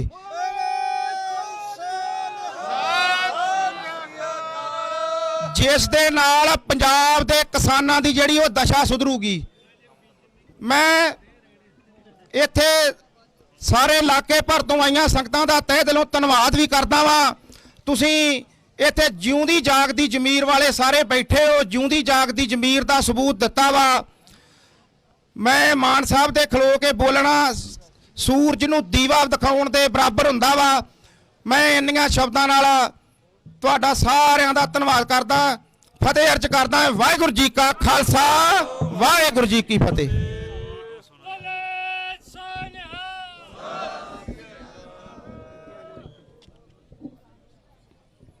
ਗੁਰੂ ਖਾਲਸਾ ਜੀ, ਮੈਂ ਸਾਰੀਆਂ ਹੀ ਸੰਗਤਾਂ ਦੇ ਚਰਨਾਂ 'ਚ ਬੇਨਤੀ ਕਰਦਾ ਕਿ ਹੁਣ ਸਿਰਫ 20-25 ਮਿੰਟ ਤੁਸੀਂ ਸਾਰੇ ਜਾਣੇ ਪੰਡਾਲ 'ਚ ਆ ਜਾਓ। ਜਿਹੜੇ ਵੀ ਇੱਧਰ ਉੱਧਰ ਬੈਠੇ ਨੇ ਸਾਰੇ ਪੰਡਾਲ 'ਚ ਆ ਜਾਓ। ਥੋੜੇ 20-25 ਮਿੰਟ ਲੈਣੇ ਨੇ, ਕਿਉਂਕਿ ਹੁਣ ਬੋਲਣਾ ਦਲ ਖਾਲਸਾ ਦੇ ਪ੍ਰਧਾਨ ਭਾਈ ਪਰਮ ਸਿੰਘ ਜੀ ਮੰਡ ਨੇ, ਤੇ ਉਹਨਾਂ ਤੋਂ ਬਾਅਦ ਸਰਦਾਰ ਮਾਨ ਨੇ ਬੋਲਣਾ। ਸੋ ਕਿਰਪਾ ਕਰਕੇ ਸਾਰੀਆਂ ਸੰਗਤਾਂ ਦੇ ਚਰਨਾਂ 'ਚ ਬੇਨਤੀ ਹੈ ਕਿ ਆ ਕੇ ਪੰਡਾਲ 'ਚ ਸਜੋ। ਮੈਂ ਬੇਨਤੀ ਕਰੂੰਗਾ ਭਾਈ ਪਰਮ ਸਿੰਘ ਮੰਡ ਜੋ ਕਿ ਦਲ ਖਾਲਸਾ ਦੇ ਪ੍ਰਧਾਨ ਨੇ, ਉਹ ਆਪਣੇ ਵਿਚਾਰ ਤੁਹਾਡੇ ਨਾਲ ਸਾਂਝੇ ਕਰਨਗੇ। ਵਾਹਿਗੁਰੂ ਜੀ ਕਾ ਖਾਲਸਾ, ਵਾਹਿਗੁਰੂ ਜੀ ਕੀ ਫਤਿਹ। ਬੋਲੇ ਸੋ ਨਿਹਾਲ, ਜਿੰਦਾਬਾਦ।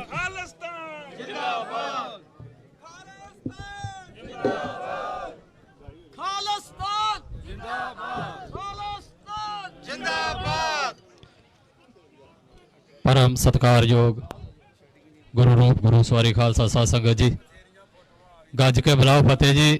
ਵਾਹਿਗੁਰੂ ਜੀ ਕਾ ਖਾਲਸਾ, ਵਾਹਿਗੁਰੂ ਜੀ ਕੀ ਫਤਿਹ। ਆ ਜਿਸ ਸੜਕ ਤੇ ਅਸੀਂ ਬੈਠੇ ਆ, ਅੱਜ ਧੁੱਪ ਦੇ ਵਿੱਚ ਖੱਜਲ ਹੋਣ ਦੇ ਆ, ਇੱਥੇ ਬੈਠਿਆ ਮੈਨੂੰ ਯਾਦ ਆਈ ਵੀ ਇਹ ਸੜਕ ਦੇ ਉੱਤੇ ਲਾਂਘਾ ਸਾਡਾ ਪਹਿਲਾਂ ਨਹੀਂ ਗਏ। ਕਦੀ ਇੱਕ ਸਮਾਂ ਹੀ ਇਸੇ ਸੜਕ ਦੇ ਉੱਤੋਂ ਸਾਡੇ ਸ਼ਾਹੀ ਕਾਫਲੇ ਲੰਘਦੇ ਦੇ, ਤੇ ਅੱਜ ਉਸੇ ਸੜਕ ਦੇ ਉੱਤੇ ਹੀ ਉਸੇ ਧਰਤੀ ਦੇ ਵਾਰਸ ਧੁੱਪਾਂ ਸੇਕਣ ਖੱਜਲ ਹੋਣ ਦੇ। ਇਹਦਾ ਕਾਰਨ ਕੀ ਆ? ਕਾਰਨ ਇੱਕੋ ਹੀ ਆ, 100 ਹੱਥ ਰਸਾ ਸਰੇ ਤੇ ਗੰਢ, ਰਾਜ ਸਾਡਾ ਸਾਥ ਹੋ ਗਿਆ ਤੇ ਅਸੀਂ ਸੜਕਾਂ ਤੇ ਜੇ ਫੇਰ ਜਾ ਕੇ ਉਸੇ ਗੱਲ, ਉਸੇ ਸ਼ਾਨੋ ਸ਼ੌਕਤ 'ਚ ਪੰਜਾਬ ਨੇ ਆਉਣਾ ਆ, ਤੇ ਉਹਦੇ ਲਈ ਪੰਜਾਬ ਦਾ ਰਾਜ ਸਾਡੇ ਕੋਲ ਹੋਣਾ ਬਹੁਤ ਜ਼ਰੂਰੀ, ਨਹੀਂ ਤੇ ਸਦੀਆਂ ਤੱਕ ਇਸੇ ਸੜਕਾਂ ਤੇ ਰੁਲਦੇ ਫਿਰਾਂਗੇ।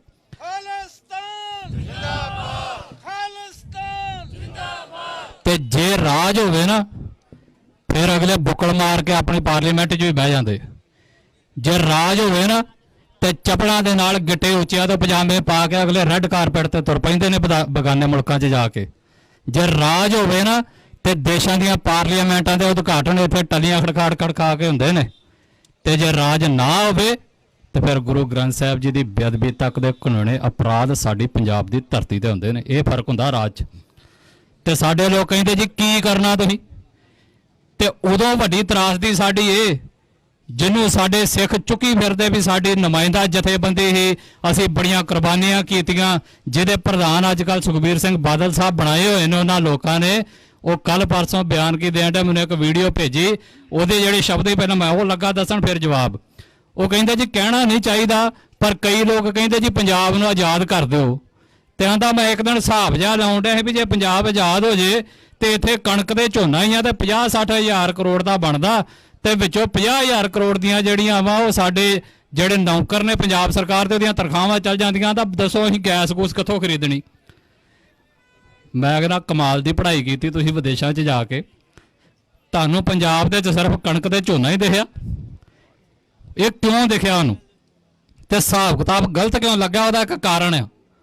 ਉਦਾਹਰਨ ਦਾ ਨਾ ਤੁਸੀਂ ਪਿੰਡਾਂ 'ਚ ਆਏ, ਅਸੀਂ ਵੀ ਉੱਥੇ ਹੀ ਆ। ਪੁਰਾਣੇ ਸਮਿਆਂ 'ਚ ਕੀ ਹੁੰਦਾ ਸੀ, ਦੋ ਉਦਾਹਰਨਾਂ ਜੁੜ ਜਾਣੀਆਂ ਤੇ ਫਿਰ ਜਾ ਕੇ ਗੱਲ ਕਲੀਅਰ ਹੋ ਜਾਣੀ ਆ। ਇੱਕ ਹੀ ਜਿਹੜਾ ਕੋਲੂ ਦੇ ਬੈਲ ਨਹੀਂ ਘੁੰਮਦੇ, ਉਹ ਬੈਲ ਦੇ ਨਾਲ ਅੱਖਾਂ ਤੇ ਬੰਨ੍ਹ ਦਿੰਦੇ ਆ ਪੱਟੀ ਜੀ, ਤੇ ਉਹਨੂੰ ਦੇਖ ਘੁਮਾਉਣਾ ਸ਼ੁਰੂ ਕਰਦੇ ਤੇ ਉਹ ਮੇਰੇ ਵਰਗੇ ਨੂੰ ਲੱਗਦਾ ਵੀ ਮੈਂ ਚੱਲ ਚਲਿਆ ਚੰਦਰਮਾ ਦੇ ਉੱਤੇ, ਵਾਹਵਾ ਸਫ਼ਰ ਤੈਅ ਕਰ ਲਿਆ। ਉਹ ਸ਼ਾਮਾਂ ਨੂੰ ਜ਼ਿਮੀਦਾਰ ਮਗਰੋਂ ਬੈਠਾ ਹਿੱਕੀ ਜਾਂਦਾ ਆਉਂਦਾ ਚੁੱਪ ਕਰਕੇ ਨਜ਼ਾਰੇ ਨਾਲ ਤੇ ਪਾਣੀ ਪੂਣੀ ਜਗੀ ਜਾਂਦਾ। ਤੇ ਜਦੋਂ ਸ਼ਾਮਾਂ ਜਿਹੀਆਂ ਪੈਂਦੀਆਂ ਉਹਦੀ ਅੱਖਾਂ ਤੇ ਪੱਟੀ ਖੋਲਦੀ ਤੇ ਬੈਲ ਨੂੰ ਲੱਗਦਾ ਯਾਰ ਇਹ ਤੇ ਉੱਥੇ ਦਾ ਉੱਥੇ ਰਹਿ ਗਿਆ ਕੰਮ। ਸੁਖਬੀਰ ਸਿੰਘ ਬਾਦਲ ਤੇ ਉਹਨਾਂ ਵਰਗੇ ਲੀਡਰਾਂ ਦੇ ਨਾਲ ਇਹੋ ਹੋਇਆ। ਇਹਨਾਂ ਬੰਨੀਆਂ ਦਿੱਲੀ ਦੀਆਂ ਪੱਟੀਆਂ, ਜਿਉਂ ਲੱਗੇ ਪੰਜਾਬ ਦੇ ਵਿੱਚ ਗੱਡੀਆਂ ਘਮਾਉਣ, ਜਿਉਂ ਲੱਗੇ ਡਿਫੈਂਡਰਾਂ ਘਮਾਉਣੇ ਨਾਲ ਲੱਗਿਆ ਅਸੀਂ ਕੈਲੀਫੋਰਨੀਆ ਬਣਾ ਦੇਣ ਲੱਗੇ। ਸ਼ਾਮਾਂ ਜੀ ਨੂੰ ਜਦੋਂ RSS ਨੇ ਆ ਕੇ ਖੋਲੀਆਂ ਪੱਟੀਆਂ ਤੇ ਡਿੱਗੇ ਮੂਧੇ ਨਾਲ ਲੱਗਾ ਪਤਾ ਵੀ ਯਾਰ ਉਹ ਰਹਿ ਤੇ ਉੱਥੇ ਦੇ ਉੱਥੇ ਗਏ। ਦੂਸਰੀ ਇੱਕ ਹੋਰ ਇਹਨਾਂ ਨਾਲ ਵਾਪਰੀ, ਦੋ ਤਰ੍ਹਾਂ ਦੇ ਘੋੜੇ ਖਚਰਾਂ ਜਿਹੀਆਂ ਹੁੰਦੀਆਂ ਤੁਸੀਂ ਵੇਖੇ ਹੋਣੇ। ਇੱਕ ਤਾਂ ਹੁੰਦੇ ਚੰਗੀ ਰੇਸ ਦੇ ਘੋੜੇ, ਇੱਕ ਇੱਥੇ ਆਮ ਸਾਡੇ ਪਿੰਡਾਂ 'ਚ ਜਿਹੜੇ ਇੱਥੇ ਤੁਰੇ ਫਿਰਦੇ ਆ ਉਹਦੇ ਉਦਾਹਰਨ ਲੈ ਲੈਨੇ। ਆ ਜਿਹੜੇ ਇੱਟਾਂ ਉਟਾ ਢੋਂਦੇ ਫਿਰਦੇ ਬਜਰੀ ਢੋਂਦੇ ਨਾ, ਉਹ ਤੁਸੀਂ ਘੋੜੇ ਵੇਖਿਓ ਨਾ ਬੰਨ੍ਹ ਦਿੰਦੇ ਐਂ ਕਰਕੇ ਉਹਦੀ ਅੱਖਾਂ ਸਾਈਡ ਤੋਂ, ਸਾਹਮਣੇ ਉਹ ਨਹੀਂ ਛੱਡਦੇ, ਐਂ ਬੰਨ੍ਹ ਦਿੰਦੇ ਅੱਖਾਂ ਸਾਈਡ ਤੋਂ। ਉਹ ਇਸ ਕਰਕੇ ਬੰਨ੍ਹ ਦਿੰਦੇ ਵੀ ਭਾਈ ਤੂੰ ਜਿਹੜੇ ਰਸਤੇ ਤੇ ਮੈਂ ਲੈ ਕੇ ਚੱਲਿਆ ਇੱਧਰ ਨੂੰ ਵੇਖੀ, ਸਾਈਡ ਨੂੰ ਜੇ ਕੋਈ ਚਾਰਾ ਚੂਰਾ ਜਾਂ ਕੋਈ ਰਾਹ ਵੱਲ ਨੂੰ ਨਾ ਦੇਖੀ। ਉਹ ਘੋੜੇ ਨੂੰ ਲੱਗਦਾ ਇਹੋ ਹੀ ਦੁਨੀਆ ਜਿੱਧਰ ਨੂੰ ਮੈਂ ਜਾਣ ਡਿਆ। ਸਾਡੇ ਅਕਾਲੀ ਦਲ ਦੇ ਇਸ ਲੀਡਰ ਨਾਲ ਵੀ ਇਹੋ ਜਿਹਾ ਇਹਨੂੰ ਲੱਗਾ ਜਿਹੜਾ ਹਿੰਦੁਸਤਾਨ ਨੇ ਇੱਕ ਪੱਟੀ ਬੰਨ੍ਹਤੀ ਨਾ ਮੇਰੀਆਂ ਅੱਖਾਂ ਤੇ ਵੀ ਇੱਥੇ ਕਣਕ ਝੋਨਾ ਹੀ ਹੋਣਾ, ਬਸ ਪੰਜਾਬ 'ਚ ਇਹੋ ਹੀ ਹੋਣਾ। ਉਹ ਭਰਾਵਾ ਆ ਪੱਟੀ ਲਾ ਕੇ ਵੇਖ, ਪੰਜਾਬ ਗੁਰੂਆਂ ਦੀ ਧਰਤੀ ਆ, ਇੱਥੇ ਬਹੁਤ ਕੁਝ ਆ। ਇੱਥੇ ਇਕੱਲਾ ਕਣਕ ਝੋਨਾ ਨਹੀਂ ਗਾ, ਅਸੀਂ ਝੋਨੇ ਤੋਂ ਬਿਨਾਂ ਵੀ ਰਹਿ ਲਾਂਗੇ। ਤੇ ਇੱਥੇ ਜਿਸ ਤਰੀਕੇ ਦੀ ਇੰਡਸਟਰੀ ਉਸ ਫੂਡ ਤੋਂ ਅਸੀਂ ਲਿਆ ਸਕਦੇ ਆ, ਉਹਦੇ ਬਾਰੇ ਮਾਨ ਸਿੰਘ ਹੋਣਾ ਨੇ ਬਹੁਤ ਕੁਝ ਬੋਲਤਾ, ਮੈਂ ਉਹਦੇ ਵਿਸਤਾਰ 'ਚ ਨਹੀਂ ਜਾਣਾ। ਪਰ ਜਵਾਬ ਉਹਨਾਂ ਲੋਕਾਂ ਨੂੰ ਜਿਹੜੇ ਸਾਨੂੰ ਟਿਚਰਾਂ ਕਰਦੇ ਵੀ ਤੁਸੀਂ ਪੰਜਾਬ ਦੀ ਆਜ਼ਾਦੀ ਮੰਗਦੇ ਹੋ ਤੇ ਤੁਸੀਂ ਦੱਸੋ ਤੇਲ ਕਿੱਥੋਂ ਲਿਆਉਣਾ ਜਾਂ ਗੈਸ ਕਿੱਥੋਂ ਲਿਆਉਣੀ। ਤੇ ਫਿਰ ਇਸ ਹਿਸਾਬ ਦੇ ਨਾਲ ਤੇ ਜਿਹੜੀ ਜੰਗ ਆ ਉਹ 7 ਸਮੁੰਦਰੋਂ ਪਾਰ ਲੱਗ ਗਈ ਤੇ ਲਾਲੇ ਤੁਹਾਡੇ ਇੱਥੇ ਨਿਕਲ ਗਏ ਆ ਤੇ ਤੁਸੀਂ ਸਿਲੰਡਰ ਲੈ ਲਿਆ, ਲੈਣਾ 'ਚ ਖਲੋਤੇ ਹੋ, ਗੈਸ ਤੇ ਤੁਹਾਡੇ ਕੋਲ ਵੀ ਹੈ ਨਹੀਂ। ਫਿਕਰ ਤਾਂ ਉਹਨੂੰ ਸਾਡੇ ਮੁਲਕ ਦੀ ਪਈ ਪਹਿਲਾਂ ਹੀ। ਸੋ ਇਹ ਐਵੇਂ ਬੇਤੁਕੀਆਂ ਗੱਲਾਂ ਲੋਕ ਕਰਦੇ ਨੇ ਜਿਹੜੇ ਕਹਿੰਦੇ ਨੇ ਕਿ ਜੇ ਇੱਥੇ ਕੀ ਹੋ ਜੂ। ਹੁਣ ਬਾਰਡਰ ਖੁੱਲਣਗੇ ਤੇ ਫਾਇਦੇ ਸਾਰੇ ਗਣਾ ਤੇ ਆ। ਸਾਰਾ ਯੂਰਪ ਜਿਹੜਾ ਹੈ ਉਹ ਬਾਰਡਰਾਂ ਦੇ ਹੁੰਦਿਆਂ ਹੋਇਆ ਵੀ ਬਾਰਡਰ ਫਰੀ ਆ, ਤੇ ਸਾਡੇ ਲੋਕ ਇੱਥੋਂ ਫਿਰ ਘੁੰਮਣ ਜਾਂਦੇ ਨੇ ਜੀਨਾ ਪਾ ਕੇ ਅਕਾਲੀ ਦਲ ਵਾਲੇ, ਤੇ ਕਹਿੰਦੇ ਫਿਰ ਉੱਥੇ ਕੀ ਲੈਣ ਜਾਂਦੇ ਹੋ ਭਾਈ? ਉਹ ਕਿਉਂ ਖੁਸ਼ਹਾਲ ਹੋਏ ਕਦੀ ਸੋਚਿਆ ਹੈ? ਉਹਨਾਂ ਦੇ ਫਰੀ ਟ੍ਰੇਡ ਨੇ ਆਪਸ ਦੇ ਵਿੱਚ। ਤੁਹਾਨੂੰ ਗਰਮੀ ਨੇ ਛੁੱਟੀਆਂ ਨੂੰ ਫਿਰ ਉੱਥੇ ਤੇ ਲੰਡਨ ਜਾਣਾ ਹੁੰਦਾ ਘੁੰਮਣ, ਸਵਿਟਜ਼ਰਲੈਂਡ ਜਾਣਾ ਹੁੰਦਾ। ਫਿਰ ਰਿਹਾ ਕਰੋ ਪੰਜਾਬ ਦੇ ਵਿੱਚ ਜੇ ਤੁਹਾਨੂੰ ਬਾਰਡਰ ਬੰਦ ਚੰਗੇ ਲੱਗਦੇ ਆ। ਸੋ ਭਾਈ ਇਹ ਤਰੱਕੀ ਸਾਡੇ ਮੁਲਕ ਦੀ ਹੋ ਜਾਣੀ ਜਦੋਂ ਅਸੀਂ ਖੋਲਾਂਗੇ ਬਾਰਡਰ। ਪਰ ਮੈਂ ਇਹ ਗੱਲ ਦੇ ਉੱਤੇ ਬੜਾ ਕਲੀਅਰ ਆ, ਜਿੰਨੀ ਮੈਨੂੰ ਸਮਝ ਆਈ ਅਜੇ ਤੱਕ, ਜੇ ਇਹ ਬਾਰਡਰ ਖੁੱਲ੍ਹਣੇ ਆ ਕੋਈ ਗੁਰੂ ਮਹਾਰਾਜ ਦੀ ਕਰਾਮਾਤ ਵਰਤੇ ਤੇ ਕਰਤਾਰਪੁਰ ਦੇ ਲਾਂਘੇ ਨੂੰ ਖੁੱਲ੍ਹ ਜੇ। ਪਰ ਜੇ ਉਹ ਇੰਡੀਆ ਦੇ ਅਧੀਨ ਖੁੱਲਣਗੇ ਤੇ ਕਰਤਾਰਪੁਰ ਦੇ ਲਾਂਘੇ ਵਾਂਗੂ ਇਹਨਾਂ ਦੇ ਰਹਿਮੋ ਕਰਮ ਤੇ ਸਾਰੀ ਉਮਰ ਰਵਾਂਗੇ। ਜੇ ਇਹ ਪੱਕੇ ਖੋਲਣੇ ਨੇ ਤੇ ਉਹਦਾ ਪੱਕਾ ਹੱਲ ਕੋਈ ਆ ਖਾਲਿਸਤਾਨ ਦੀ ਪ੍ਰਾਪਤੀ।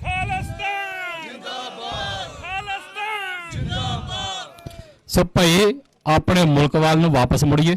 ਆਪਣਾ ਮੁਲਕ ਮਤਲਬ ਸਾਡਾ ਦੇਸ਼ ਪੰਜਾਬ। ਔਰ ਮੇਰੇ ਵੀਰ ਇੱਥੋਂ ਪਹਿਲਾਂ ਬੋਲ ਕੇ ਗਏ, ਮੈਨੂੰ ਇਹਨਾਂ ਦੇ ਵਿਚਾਰ ਬੜੇ ਵਧੀਆ ਲੱਗੇ ਜਿਹੜਾ ਇਹਨਾਂ ਕਿਸਾਨ ਜਥੇਬੰਦੀਆਂ ਨੂੰ ਕਿਹਾ ਕਿ ਭਾਈ ਭਾਰਤ ਦੇ ਮਸਲੇ ਬਾਅਦ 'ਚ ਨਜਿੱਠ ਲਿਓ ਪੰਜਾਬ ਦੇ, ਕਿਉਂਕਿ ਇਹ ਗੱਲ ਤਾਂ ਅਸੀਂ ਬੜੇ ਚਿਰ ਦੀ ਉਹਨਾਂ ਨੂੰ ਕਹਿੰਦੇ। ਪਰ ਇਹਦੇ 'ਚ ਮੈਂ ਇੱਕ ਗੱਲ ਹੋਰ ਐਡ ਕਰ ਦੇਣੀ ਚਾਹੁੰਦਾ, ਇਹਨਾਂ ਤੋਂ ਅੱਗੇ ਜਾ ਕੇ ਇਹਨਾਂ ਦੀ ਇੱਜ਼ਤ ਮਾਣ ਸਤਿਕਾਰ ਕਰਦੇ ਹੋਏ ਇਹ ਗੱਲਾਂ ਉਦੋਂ ਤੱਕ ਵੀ ਨਹੀਂ ਕੰਮ ਸੈੱਟ ਆਉਣੀਆਂ ਜਦੋਂ ਤੱਕ ਅਸੀਂ ਆਪਣੀ ਪਹਿਚਾਣ ਵੀ ਠੀਕ ਨਹੀਂ ਕਰਦੇ। ਸਾਡੀਆਂ 32 34 60 ਜਥੇਬੰਦੀਆਂ ਦੇ ਵਿੱਚੋਂ 90-99% ਤੇ ਭਾਰਤੀ ਕਿਸਾਨ ਯੂਨੀਅਨ ਨੇ। ਇਹ ਪੰਜਾਬ ਕਿਸਾਨ ਯੂਨੀਅਨ ਬਣਾਓ, ਇਹ ਅਮੈਂਡ ਕਰੋ ਭਾਰਤੀ ਨਾਮ ਆਪਣੇ ਨਾਮ ਨਾਲ, ਜਿੱਥੇ ਅਸੀਂ ਕਰ ਸਕਦੇ ਹਾਂ ਹੋਣਾ ਚਾਹੀਦਾ। ਇਹ ਮਜਬੂਰੀ ਨਹੀਂ ਕਿ ਪਾਸਪੋਰਟ ਵਾਂਗੂ ਵੀ ਸਾਨੂੰ ਇੰਡੀਆ ਲਿਖਾਉਣਾ ਹੀ ਪੈਣਾ ਜਾਂ ਭਾਰਤੀ ਲਿਖਾਉਣਾ ਹੀ ਪੈਣਾ। ਜੇ ਸਾਡੀਆਂ ਕਿਸਾਨ ਯੂਨੀਅਨਸ ਨੇ ਇਹਨਾਂ ਦੇ ਨਾਵਾਂ ਦੇ ਵਿੱਚੋਂ ਸਾਡੇ ਦੇਸ਼ ਪੰਜਾਬ ਦੀ ਝਲਕ ਆਉਣੀ ਚਾਹੀਦੀ ਹੈ, ਨਾ ਕਿ ਭਾਰਤੀ ਕਿਸਾਨ ਯੂਨੀਅਨਾਂ ਦੀ। ਸੋ ਇਹ ਮੇਰੀ ਬੇਨਤੀ ਹੈ ਇਹਨਾਂ ਜਥੇਬੰਦੀਆਂ ਨੂੰ ਵੀ ਇੱਧਰ ਨੂੰ ਜ਼ਰੂਰ ਗੌਰ ਕੀਤਾ ਜਾਵੇ।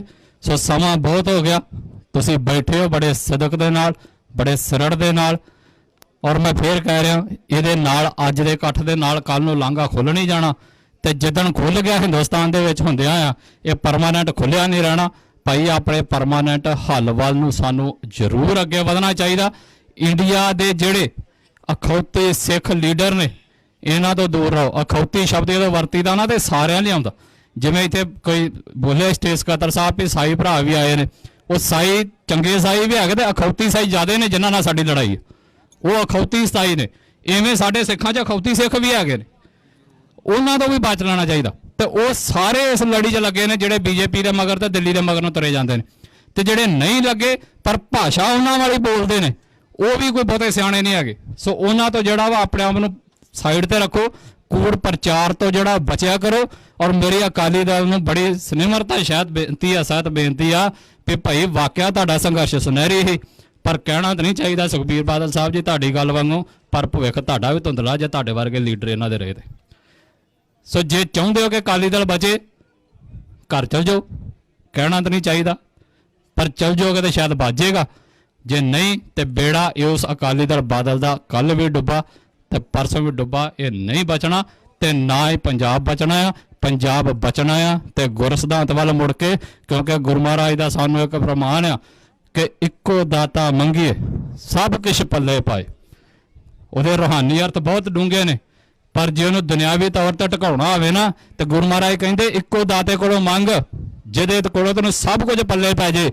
ਪਰ ਸਾਡੇ ਅੱਜ ਦੇ ਹਾਲਾਤ ਕੀ ਆ, ਅਸੀਂ ਕਦੀ ਉਸ ਦਾਤੇ ਕੋਲ ਮੰਗਣ ਤੁਰ ਪੈਨੇ, ਕਦੀ ਉਸ ਦਾਤੇ ਕੋਲੋਂ ਮੰਗਣ ਤੁਰ ਪੈਨੇ ਆ। ਕਦੀ ਸਾਨੂੰ ਲੱਗਦਾ ਦਿੱਲੀ ਸਾਡਾ ਆਹ ਮਸਲਾ ਹੱਲ ਕਰ ਦੇ, ਕਦੀ ਸਾਨੂੰ ਲੱਗਦਾ ਆਹ ਮਸਲਾ ਹੱਲ ਕਰ ਦਈਏ। ਸਾਡੇ ਸਾਰੇ ਮਸਲਿਆਂ ਦਾ ਇੱਕੋ ਦਾਤਾ ਆ, ਸਾਡਾ ਮੁਲਕ ਖਾਲਿਸਤਾਨ। ਜੋ ਮੰਗਾਂਗੇ ਤੇ ਸਭ ਕੁਝ ਪੱਲੇ ਪਾਏ, ਸਾਰੇ ਮਸਲੇ ਸਾਡੇ ਪੱਲੇ ਪੈ ਜਾਣਗੇ। ਉਧਰ ਨੂੰ ਤੁਰ ਪਈਏ। ਵਾਹਿਗੁਰੂ ਜੀ ਕਾ ਖਾਲਸਾ, ਵਾਹਿਗੁਰੂ ਜੀ ਕੀ ਫਤਿਹ।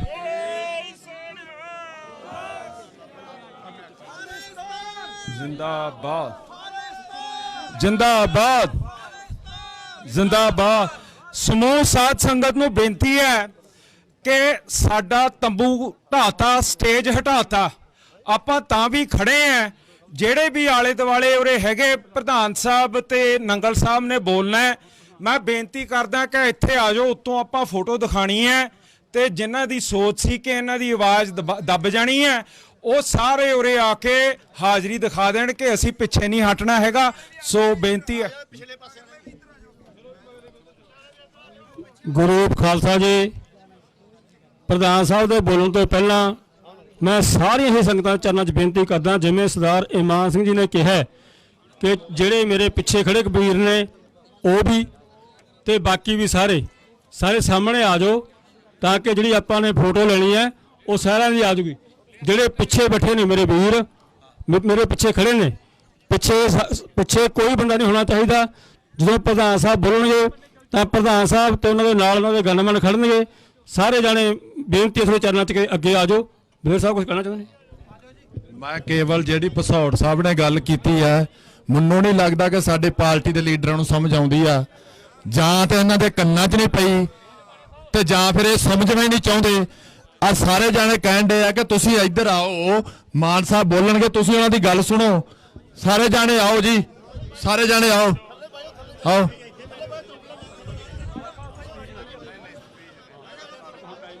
ਸਿਰਫ 2 ਬੁਲਾਰੇ ਆ। ਨੰਗਲ ਸਾਹਿਬ ਨੇ ਧੰਨਵਾਦ ਕਰਨਾ ਹੈ ਤੁਹਾਡਾ ਸਾਰਿਆਂ ਦਾ ਆਇਆਂ ਦਾ, ਤੇ ਮਾਨ ਸਾਹਿਬ ਨੇ ਤੁਹਾਨੂੰ ਸੰਬੋਧਨ ਹੋਣਾ ਹੈ। ਮੈਂ ਸਿਰਫ ਤੁਹਾਨੂੰ ਇਹੋ ਹੀ ਬੇਨਤੀ ਕਰਨੀ ਹੈ, ਆਰਾਮ ਨਾਲ ਬੈਠ ਜਾਓ। ਡਿਸਪਲਿਨ ਬਹੁਤ ਜ਼ਰੂਰੀ ਹੈ। ਜਿਹੜਾ ਦੂਜੀਆਂ ਪਾਰਟੀਆਂ ਡਿਸਪਲਿਨ ਕਰਕੇ ਅੱਗੇ ਲੰਘ ਜਾਂਦੀਆਂ ਹੈ, ਤੇ ਸਾਡਾ ਜੋਸ਼ ਇੰਨਾ ਹੈ ਕਿ ਅਸੀਂ ਮੁੜ ਕੇ ਆਖੇ ਨਹੀਂ ਇੱਕ ਦੂਜੇ ਦੇ ਲੱਗਦੇ। ਸਤਿਕਾਰਯੋਗ ਖਾਲਸਾ ਜੀ, ਤੁਸੀਂ ਸਰਦਾਰ ਸਿਮਰਨਜੀਤ ਸਿੰਘ ਮਾਨ ਦੇ ਵਚਨ ਸੁਣਨੇ ਆ, ਨਾ ਕਿ ਕਮੇਡੀ ਮਾਨ ਦੇ।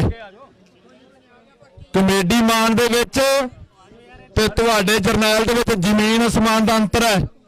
ਇਸ ਕਰਕੇ ਇੱਕ ਇੱਕ ਗੱਲ ਸੁਣ ਕੇ ਗੌਰ ਕਰੋ। ਤੇ ਅੱਜ ਤੁਹਾਨੂੰ ਇੱਕ ਗੱਲ ਮੈਂ ਦੱਸਣੀ ਚਾਹੁੰਦਾ, ਤੁਹਾਡੇ ਕੋਲ ਇੱਥੇ ਪ੍ਰਿੰਟ ਮੀਡੀਆ ਨਹੀਂ ਆਇਆ, ਤੁਹਾਡੇ ਕੋਲ ਇੱਥੇ ਕੋਈ ਇਲੈਕਟ੍ਰੋਨਿਕ ਮੀਡੀਆ ਨਹੀਂ ਆਇਆ, ਤੁਹਾਡੇ ਕੋਲ ਇੱਕ ਸੋਸ਼ਲ ਮੀਡੀਆ ਹੈਗਾ ਤੁਹਾਡਾ।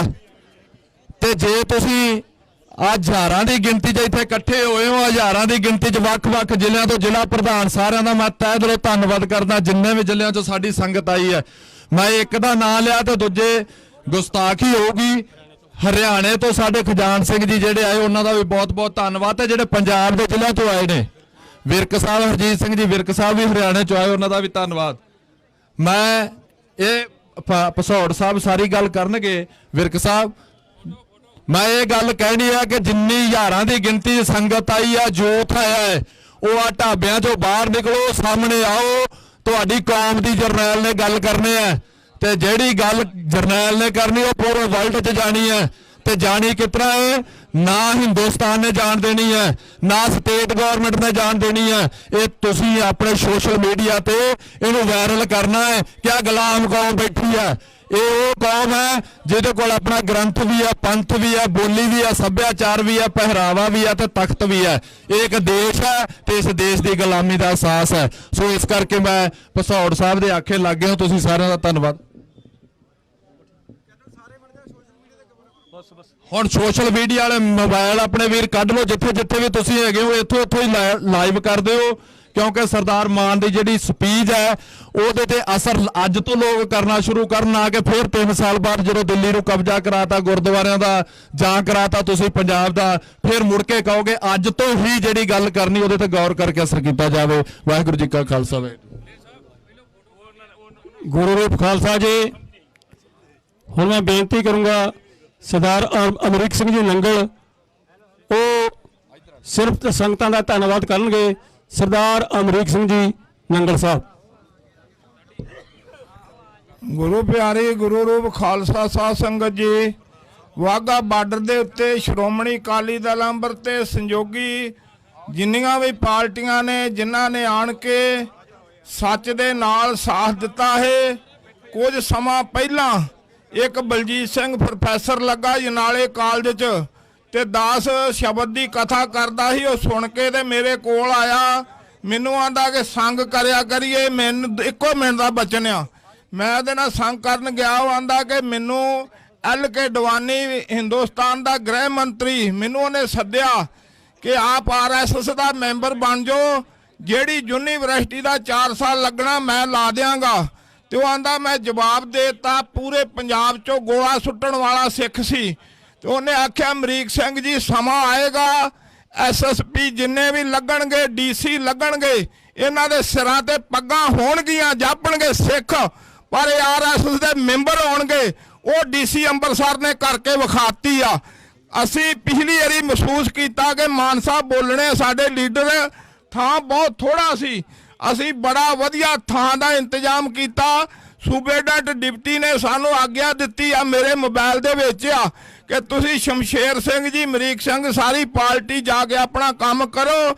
ਜਦੋਂ ਅਸੀਂ ਇੱਥੇ ਸਾਰਾ ਕੁਝ ਤਿਆਰ ਕਰ ਦਿੱਤਾ, ਸਰਦਾਰ ਸਾਹਿਬ ਵੀ ਨਾਲ ਜਾਂਚ ਕਰਨ ਆਏ ਸੀ, ਮਹਿੰਦਰਪਾਲ ਸਿੰਘ ਆਏ, ਬਲੇਰ ਸਾਹਿਬ ਆਏ, ਬੜੇ ਖੁਸ਼ ਹੋਏ ਸਾਰੇ ਕਿ ਬਹੁਤ ਵਧੀਆ ਕਾਨਫਰੰਸ ਹੋਏਗੀ। 12 ਘੰਟੇ ਪਹਿਲਾਂ ਇਹ ਜਿਹੜੀ ਕਾਨਫਰੰਸ ਹੈ ਰੱਦ ਕੀਤੀ। ਉਹ ਪੂਰਾ ਵਚਨ ਹੋ ਗਿਆ ਕਿ ਸਾਰੇ ਹੀ RSS ਦੇ ਮੈਂਬਰ ਨੇ, ਜਿੰਨੇ ਵੀ DC ਤੇ ਜਿੰਨੇ SSP ਲੱਗਦੇ ਨੇ, ਤੁਹਾਨੂੰ ਖੁਦ ਨੂੰ ਸੁਚੇਤ ਹੋਣਾ ਪੈਣਾ। ਤੁਹਾਡਾ ਲੀਡਰ 40 ਸਾਲ ਹੋ ਗਏ ਆ ਤੁਹਾਨੂੰ ਸੁਚੇਤ ਕਰਦਿਆਂ ਨੂੰ। ਅਜੇ ਵੀ ਕਈ ਸਧਾਰਨ ਜਿਹੇ ਲੋਕ ਆਏ ਸੀ, ਮਾਨ ਸਾਹਿਬ ਖਾਲਿਸਤਾਨ ਦੀ ਕਿਵੇਂ ਗੱਲ ਕਰ ਦਿੰਦਾ। ਆ ਸਮਝ ਲਓ ਵੀ DC ਅੰਮ੍ਰਿਤਸਰ ਨੇ ਮਾਨ ਸਾਹਿਬ ਦੀ ਸਟੇਟ ਰੱਦ ਕੀਤੀ ਆ। ਇਹਦੋਂ ਵੱਡਾ ਜ਼ੁਲਮ ਕਿਤੇ ਹੈ? ਸਾਡੀ ਧਰਤੀ ਹੋਵੇ, ਸਾਡਾ ਹੀ ਸਭ ਕੁਝ ਹੋਵੇ, ਤੇ ਇੱਕ DC ਆਣ ਕੇ ਸਾਨੂੰ ਰੱਦ ਕਰ ਦੇ, ਇਹ ਤੁਹਾਨੂੰ ਖਲੋਣਾ ਪੈਣਾ। ਪ੍ਰੋਫੈਸਰ ਸਾਹਿਬ ਨੇ ਗੱਲ ਦੱਸੀ ਸੀ ਡਿਓੜੀ ਦੀ, ਆ 10 ਕਰੋੜ ਦੂਰ ਖੂਹ ਆ। ਉਹਨੇ ਮੈਨੂੰ ਦੱਸਿਆ ਬਾਬਾ ਜੀ ਨੇ ਕਿ ਇੱਥੇ ਜਿਹੜੇ ਖੂਹ ਸੀ ਉਹਦੇ ਵਿੱਚ ਸਿੱਖ ਰਾਜ ਲਿਖਿਆ ਸੀ। ਇਹਨਾਂ ਨੇ ਇੱਥੋਂ ਤੱਕ ਕੀਤਾ ਹੈ ਕਿ ਖੂਹਾਂ ਦੀਆਂ ਸੜਾਂ ਲਗਾ ਦੀਆਂ ਨੇ ਤੁਹਾਡੀਆਂ। ਇਸ ਕਰਕੇ ਸਾਧ ਸੰਗਤ ਜੀ ਪੂਰੀ ਸੰਗਤ ਦੇ ਰੀਣੀ ਆ, ਪ੍ਰਸ਼ਾਦਾ ਪਾਣੀ ਤਿਆਰ ਆ। ਇਹਦੇ ਸਟੇਟ ਵੱਲੋਂ ਡੱਕਿਆ ਗਿਆ ਸੀ, ਸਾਰਿਆਂ ਨੇ ਚਾਹ ਪਾਣੀ ਛਕ ਕੇ ਤੇ ਬੜੇ ਪਿਆਰ ਨਾਲ ਜਾਣਾ, ਕਿਤੇ ਕਾਹਲੇ ਨਹੀਂ ਪੈਣਾ। ਵਾਹਿਗੁਰੂ ਜੀ ਕਾ ਖਾਲਸਾ, ਵਾਹਿਗੁਰੂ ਜੀ ਕੀ ਫਤਿਹ।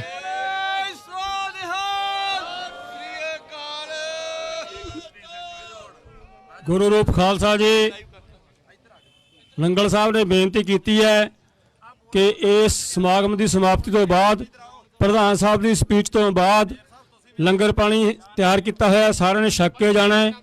ਸੋ ਮੈਂ ਸਾਰੀਆਂ ਸੰਗਤਾਂ ਚਰਨਾਂ 'ਚ ਬੇਨਤੀ ਕਰਦਾ ਕਿ ਜਿਹੜੀਆਂ ਆ ਪਿਛਲੇ ਪਾਸੇ ਖੜੀਆਂ ਨੇ, ਪਲੀਜ਼ ਹੱਥ ਬੰਨ੍ਹ ਕੇ ਬੇਨਤੀ ਹੈ ਕਿ ਅੱਗੇ ਆ ਜਾਓ। ਸੁਣੋ ਯਾਰ, ਐ ਨਾ ਕਰੋ, ਕਿਰਪਾ ਕਰਕੇ ਅੱਗੇ ਆ ਜਾਓ। ਔਰ ਮੈਂ ਸਰਦਾਰ ਸਿਮਰਨਜੀਤ ਸਿੰਘ ਮਾਨ ਨੂੰ ਬੇਨਤੀ ਕਰੂੰਗਾ ਕਿ ਉਹ ਆਪਣੇ ਵਿਚਾਰ ਆ ਕੇ ਸੰਗਤਾਂ ਨਾਲ ਸਾਂਝੇ ਕਰਨ। ਔਰ ਸੰਗਤਾਂ ਦੇ ਚਰਨਾਂ 'ਚ ਬੇਨਤੀ ਹੈ ਕਿ ਭਾਈ ਅੱਗੇ ਆ ਜਾਓ। ਇੱਥੇ ਪ੍ਰਧਾਨ ਸਾਹਿਬ ਦੇ ਨਾਲ ਉਹਨਾਂ ਦੇ ਗਨਮੈਨ ਖੜਨਗੇ, ਆਪਾਂ ਸਾਰੇ ਬੈਠਾਂਗੇ। ਬਾਰਡਰ ਖੋਲੋ, ਬਾਰਡਰ ਖੋਲੋ, ਬਾਰਡਰ ਖੋਲੋ, ਬਾਰਡਰ ਖੋਲੋ, ਜੰਗ ਰੋਕੋ, ਜੰਗ ਰੋਕੋ, ਜੰਗ ਰੋਕੋ। ਖਾਲਿਸਤਾਨ, ਖਾਲਿਸਤਾਨ, ਬੋਲੇ ਸੋ ਨਿਹਾਲ। ਵਾਹਿਗੁਰੂ ਜੀ ਕਾ ਖਾਲਸਾ, ਵਾਹਿਗੁਰੂ ਜੀ ਕੀ ਫਤਿਹ।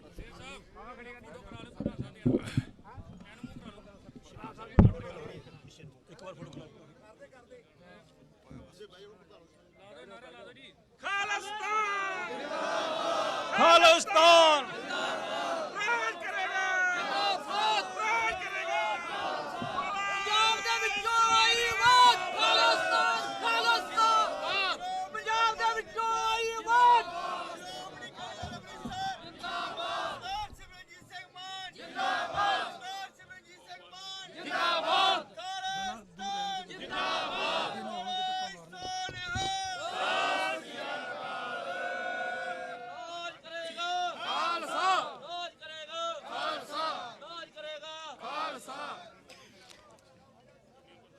ਸਤਿਕਾਰਯੋਗ ਸਾਧ ਸੰਗਤ ਜੀ, ਨਿਮਰਤਾ ਸਹਿਤ ਆਪ ਨੂੰ ਫਤਿਹ ਅਰਜ਼ ਕਰਦਾ ਹੈ।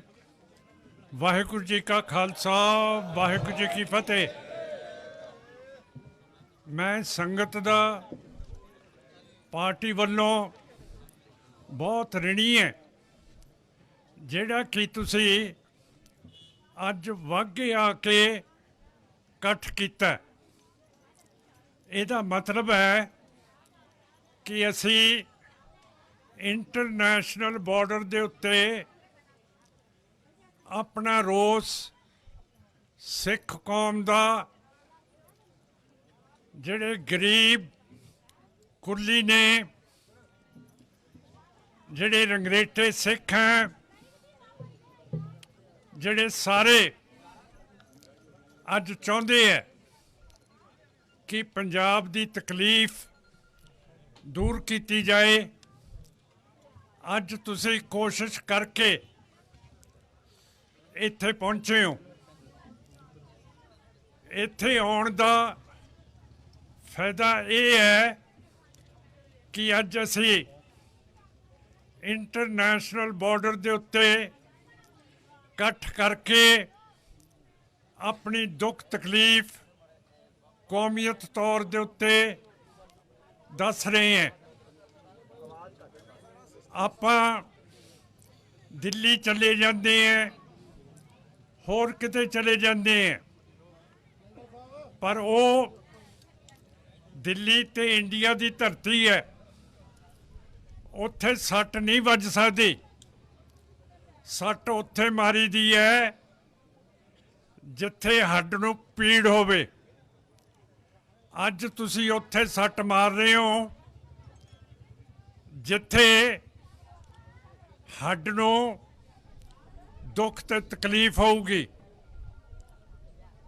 ਅਸੀਂ ਬੜੇ ਰਿਣੀ ਹੈ ਕਾਦੀਆਂ ਜਥੇਬੰਦੀ ਦੇ ਸਾਰੇ। ਤੁਹਾਡੇ ਹਰਿਆਣੇ ਤੋਂ ਆਏ ਹੋ, ਜੰਮੂ ਕਸ਼ਮੀਰ ਤੋਂ ਆਏ ਹੋ, ਰਾਜਸਥਾਨ ਤੋਂ ਆਏ ਹੋ, ਦਿੱਲੀ ਤੋਂ ਆਏ ਹੋ, ਸਾਰੇ ਇਲਾਕਿਆਂ ਤੋਂ ਆਏ ਹੈ। ਅਸੀਂ ਅੱਜ ਵਾਘੇ ਦੀ ਹੱਦ ਦੇ ਉੱਤੇ ਖੜੇ ਹਾਂ। ਸਾਡੀ ਜਥੇਬੰਦੀ ਨੇ ਤੁਹਾਡੇ ਲਈ ਬਹੁਤ ਵੱਡਾ ਟੈਂਟ ਲਾਇਆ ਸੀ। ਮੈਂ ਬੜਾ ਰਿਣੀ ਹੈ ਇੱਥੋਂ ਦੇ ਜਥੇਦਾਰ ਬਰਾੜ ਸਾਹਿਬ ਦਾ, ਬਲੇਰ ਸਾਹਿਬ ਦਾ, ਬਾਕੀ ਦੇ ਜਥੇਦਾਰਾਂ ਦਾ, ਜਿਨ੍ਹਾਂ ਨੇ ਇੰਨਾ ਵੱਡਾ ਇਕੱਠ, ਐਡਾ ਵੱਡਾ ਟੈਂਟ ਲਾਇਆ ਸੀ। ਪਰ ਕੱਲ BSF ਜਿਹੜਾ ਪਹਿਰਾ ਦਿੰਦੀ ਹੈ ਬਾਰਡਰ ਦੇ ਉੱਤੇ, ਉਸ ਨੇ ਸਾਡਾ ਟੈਂਟ ਤੋੜਤਾ। ਇਹ ਇੱਕ ਜੁਰਮ ਹੈ, ਇਹ ਜੁਰਮ ਮਾਫ ਨਹੀਂ ਹੋ ਸਕਦਾ। BSF ਵਾਲਿਓ, ਤੁਹਾਨੂੰ ਇਹ ਦੱਸਦਾ ਕਿ ਪੰਜਾਬ ਦਾ ਬਾਰਡਰ ਪਠਾਨਕੋਟ ਤੋਂ ਲੈ ਕੇ ਅਗਾਂਹ ਫਾਜ਼ਲ ਤੱਕ 600 ਕਿਲੋਮੀਟਰ ਦੀ ਵਾਟ ਹੈ। ਤੁਹਾਡੀਆਂ ਚੌਂਕੀਆਂ ਉੱਥੇ ਲੱਗੀਆਂ ਹੋਈਆਂ 600 ਕਿਲੋਮੀਟਰ ਤੇ। ਪਰ ਅੱਜ ਤੋਂ ਬਾਅਦ ਤੁਹਾਡਾ ਤੇ ਸਾਡਾ ਕੋਈ ਵਾਸਤਾ ਨਹੀਂ ਰਹਿਣਾ।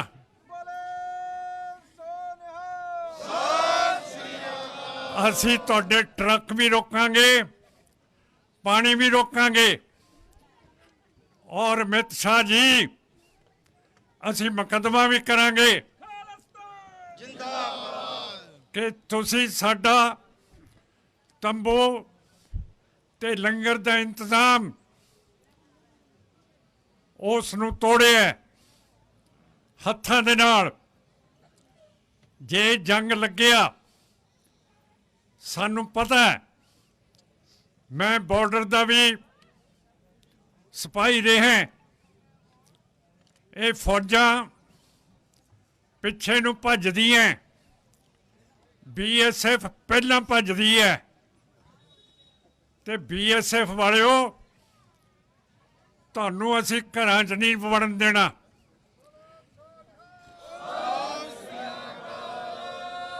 ਛਿੱਤਰ ਮਾਰ ਕੇ ਵਾਪਸ ਭੇਜਾਂਗੇ ਬਾਰਡਰ ਦੇ ਉੱਤੇ।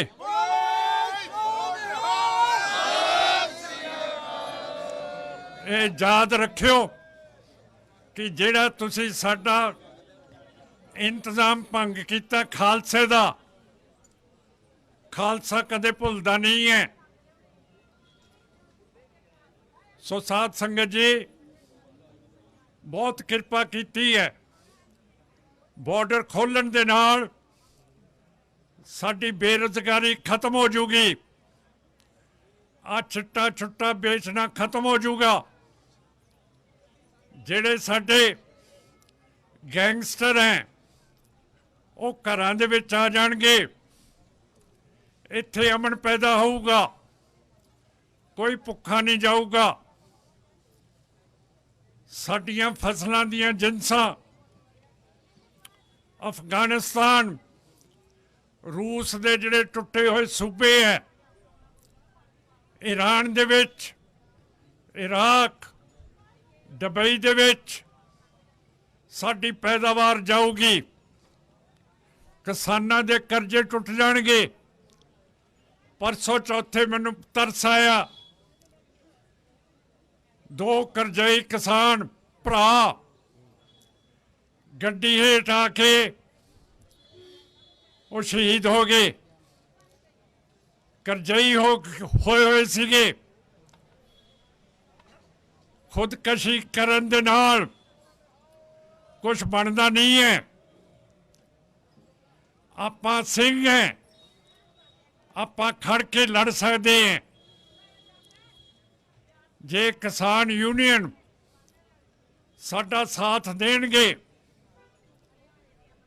ਬਾਰਡਰਾਂ ਦੇ ਉੱਤੇ ਇਕੱਠ ਕਰਨ ਦਾ, ਤਾਂ ਅਸੀਂ ਅਗਲਾ ਇਕੱਠ ਫਿਰੋਜ਼ਪੁਰ ਸੈਣੀ ਵਾਲੇ ਕਰਨ ਨੂੰ ਤਿਆਰ ਹਾਂ।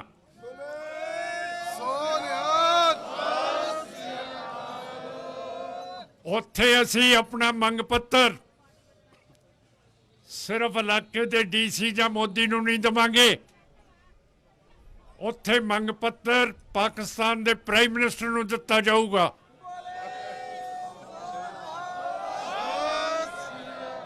ਉਹ ਤੁਸੀਂ ਸਾਨੂੰ ਐਵੇਂ ਨਾ ਛੱਡਿਓ। ਕਦੇ ਕਰਤਾਰਪੁਰ ਸਾਹਿਬ ਲਾਂਘਾ ਬੰਦ ਕਰਤਾ, ਕਦੇ ਸੈਣੀ ਵਾਲਾ ਬੰਦ ਕਰਤਾ, ਕਦੇ ਵਾਹਗਾ ਬੰਦ ਕਰਤਾ। ਉਹ ਤੁਸੀਂ ਸਮਝਦੇ ਕੀ ਹੋ ਯਾਰ?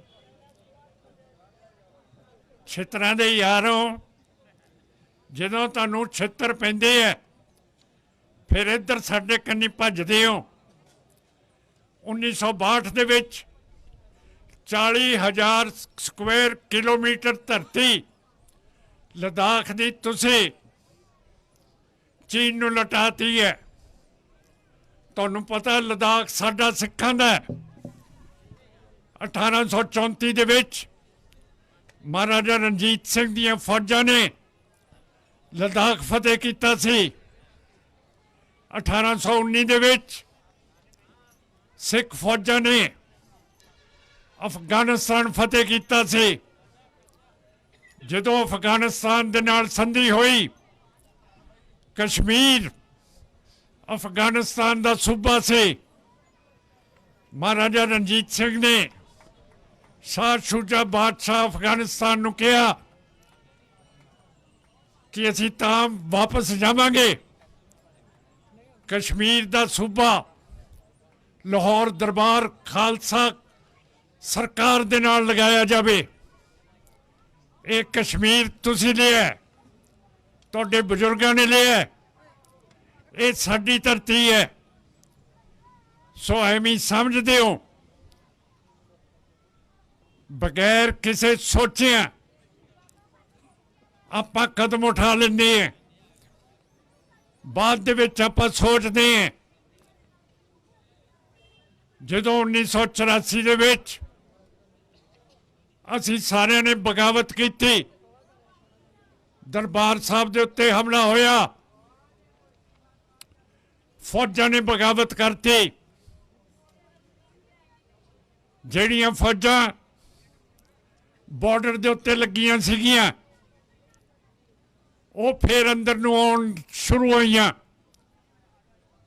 ਮੈਂ ਪੁੱਛਦਾ ਕਿ ਜੇ ਉਦੋਂ ਆਪਾਂ ਸੋਚਦੇ ਤੇ ਫੌਜਾਂ ਜੇ ਪਾਕਿਸਤਾਨ ਵੱਲ ਨੂੰ ਭੱਜ ਜਾਂਦੀਆਂ, ਉੱਥੇ ਫੌਜ ਪੈਦਾ ਕਰਦੇ, ਤੇ ਜੋ ਦਰਬਾਰ ਸਾਹਿਬ ਦੇ ਉੱਤੇ ਕੀਤਾ ਇਹਨਾਂ ਨੇ ਉਹਦਾ ਬਦਲਾ ਲੈਂਦੇ। ਸੋ ਸੋਚ ਸਮਝ ਕੇ ਮੋਰਚੇ ਲੱਗਦੇ ਆ। ਤਦੇ ਅਸੀਂ ਅੱਜ ਵਾਘੇ ਤੇ ਲਾਏ ਆ ਕਿ ਜਿਹੜਾ ਸਾਡੀ ਤਕਲੀਫ ਹੈ, ਸਾਡੇ ਜਿਹੜੇ ਦੁੱਖ ਹੈ, ਉਹ ਅਮਨ ਪਸੰਦ ਤਰੀਕੇ ਦੇ ਨਾਲ ਇਹ ਦਿੱਲੀ ਸੁਣ ਲਵੇ। ਜੇ ਨਹੀਂ ਸੁਣੋਗੇ, ਸਾਡੇ ਕੋਲੇ ਹੋਰ ਤਰੀਕੇ ਹੈ। ਸਾਡਾ ਇੰਟਰਨੈਸ਼ਨਲ ਬਾਰਡਰ ਹੈ, ਅਸੀਂ ਕੁਝ ਵੀ ਕਰ ਸਕਦੇ ਹਾਂ। ਐਵੇਂ ਨਾ ਸਮਝਿਓ, ਕਹਾਵਤ ਹੈ ਜਿੰਨੇ ਲਾਹੌਰ ਨਹੀਂ ਵੇਖਿਆ ਉਹ ਅਜੇ ਤੱਕ ਜੰਮਿਆ ਹੀ ਨਹੀਂ। ਆਪਾਂ ਅੱਜ ਲਾਹੌਰ ਵੱਲ ਦੇਖ ਰਹੇ ਹਾਂ। ਅਸੀਂ ਲੰਗਰ ਇੱਥੇ ਨਹੀਂ ਸੀ ਖਾਣਾ ਚਾਹੁੰਦੇ, ਅਸੀਂ ਅੱਜ ਖਾਣਾ ਲਾਹੌਰ ਜਾ ਕੇ ਖਾਣਾ ਸੀ।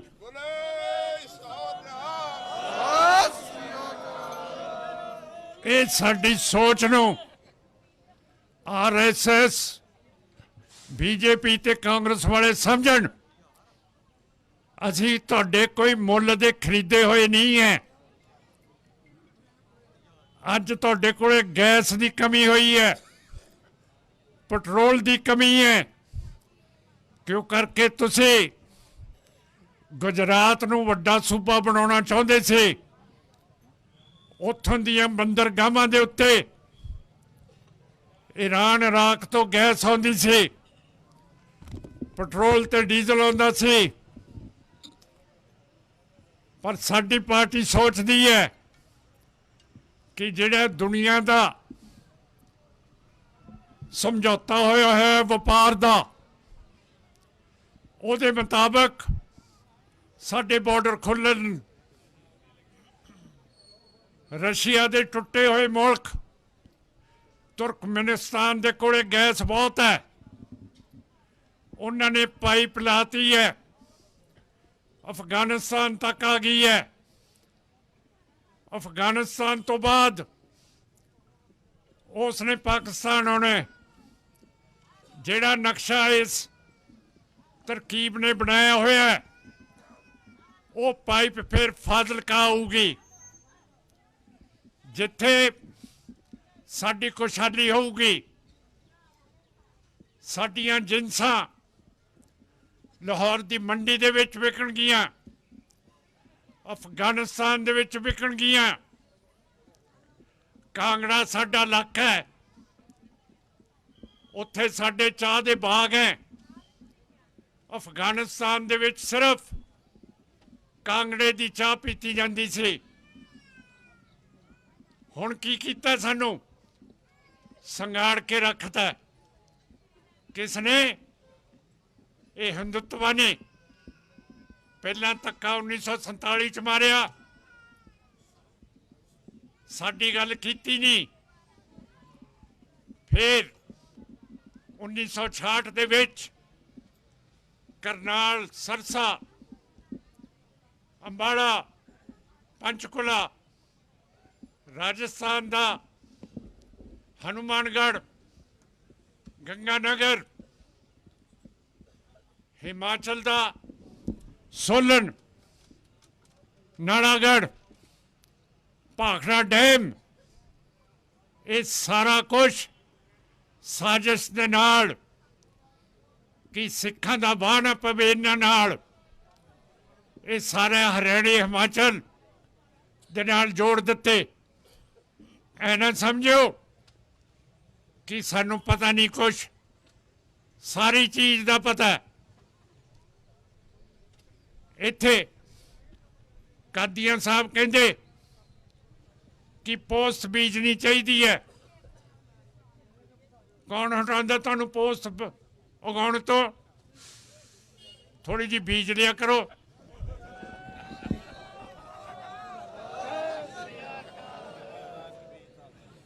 ਦੋ ਸਾਲ ਹੋਏ ਹੈ ਮੈਂ ਆਪਣੇ ਬਗੀਚੇ ਦੇ ਵਿੱਚ ਪੋਸਟ ਲਾਈ ਸੀ, ਡੋਡੇ ਏਡੇ ਏਡੇ ਹੋ ਗਏ ਸੀਗੇ। 2 ਦਿਨਾਂ ਬਾਅਦ ਫੇਰ ਮੈਂ ਗਿਆ, ਡੋਡੇ ਹੈ ਨਹੀਂ ਸੀ। ਮੈਂ ਆਪਣੇ ਮਾਲੀ ਨੂੰ ਪੁੱਛਿਆ ਕਿ ਕਿੱਧਰ ਗਏ ਡੋਡੇ ਮੇਰੇ? ਕਹਿੰਦੇ ਜੀ ਤੁਸੀਂ ਮੀਟਿੰਗ ਸੰਗਰੂਰ ਦੇ ਜਥੇਦਾਰਾਂ ਨਾਲ ਕੀਤੀ ਸੀ, ਉਹ ਸਾਰੇ ਖਾ ਗਏ।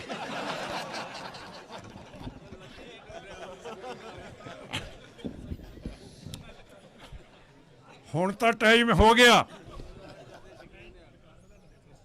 ਪਰ ਨਵੰਬਰ ਦੇ ਵਿੱਚ ਥੋੜੀ ਥੋੜੀ ਬੀਜ ਦਿਓ। ਜਿੰਨਾ ਚਿਰ ਡੋਡੇ ਨੂੰ ਟੱਕ ਨਹੀਂ ਲਾਉਂਦੇ, ਉਨਾ ਚਿਰ ਕੋਈ ਜੁਰਮ ਨਹੀਂ ਹੁੰਦਾ। ਜੁਰਮ ਉਦੋਂ ਹੁੰਦਾ ਜਦੋਂ ਉਹਨੂੰ ਟੱਕ ਮਾਰ ਦਈਏ, ਤੇ ਜੇ ਡੋਡੇ ਹੋ ਜਾਣ ਤੇ ਟੱਕ ਨੂੰ ਲੁਕੋ ਲੋ, ਤੇ ਤੁਹਾਡੇ ਕੋਲੇ ਜਿਹੜੀ ਮੰਗ ਆ ਉਹ ਪੂਰੀ ਹੋ ਜਾਊਗੀ। ਐਵੇਂ ਨਹੀਂ। ਜੇ ਮੱਧ ਪ੍ਰਦੇਸ਼ ਦੇ ਵਿੱਚ, ਰਾਜਸਥਾਨ ਦੇ ਵਿੱਚ ਪੋਸਟ ਬੀਜੀ ਜਾਂਦੀ ਹੈ, ਹਿੰਦੁਸਤਾਨ ਦੀ ਸੰਵਿਧਾਨ ਦੀ 14 ਆਰਟੀਕਲ ਕਹਿੰਦੀ ਹੈ ਕਿ ਕਾਨੂੰਨ ਦੇ ਅੱਗੇ ਬਰਾਬਰ ਹੈ ਆਪਾਂ ਸਾਰੇ। ਜੇ ਰਾਜਸਥਾਨ ਤੇ ਮੱਧ ਪ੍ਰਦੇਸ਼ ਦੇ ਵਿੱਚ ਪੋਸਟ ਹੋ ਸਕਦੀ ਹੈ, ਫਿਰ ਆਪਾਂ ਮਾਸਾ ਜਿਹਾ ਕਿਉਂ ਨਹੀਂ ਕਰ ਸਕਦੇ? ਮੈਂ ਪਾਰਲੀਮੈਂਟ ਦੇ ਵਿੱਚ ਕਹਿਤਾ, ਦਰਜ ਹੈ ਪਾਰਲੀਮੈਂਟ 'ਚ, ਕਿ ਸਾਡੇ ਕਿਸਾਨ ਮਾਲੀ ਤੌਰ ਦੇ ਉੱਤੇ ਕਮਜ਼ੋਰ ਹੋ ਗਏ ਹੈ, ਨਸ਼ੇ ਵੱਧ ਗਏ ਹੈ, ਸਾਨੂੰ ਇਜਾਜ਼ਤ ਦਿੱਤੀ ਜਾਵੇ। ਪਰ ਜਦੋਂ ਕਾਨੂੰਨ ਕਹਿੰਦਾ ਤੁਸੀਂ ਕਰ ਸਕਦੇ ਹੋ, ਕਾਨੂੰਨ ਸਾਰਿਆਂ ਲਈ ਬਰਾਬਰ ਹੈ। ਜੇ ਮੱਧ ਪ੍ਰਦੇਸ਼ ਤੇ ਰਾਜਸਥਾਨ 'ਚ ਬੀਜ ਸਕਦੇ ਹੈ, ਫਿਰ ਆਪਾਂ ਕਿਉਂ ਨਹੀਂ ਬੀਜ ਸਕਦੇ?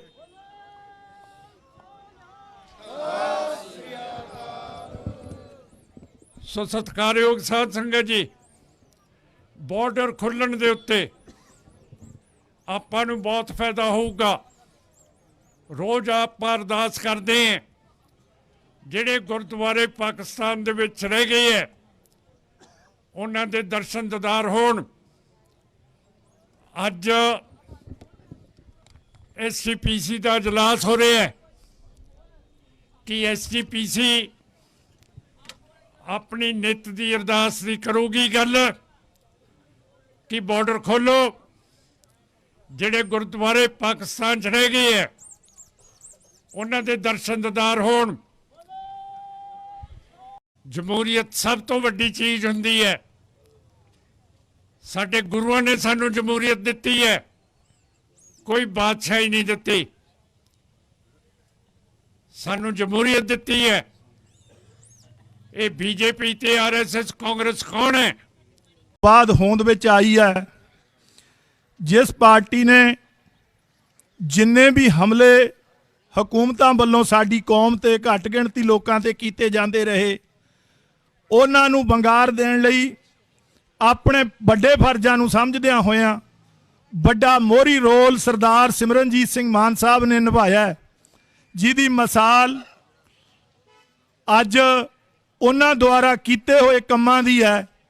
ਕਿਉਂਕਿ ਬਾਬਰ ਨੂੰ ਜਾਬਰ ਕਹਿਣਾ ਇਹ ਹਰ ਇੱਕ ਹਿੱਸੇ ਦੇ ਕਿਤੇ ਨਹੀਂ ਆਇਆ। ਜਿਵੇਂ ਬਾਬੇ ਨਾਨਕ ਪਾਤਸ਼ਾਹ ਦੀ ਇਹ ਧਰਤੀ ਨਨਕਾਣਾ ਸਾਹਿਬ ਹੈ, ਜਿੱਥੋਂ ਪਾਤਸ਼ਾਹ ਨੇ ਅਵਤਾਰ ਧਾਰਿਆ, ਜਨਮ ਲਿਆ, ਔਰ ਉਹਨਾਂ ਨੇ ਇਸ ਸੰਸਾਰ ਦੀ ਦਿਸ਼ਾ ਨੂੰ ਤੱਕਿਆ ਕਿ ਸਾਡੇ ਹਾਲਾਤ ਕਿਸ ਕਦਰ ਨੇ, ਔਰ ਉਹਨਾਂ ਨੇ ਅਕਾਲ ਪੁਰਖ ਦੇ ਭਾਣੇ ਵਿੱਚ ਰਹਿੰਦਿਆਂ ਹੋਇਆਂ ਇਹ